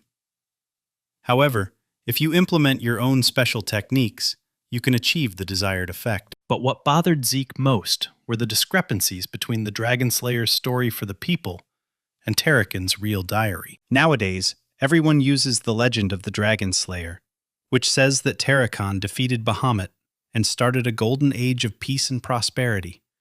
So it's a typical hero tale. Yes, the general elements of this tale coincide with Terracon's diary, but there is no mention of a contract between the dragon and the man. And then one day, Zeke received a letter from Kay, which said that she had studied every legend about the Dragonslayer from her continent, even those that were not translated into the common language. Naturally, none of these legends said that humans ever made contracts with dragons, nor that legendary figures like Kaiser or Terrakin were contractors. But as she continued her research, she noticed something strange. All the sources were suspiciously talking about the same thing, as if it was all coordinated, and as soon as she wanted to look into the matter further, the Drakers personally sent her a warning not to do so. Therefore, her syndicate refused to continue carrying out this task. Zeke expected something like this. It was obvious that the Draker family was restricting access to information about their legendary ancestor. The question remained open as to why his family was doing this, since its fame was built on the legend of Terrakin and Bahamut. So why filter the information so heavily? But as soon as he came home and decided to look through the secret archive of Terrakin again, he felt that uninvited guests had appeared in his house. Why is that? Because today was a day off for the entire staff, including Derek.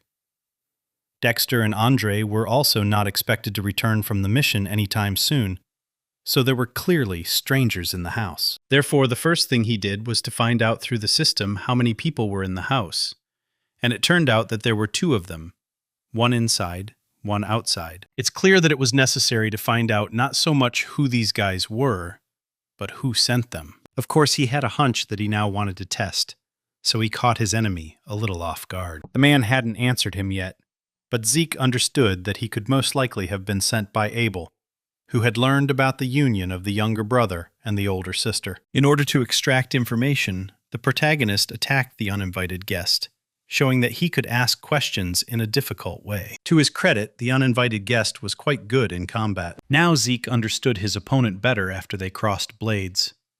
Because you can hide your face behind a mask, but you can't disguise your fencing style. This dagger-wielding technique belongs exclusively to the Gorka kingdom of the northern continent. The rangers of this kingdom are known as the most capable guardians of the continents, and they specialize in a distinctive curved dagger called a kukri. They are often hired for important missions in the central region. At least, if the uninvited guest really is like that, then it is unlikely that Abel hired him. Moreover, the guest was quite cautious, because even when the guy naturally showed weaknesses in the fight, the man never tried to continue the offensive.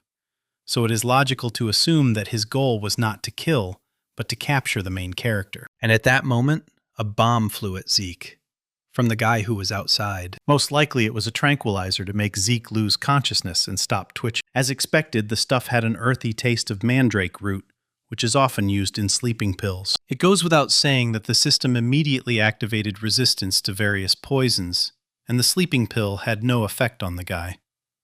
But he was curious about what would happen next, so he pretended to be asleep. It was getting light, and the main character was brought to a house on the outskirts of Atlas. And Zeke had already regained consciousness and was carefully examining the man who had kidnapped him. Surprisingly, his kidnapper turned out to be Cliff Reinhardt. In a past life, the main character had already met this person and done business with him. Reinhardt Central Trading Company is one of the 10 most successful companies based in the Kingdom of Valencia. If we recall the past, Cliff, just like the main character himself, opposed the Empire. And one day, he gave the guy important information, with the help of which he and his minions were able to deal a critical blow to the Empire. But after that incident, Reinhardt, for some reason, returned to his doomed kingdom, where he met his end. The man looked quite healthy, and even apologized to the protagonist for having to resort to such an extravagant method to see him. The Rangers immediately untied him, and the guy wanted to move straight to discussing the reason why he was there. The man was in a hurry to start a conversation, hoping that the current situation would at least slightly unsettle the guy and give him an advantage in the conversation. But Draker is Draker, no matter how young he is. And so he immediately took the reins of the conversation into his own hands. The first thing Cliff decided to do was ask the young man to look through the documents in the folder. It was a list of patients stricken by the new epidemic, circulating throughout the central continent. But the main character didn't quite understand why he needed these documents. The names and photos of the infected. At that moment, his gaze caught the name of one woman, Elena Stone. At that moment, the guy realized that this woman was the mother of his first subordinate, Leyon, because she really suffered from scarlet flower fever, but recovered thanks to the recipe that he gave to his friend. However, he pretended not to understand the essence of what was happening, so that Cliff would move on to the most interesting part. And the man went on to say that the disease was very painful and guaranteed to be fatal. But among all those who fell ill, there was one woman who survived. But her doctor refused to tell how he managed to save her life. Therefore, the man assumed that Zeke had information regarding this situation. This behavior suggested that the kidnapping was arranged so that he would tell about a recipe for a medicine that could make good money. But still, something didn't add up. Because the man the main character knew in the past was very smart, and would not have kidnapped the heir of the Draker family. There was something else that he was not telling. This meant he needed to be provoked into taking action. So he confessed that he knew the recipe for the medicine, and it worked. The man jumped up and began asking, almost begging, to give him the recipe, because he was ready to pay any price for it. But Zeke wasn't going to give in so easily, and asked the man to slow down a bit, as such behavior was unacceptable for a business person. It became obvious that Cliff was not here for the money.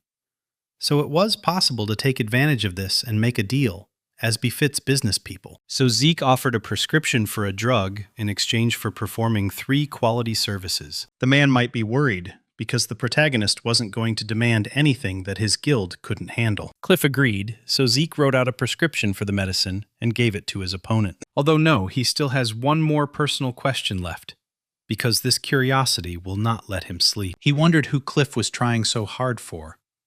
Who needed this medicine? The man didn't intend to give his name, so he tried to get out of it by saying he wanted to make money from it. But his body's reaction gave him away. But the guy kept pressuring him. So Cliff gave in and admitted that he was looking for a cure for a member of the royal family of Valencia. But he couldn't say the exact name. But that wasn't necessary, because Zeke began to suspect something. It was obvious that the person this man was trying for was close to his heart, and that had to be respected. Yes, and apparently there was still time before the start of the Continental War, and forming a connection with the royal family of Valencia now could be useful in the future.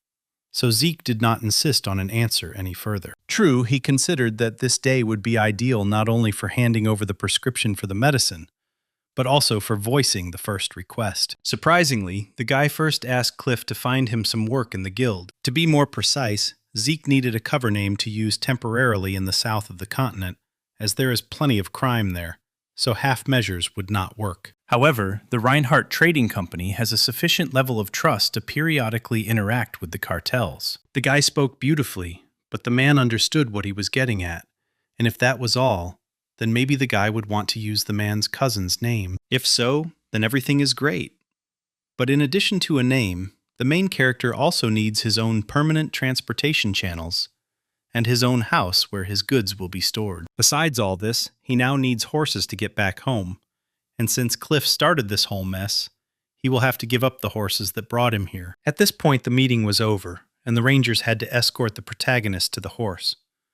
But the guy expected Cliff to agree to his demands, but obviously the person for whom he was trying was very dear to him. Meanwhile, the Rangers actually brought the protagonist to a horse on which he can ride home. At this point, the young people's duties were completed, so they were about to leave. But it's not that simple. At that moment, the main character called out to them, asking if it could be considered that from that moment, the contract with Reinhardt was terminated. But the most interesting thing is that he addressed the guys in their native language, which surprised them quite a bit. Moreover, the young man wanted to hire them to free one prisoner from the Macken's captivity. He also offered a very decent sum of money for completing this mission. But if that was not enough, he was ready to double this amount. But it wasn't about the money, but about the protagonist's personality itself, since the king of the country of Rangers forbade contracts with transcendental houses. But there's no need to worry about that, because now Zeke has a fake name, and naturally the contract with the kingdom will be signed under that name. If that was the case, then they weren't so against this kind of work. But suddenly Zeke announced that there had been another small misunderstanding between them, and threw something into the ground. These were kukris. These daggers were more than just weapons for the guys.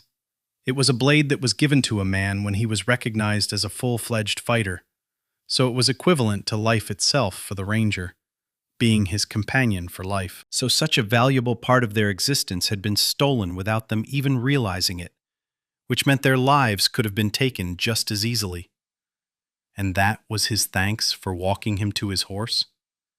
And a reminder who was boss. And they understood everything perfectly well, and concluded that Zeke's skill was an order of magnitude superior to theirs, or even more. Some time passed after the meeting with Reinhardt, and all this time the protagonist tried to actively search for comrades. His targets were the heroes who had distinguished themselves in the Continental War of his past life, because if he could get close to them now, they would most likely take his side in the future. But everything was not as simple as we would have liked. The problem was in the time frame. The Knight of Silence, Bishop Castek, had already graduated and joined the Knightly Order of the Kingdom of Tibia. Knight of the Mist, Jeffrick Solma, was currently in his final year and was participating in field training, so he was also not at the academy. Asta Ella went on academic leave because he could not continue his studies due to severe insomnia. Raina will enroll next year, and they are still related, so it will be easier to persuade her to be friends. As a result, of all the people the main character wanted to befriend, only Diego remained. Therefore, it was necessary to establish a relationship with him. And for this, Zeke dropped by the circle to begin working on gaining trust. And the guy immediately took him into circulation, since they needed a drummer for the band. And now Zeke is beating the drums along with all the other guys, even though he didn't plan to do that at first. For the first time in God knows how long, he didn't think about anything, didn't worry about anything, didn't make any plans, but simply had fun from the heart. But Diego was too incredible and sucked all the life force out of the main character, turning him into a walking zombie. But upon returning home, the boy immediately began studying the treatise in physical training. After all, his time was limited. After reading a few chapters, he realized why Tarakan had simplified it all, because the information was too complex to comprehend. The main reason was that all the techniques of the true dragon blade required incredible compression and decompression of the aura, so the art of dragon slaying was not even close to it. This style of swordsmanship was not intended to be used against humans, but was intended to be used exclusively against dragons, making their attacks extremely lethal. So, to begin with, the guy decided to expand the shape of the sword, which was familiar to him thanks to dragon slaying. Then he needed to compress the aura as tightly as possible, so that it would be possible to pierce even the dragon's scales with one thrust. At that moment, Derek entered the training room and watched his young master. But the main character didn't notice it, as he was focused on the system, on the training map, and on his feelings. He understood that with all these devices, it was entirely possible for him to master this art. And the guy began to feel progress as the number of repeated movements increased. Suddenly, he felt that he was running into a wall, because just yesterday he had reached the level of the Red Knight. Now in front of him stood the wall of the Black Knight, which he had to overcome. It is said that growing only higher quickly builds a wall that must be overcome.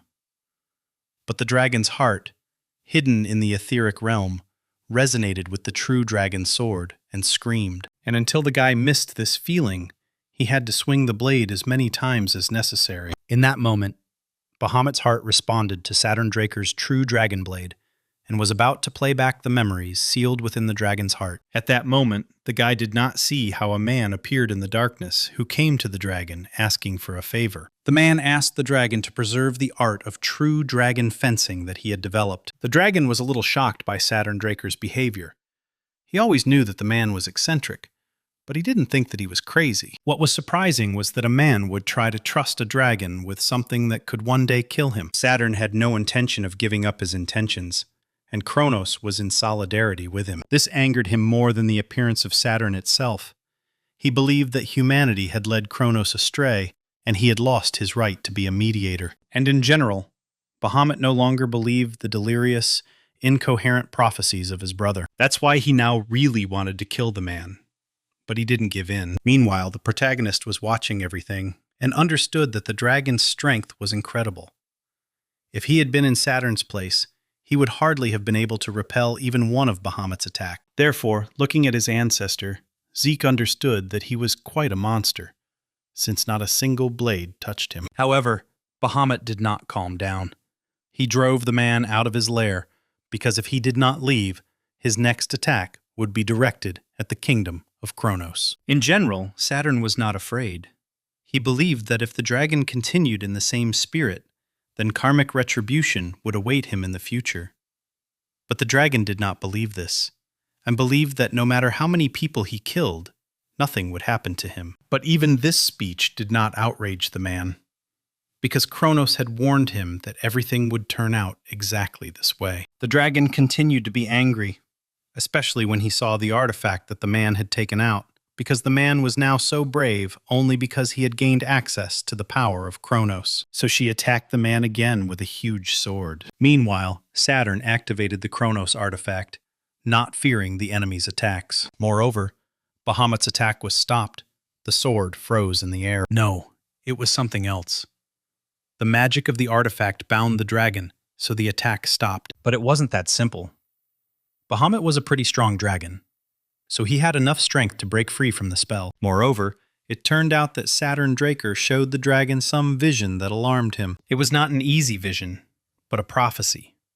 Now the dragon had to understand why Saturn trusted him with his swordsmanship. Bahamut understood everything, as well as the fact that the very concept of making contracts with people was a bad idea from the start. Saturn agreed with this, because people should have stood on their own feet and not rely on dragons. The man and the dragon finally came to an agreement, and the lizard took the book from the man. But the dragon still stuck to his opinion, and didn't believe in the man's good intentions, since he wanted to save humanity, not the whole world. This was probably another snag in their misunderstanding of each other. However, for now the dragon has taken it upon himself to watch over this text until that prophecy is fulfilled. After which the man went to the exit, but then stopped and said that Kronos always said that one day Bahamut would also find someone to whom he could open his heart. But these words seemed like a mockery, as the dragon did not believe that he would find a contractor to whom he would open his heart. At this point the memories ended. Zeke returned to his reality and began to think. By and large, he did not understand anything from the overheard conversation, except that Bahamut did not trust people at all. But even despite this, he made a contract with Terracon. I wonder what changed then. Why the dragon changed his principles. After viewing the memories, the boy tried to overcome his curiosity and find out about all the participants in this story.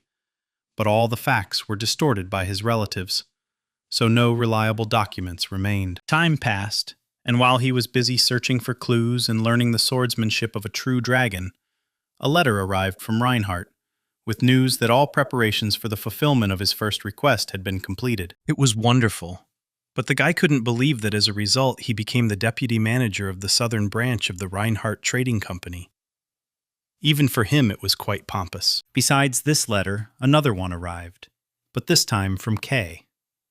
It was obvious that the girl had also made an important decision. Evening came, and Kay invited the protagonist to discuss the details of their plans in the VIP area of the hotel. Zeke walked over and took his seat, but as soon as he looked out the window, he froze mid-sentence.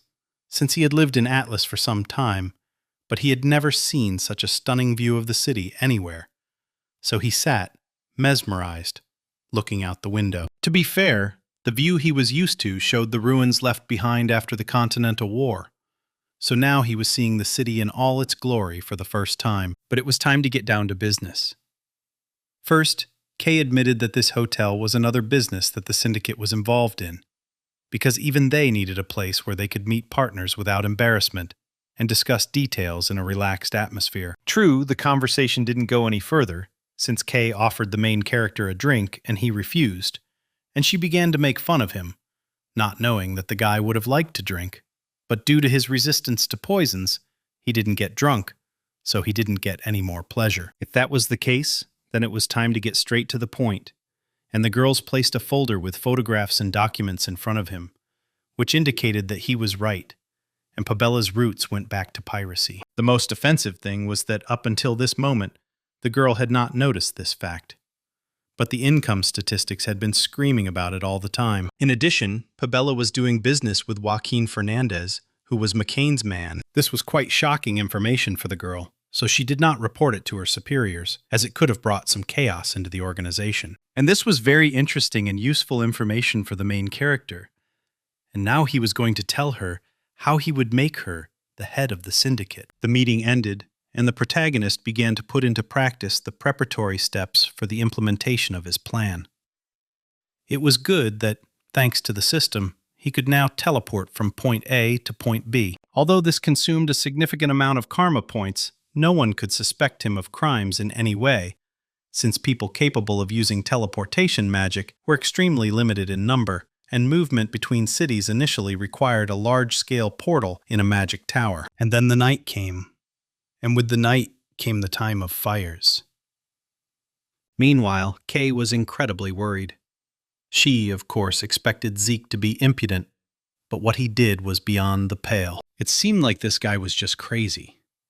Or maybe he was like that from the start, and she just didn't notice. After all, that was when he first told her that he was going to set fire to all the Soma warehouses on the central continent belonging to the McCains, and she didn't believe him then, but in vain. Now everything there was ablaze. Besides, she was sure that if the guy did something like that, they would be immediately identified.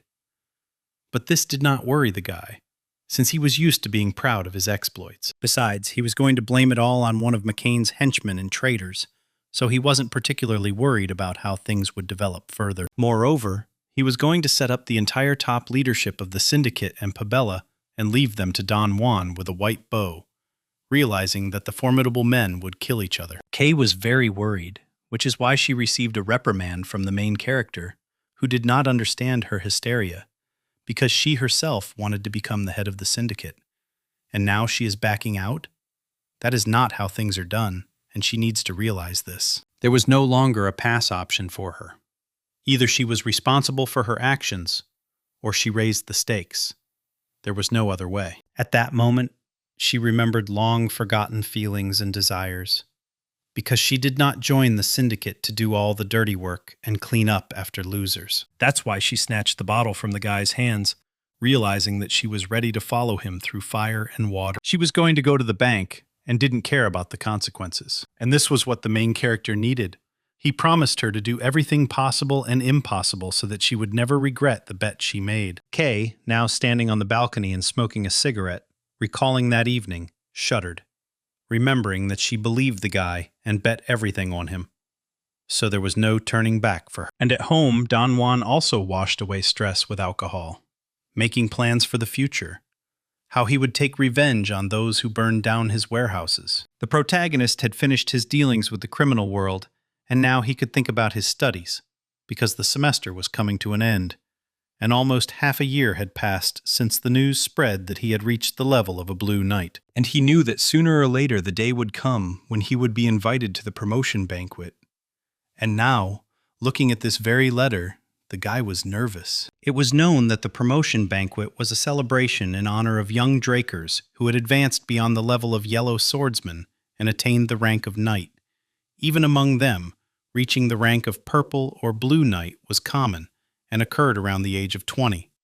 So it was also called the Draker-style debut. It is therefore not surprising that Zeke was worried as he went to the banquet in the spring garden of the main hall of the Castle of the Four Seasons, hoping that nothing terrible would happen. Many people had already gathered in the castle, among whom was the head of the family, and Abel, who had just arrived. The young man noted that there had never been such a number of guests at a promotion banquet before, but it had to be that way, because today they were honoring the youngest Blue Knight of the entire continent, and naturally, this could not fail to interest high society. Arthur, however, paid no attention to his eldest son's feelings, leaving him behind as he needed to prepare for the initiation ceremony. Meanwhile, Zeke had already arrived at the palace, although he hadn't yet reached the banquet hall. He was hot and uncomfortable, and didn't want to go anywhere at all. To his surprise, he was escorted to the door by Dexter, who had broken away specifically to spend a little time with his student, since he had been pulled out of retirement and was now being forced to work like a workhorse. Even though he was in a bad mood, Dexter did not leave his student, and walked with him to the spring garden. In fact, this castle is divided into 4 main sections for a reason. For example, the spring garden is where most events are held. It is the only room open to visitors who are not family members. In the summer part of the castle, there was a library where the family's affairs were conducted, and there was also an office for the head of the family. In autumn-fall, closed knighting ceremonies were held. The last part of the castle housed a repository of rare artifacts accumulated over the last 1,000 years. In his past life, Zeke knew this only by hearsay, and today was his first time visiting the castle in person. so he was interested in everything. And now they were standing near the door, but the main character would have to go further himself, since this door was exclusively for the hero of the occasion. After which Dexter asked his student not to worry and to knock out everyone who would be at the banquet.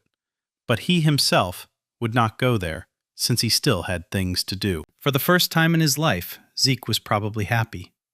Because it's hard to describe the feeling of someone caring about you, given his background. Nevertheless, the main character pulled himself together and entered the banquet hall. After some time, Zeke reached his father, and Arthur began the initiation ceremony. The head himself said that, in the name of the future achievements of Zeke Draker, he was blessed with the name of the glorious Draker family, in the name of his future great and small knightly achievements. And henceforth Zeke Draker would be known as the Knight of Draker. And he was given the title by right of blood. This was a shock not only for the guests, but also for the protagonist, since, for the Drakers, the only requirement for knighthood is personal achievement, which he did not have. Even Abel, the youngest Blue Knight before Zeke, had to work for 3 months to earn his achievements before he was initiated. However, Arthur's actions clearly went against all established order. Although the Patriarch has an indisputable right to dispose of titles, so no one will object, the question is what he had in mind. Nevertheless, the man played wonderfully to the audience. Raising a toast to his son, he spoke beautifully, motivatingly, so that you really wanted to raise a glass and drink to a bright future. It was strange because, in his past life, Arthur hadn't said a word, even when Howard had expelled the boy. And now he was so demonstratively playing the loving father. Zeke had to hide his feelings deep inside, as his father asked him to take a walk with him for a private conversation. Surprisingly, during a conversation with his father, the boy received a token that could be exchanged for a family artifact. It was a priceless gift that needed to be used wisely. Both the conversation with his father and the dedication weren't such bad events. The worst thing was that the boy needed to find the strength within himself to endure this holiday, because it would last not 1 day, but 3. He simply couldn't understand how people could do such things all day long. It was obvious that high society wasn't for everyone. At that moment, a girl called out to him, and it was the princess of the Kingdom of Valencia, Melissa. It was an unexpected meeting, since Zeke knew from newspapers from his past life that Melissa, although an outstanding person, one day she stopped all her public activities. No one knew the reason for this act. There were even rumors about a contract killing, since she soon disappeared altogether. Although in this life, it cannot be said that she often attended receptions or appeared in public. But the girl is here, and that means everything is fine. And then it dawned on Zeke that Cliff hadn't just come to him and looked for a cure for nothing. Had he really been trying specifically for this princess? Now, a lot of things fell into place, so the young man bowed and politely introduced himself to her. But he didn't stop there. The guy was a good talker, after all.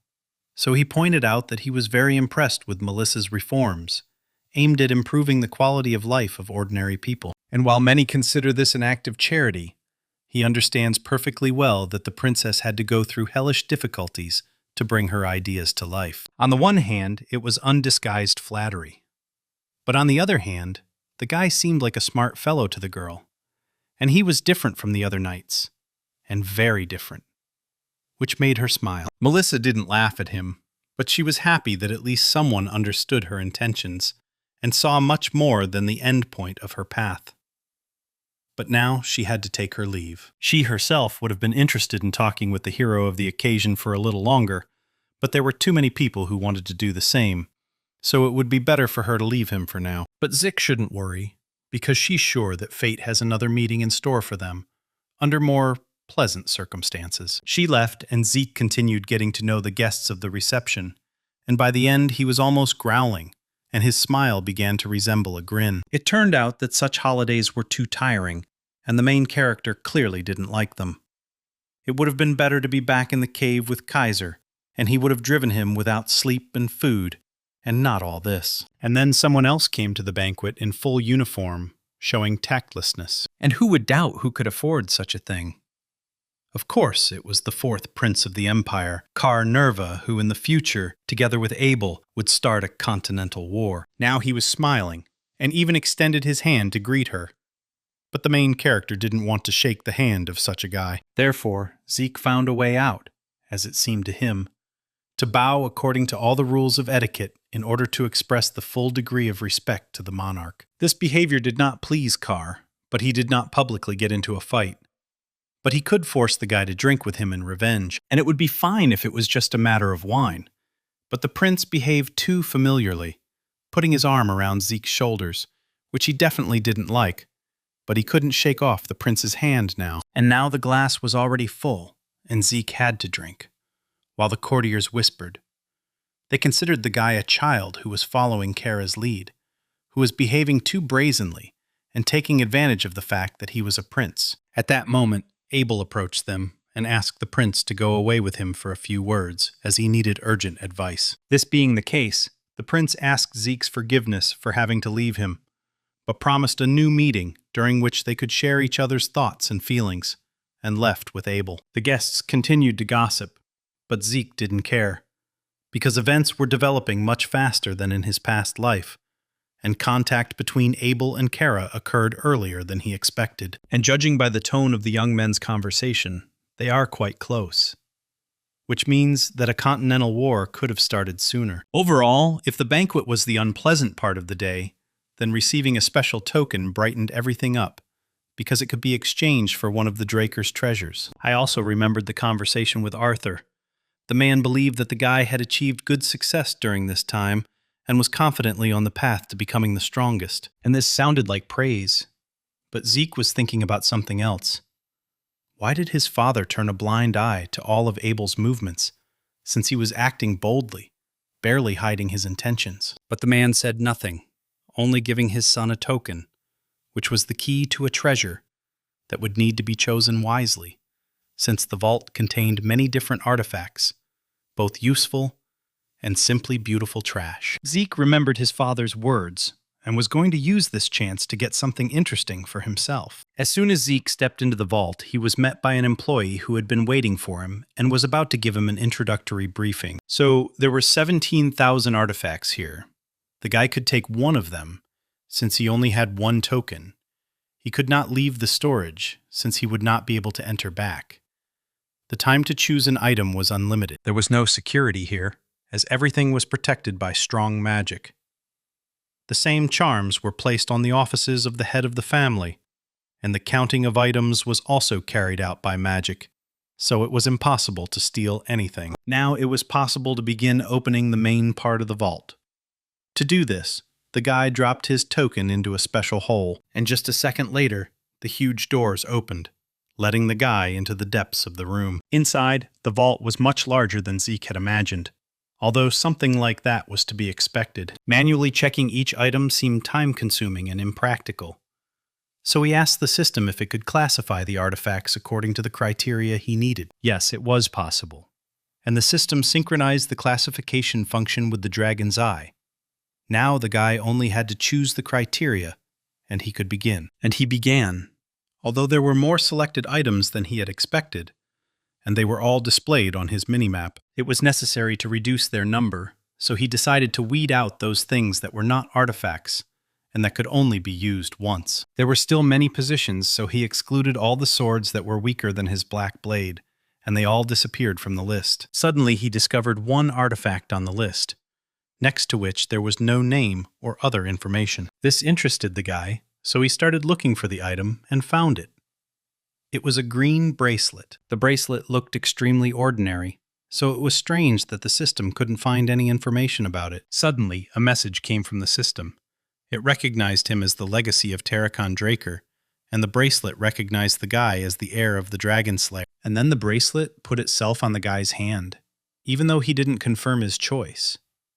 And with its help, Zeke will be able to summon allies. Although the protagonist had not finished examining the vault, he could not cancel the artifact that was adorning his hand. Logically speaking, he wouldn't find anything better here than this bracelet, so he needed to activate it and see what kind of pig in a poke he pulled out. The artifact activated, immediately increasing its level. Furthermore, a spirit beast was found that perfectly matched the protagonist's soul, and it was supposed to appear here any minute. Surprisingly, this beast turned out to be a dragon horse. The creation was magnificent. and the gift was difficult to appreciate. Like the heart and horn of Bahamut, Zeke was so lost in thought about the items he had received from his ancestor that he didn't notice the horse approaching him. She wanted warmth and affection, and Zeke felt like he had met an old friend he hadn't seen for ages. This is what the unity of souls means. A feeling of warmth and love spread in the guy's heart, and he did not hide it. And that was fine, but the animal needed a name, and the young man decided to call her Bucephalus. The description said that this animal was capable of many things, but Zeke was a little doubtful since he met it for the first time. It was a bit offensive, so Bucephalus took it all in his teeth and put the guy on his back himself. If he wanted to test him, then let him do it. And in just a moment, Bucephalus was galloping forward with the speed of lightning. Despite all this, the clatter of hooves was not heard, and it was an incredible feeling of lightness and soaring. That was the end of the adventures in the storage facility, and later that evening, the guy was driving home, remembering the face of the storage facility worker when she saw the item he had chosen. Yes, and my father was most likely talking about exactly these kinds of things. Beautiful, but useless. It's not surprising that he and the others couldn't appreciate the bracelet, since even the system didn't immediately understand what was what. In any case, luck was on the side of the main character this time, and he did not pass by such a valuable thing for him. After some time, he reached home, but even here he had no peace, since Cliff came to him without an invitation, with unnecessary congratulations. The man didn't just come with congratulations. He brought another person here who really wanted to talk to the main character. But now, a surprise awaited Zeke. Hiding under the hood was Melissa, who was not only a princess, but also the head of the Reinhardt Guild.